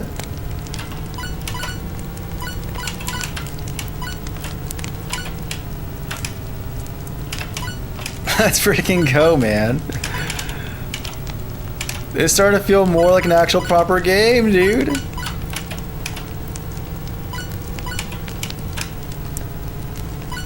I mean, you added some SFX for getting hurt as well. I think we actually have that, too. I think we actually have that, dude. Help and explain how you get smooth and responsive touch controls in your game. Like a mobile game? Well, it is going to be a mobile game. Here's the thing, right? Because that's a whole thing. But I did, though, every single every single part of this game. So this, I'm making this within 30 days, right? And every day of dev work has been streamed, and the making of the input system was streamed as well. So I think it might be more informative to just find that one. I didn't label it, so that's my bad. I'm sorry, but yeah, I mean, in general, it's not too crazy as far as like handling input. The way I'm doing it is I'm just listening for both the on-screen touch input as well as like the keyboard ones, and whichever has the biggest magnitude is the one we use for actual input. And as far as like the actual representation, it's a lot of lerping. It's a bit complicated because this game is actually, you're not moving on the y-axis, you're actually rotating along the z-axis around this cylinder. So you have to do the movement there differently, since you're doing you have an angular velocity as opposed to a translational velocity. But the basic premise is there. Yeah, I kind of want to move this. Yeah. I'm not sure if I should do the compute buffer thing. I'm not sure if I'm gonna have enough time, but at the same time, it'd be so cool, and I feel like this is like the perfect application for it. Like the level gen thing would be the perfect application for that. But we'll see. I suppose we'll see. Yeah, it's exciting. Let me put on the music too, before I forget it. Before I keep it out forever. But yeah, the game is coming together, man. I'm excited, dude. I'm excited, dude. It's been like a very... For as simple of a game as I thought it was going to be, it's been kind of a roller coaster for me. There's a long period of time where I just didn't, like a few weeks or two, where I was like, I don't know where we're going with this. I'm not sure if we're going to have anything that looks good at all, and this is going to be just a public train wreck. But I mean, it can still very well become that, but I feel very excited with how this is coming along. And then besides the level gen stuff, besides tightening up the object culling thing,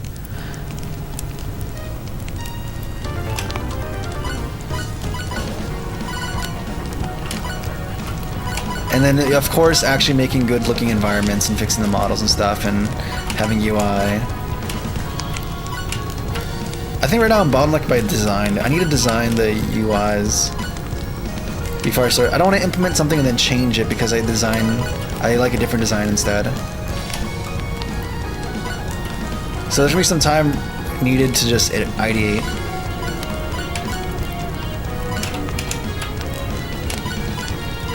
And then of course you have to do the character customization, the bike customization stuff.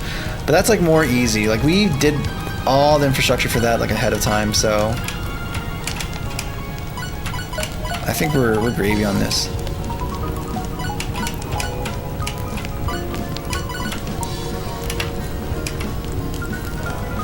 Oh yeah, I was gonna do the damage for the player. So when they hit something, they actually make a sound effect. We have sound effects from the old game.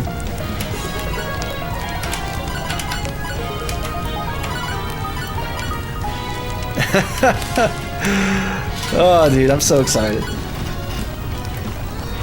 This game is coming together, man. We have a game, guys. Oh my goodness, I just kind of walked into...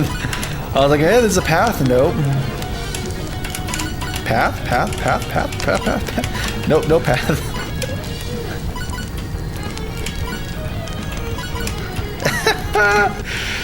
I'm excited, man. I'm excited. Let's save what we have so far.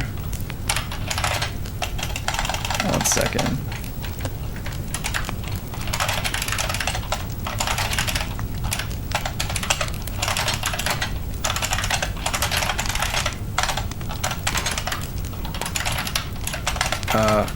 Fixed coins. Audio. SFX play. And fix coins, audio, SFX play, and what else do we fix? feel like we did something else. I can't remember it though. Mustn't have been that important.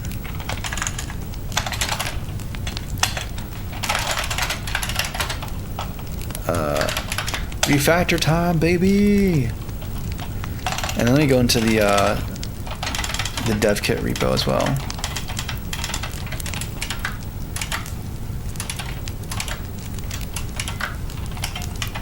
I'm sorry, what?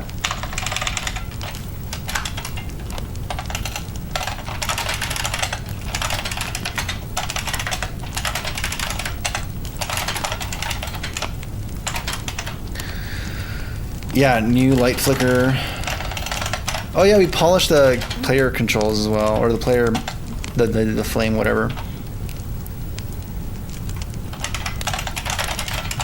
And utility tests. I guess that's what we did.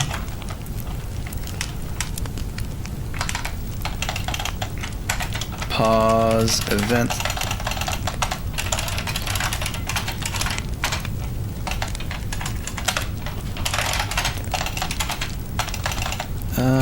Push origin, because of course I have two different names for the same origin I'm using, and nice, dude. The game is coming together, man. The game is coming together, man. Do I have a sound effects for like damage? Do I have sound effects for damage? Let me find that real quick.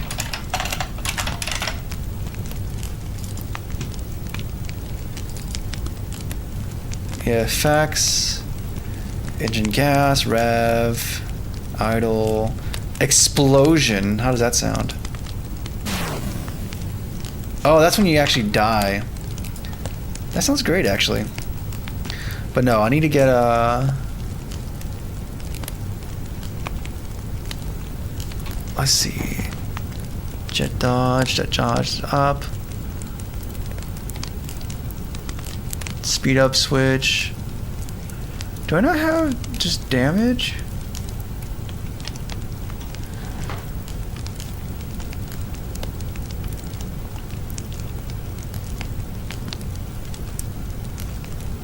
I guess I don't. I thought I did.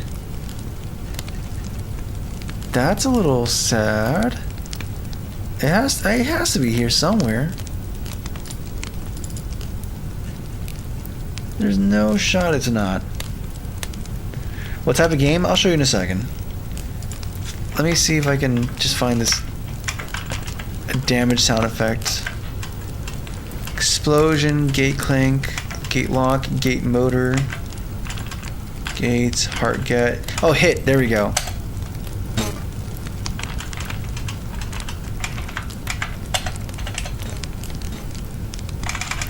Okay, we'll just move that to resources. Do I not have a resource folder here? I should actually. Create a folder.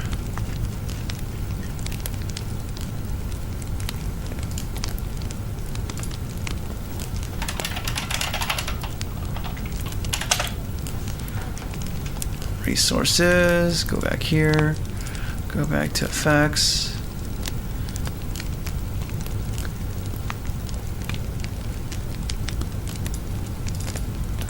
Cool, we're gonna do... Do I have a prefix for audio? I don't think so.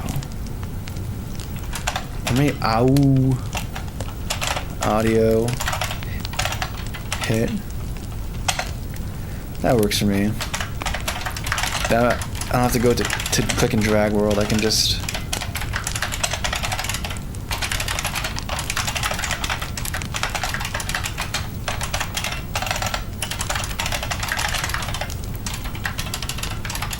And then we can just do...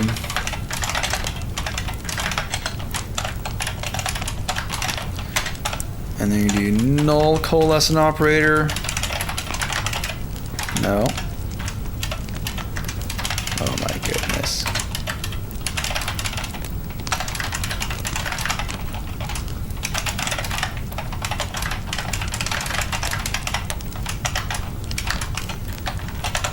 probably make this a constant, but it's all right. And then on received damage, we can just play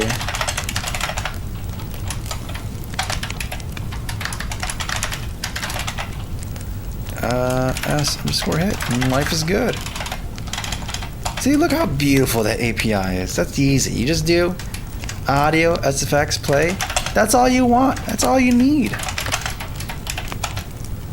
That's all you need in life. Love it. Okay, so now if the player hits something, we should hear it.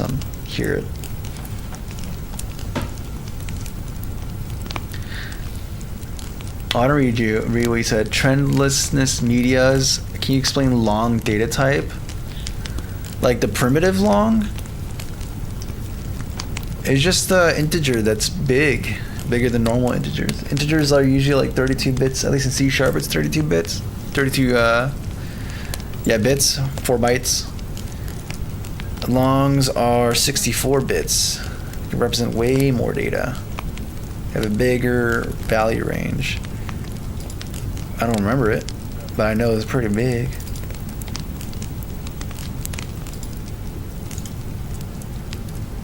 At least a gazillion. Alright, let's see if we can hear it now.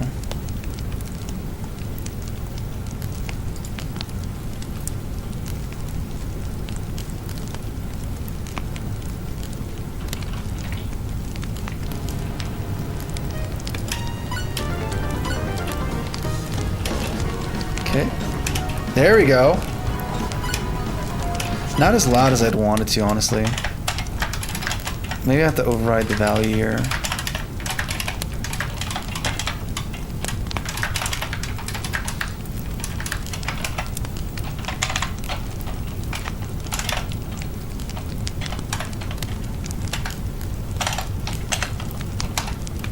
Here we go. Let's make it like twice as loud, or like maybe 1.8, 1.75 as loud. Oh, wrong thing. Here we go. 0.75 F.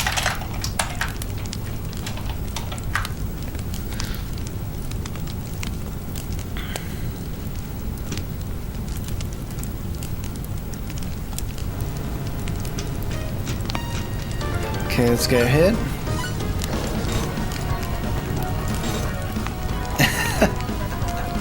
It's amazing how like just some feedback can make things just feel way more responsive.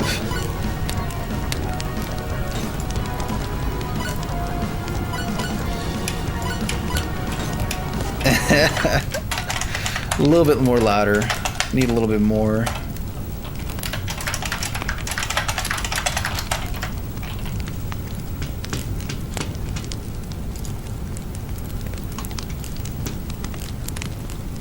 Come on.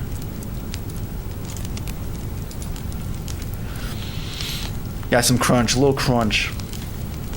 Try to learn JavaScript. I'm really new. Is it hard to learn for a person like me that's not knowing anything? Well, here, the darker path.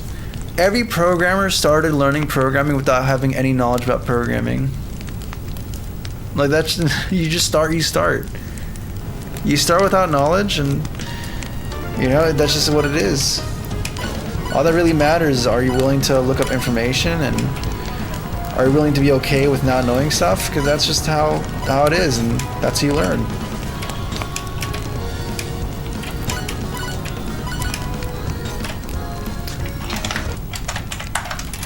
Yeah, let's make it even more louder, 2. But yeah, if you're willing to, like I believe the majority of people can program. Everyone, even toddlers, have some form of logic that they're dealing with, right? That they operate with. So I feel like anyone can have the aptitude to anyone can learn to program. It's just a matter if it's going to be a thing you put time to, and if you find the part of programming that makes it exciting for you. I think that's the biggest key there. And there's something about coding that's cool and exciting to you, and you see possibilities, and you're gonna be motivated to just keep going and going, because like it's like you're digging for gold. You see possibilities, and it's exciting.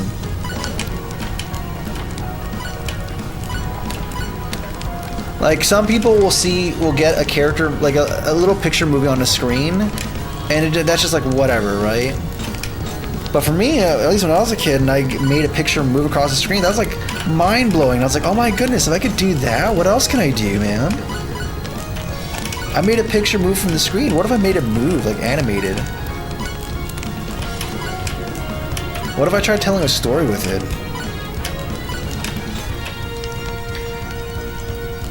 That's great though. I'm loving this, dude. I'm loving this. Okay, we have the audio working. Oh, look at that generated map. That's insane. Yeah. I guess the gist though is, can you learn programming? Yes, you can. Will you? That is your call, my friend. You have the power for that determination. Exciting. Exciting.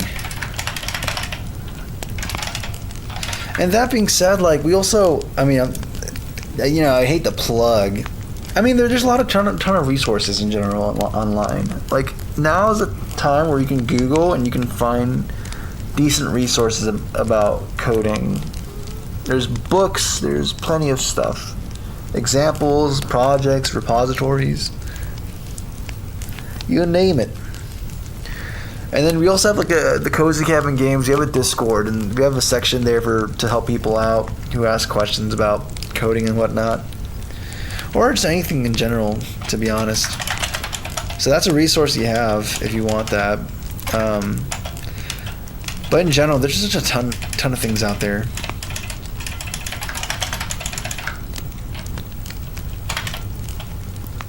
Let's see what we got going on here. So we have the audio working for the coin pickups and for the jet and for getting hurt.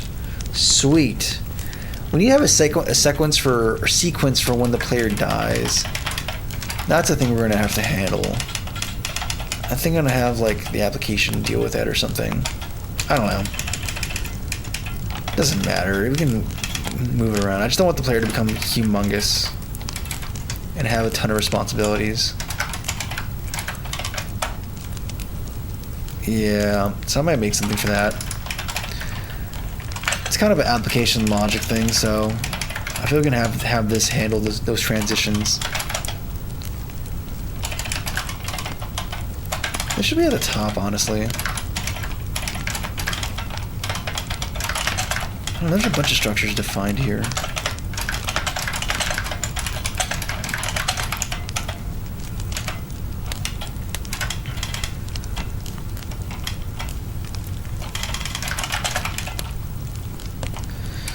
But yeah, man.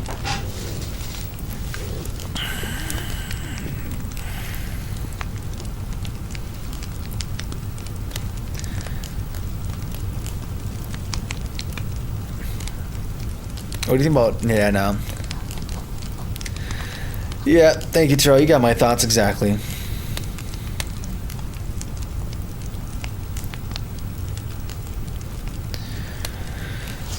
Yeah, as far as the next steps for this, let's, no.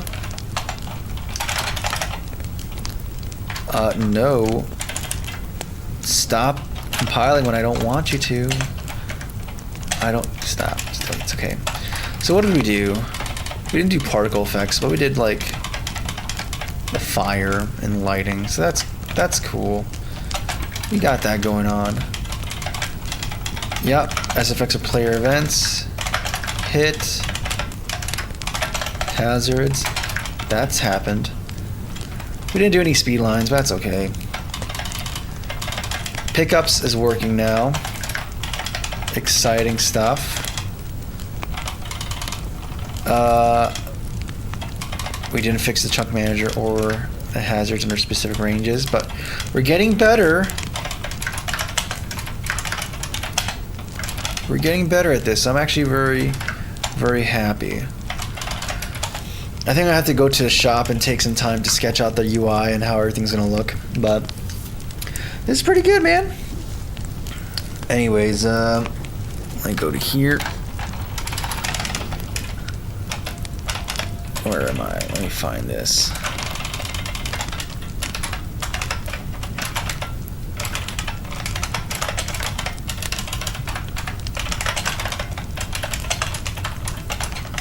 One second.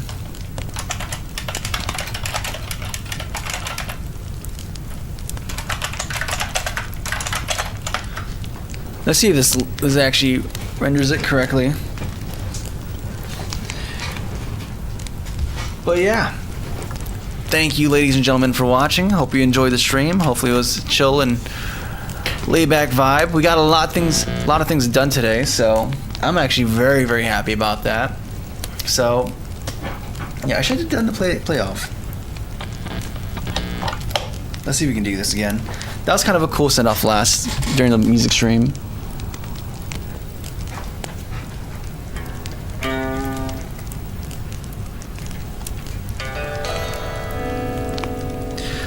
Anyways, guys.